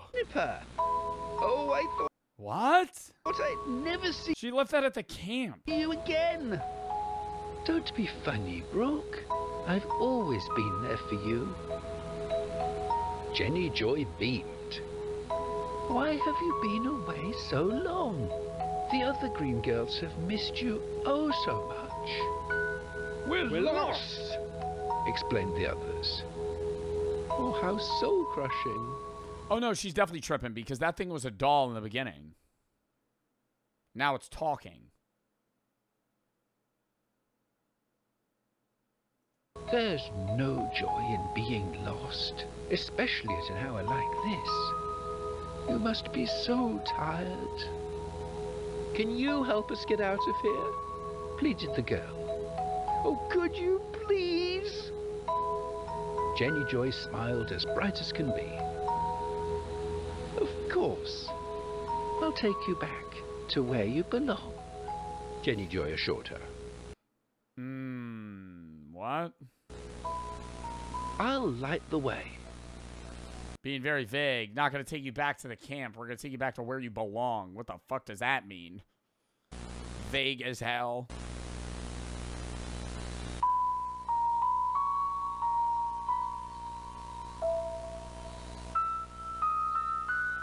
What? Is she like seeing these stars float into her eyes in real time? Is she like passing out? Bro, what?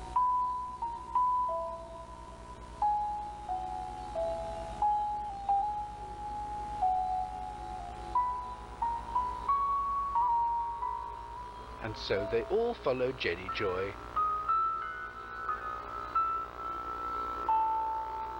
Further. Into the wood.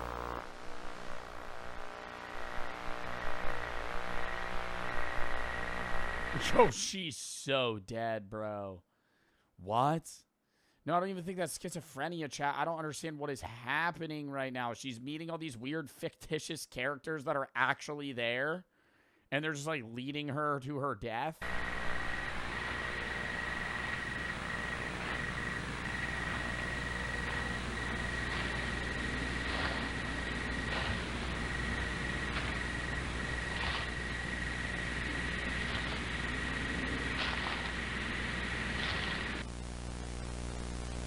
Dude, I hate the static noise. It makes it so much scarier. Oh my god, stop. Anything could have popped up on that screen right there and I would have fucking freaked out. It was too long of a pause.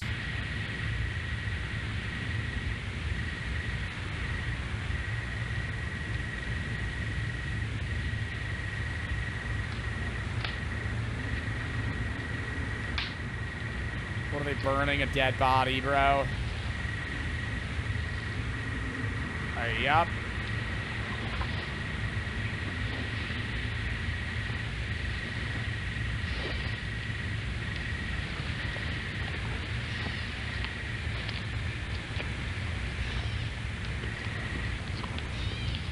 Oh my god, are they eating a human right now? They're cannibals. Stop.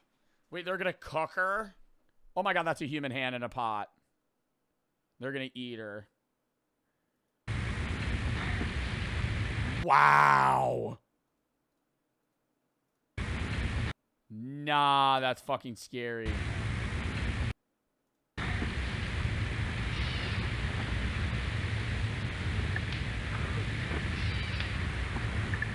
Was the possum, so it's not really cannibalism? Okay. Yeah.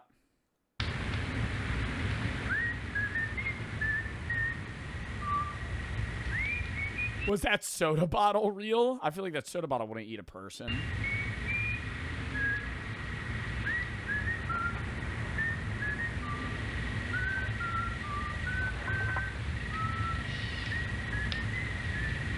They're gonna chop her head off.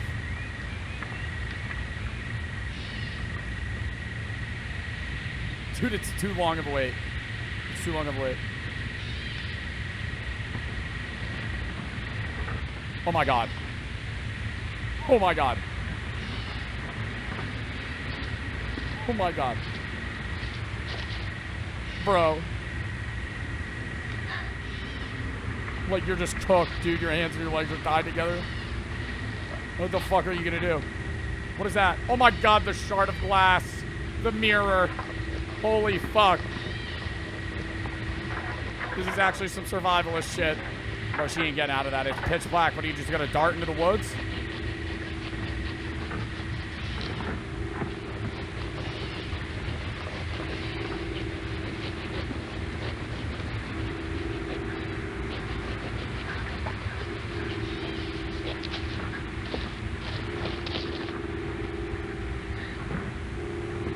It's behind him. No! Oh my god, wait, no, that's so fucking creepy. No, it's a real person, bro. Stop. Oh my god, that's so fucking creepy. Wait, so they're not possums. They are cannibals. They're cannibals. Where are you going?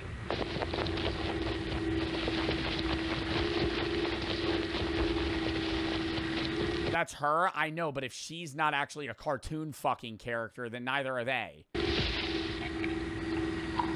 Clever green girl. Bro, it was the bucket. It was the bucket. I was like, what is in that bucket? It had to be something weird. Oh, no worries. We'll lead you back where you belong. We know the way back home. You could still get that badge. You're going the wrong way. We're going to find you. We'll take you home. Just stop running. Come on, Brooke. No need to fret. I need another big hug. Right now. You getting yourself lost again? Everyone else is going to be worried sick if you keep this going. We just want to take you where you belong. If you want to go home, we'll take you there. There's nothing to fear. Silly. We always find our way. Kept your stash. We can take you to it. Just let us know where you are. The power of the possum and show. Bro, they're gonna be in the cave. Yourself. I know you thought scavenger hunt won't complete itself. Come on, Brooke. There's no need for this tomfoolery. Come on out, Brooke. We'll show you the way. What's behind her? Right where you belong.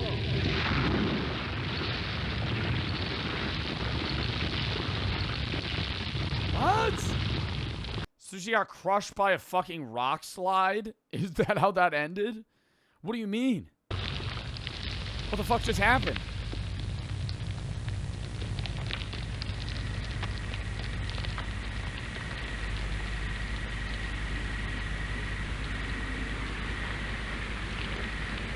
Oh, she's alive.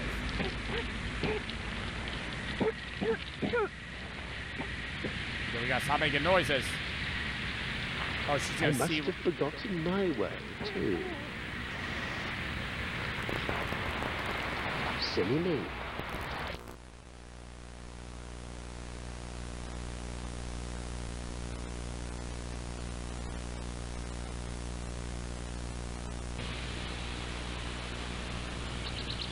Is she dead?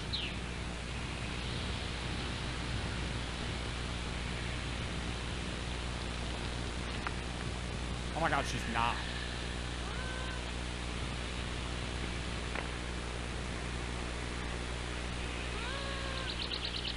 Oh my god, they're looking for her. Can she even talk?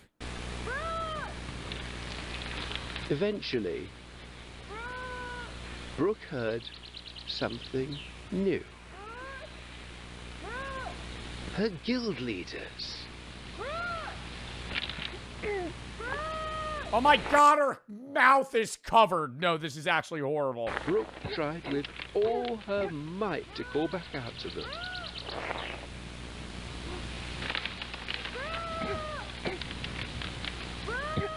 But her voice was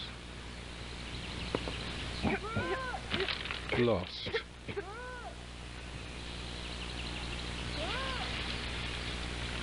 No fucking way. Shine the mirror. The mirror. The mirror. The reflective mirror.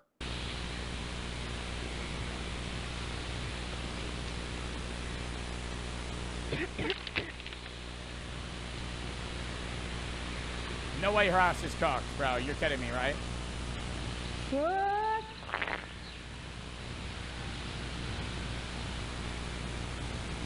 What?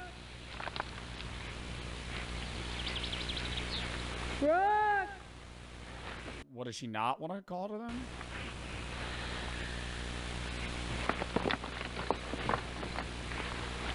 Brooke!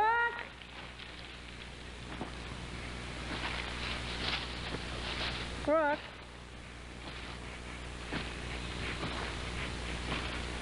It's not going to be.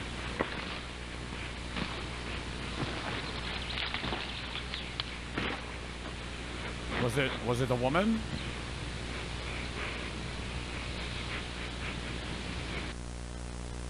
Bro. What the fuck? What the fuck?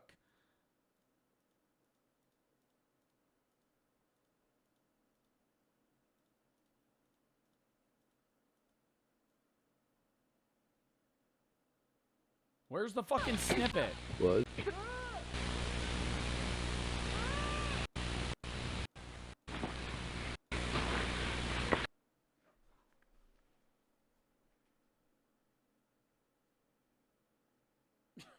like, I can't tell. Is that a man? Like, I can't tell.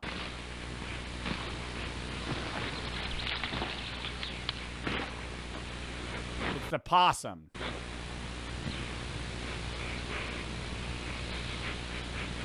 I gotta read the comments.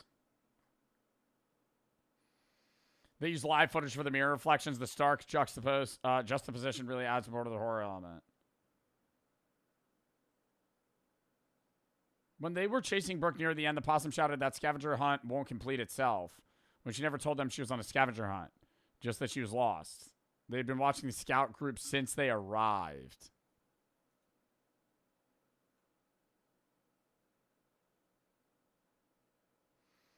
Bro, so, but that was that. So it wasn't the scout leader that was looking for them in the end. Yeah, cannibals, bruh. So there were people. They weren't possums. That was a good video. That was fucking creepy. Jesus. All right. Part 2. That video just came out, so I don't know if there's going to be a part 2. Deck for the sub. Ice for the raid.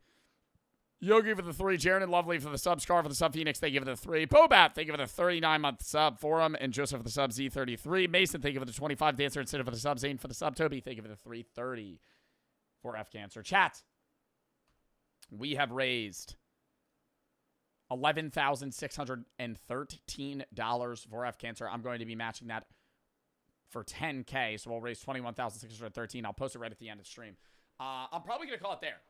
I know I said I was going to raid our stream a little bit longer, but I think it's a good time to call it now. I also have to deal with that fucking sponsor bullshit at the end of stream, so I didn't really have that planned until I was on stream when I found out about that shit. So we're going to do that now.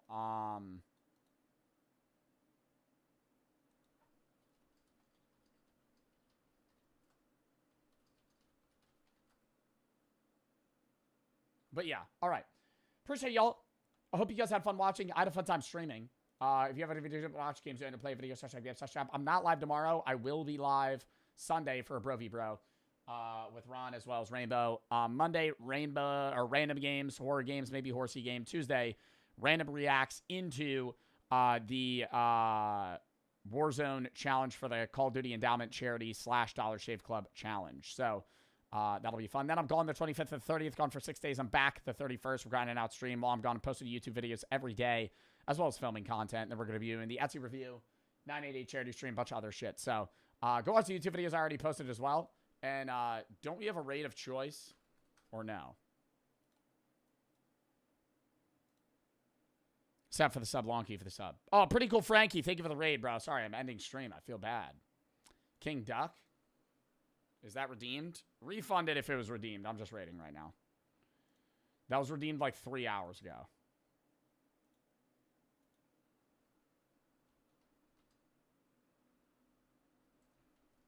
We're raiding small fries. All right. Appreciate y'all. Hope y'all had fun, and I'll catch y'all later. We're going to raid in 5, 4, 3, 2, 1. See you guys on Sunday. Peace.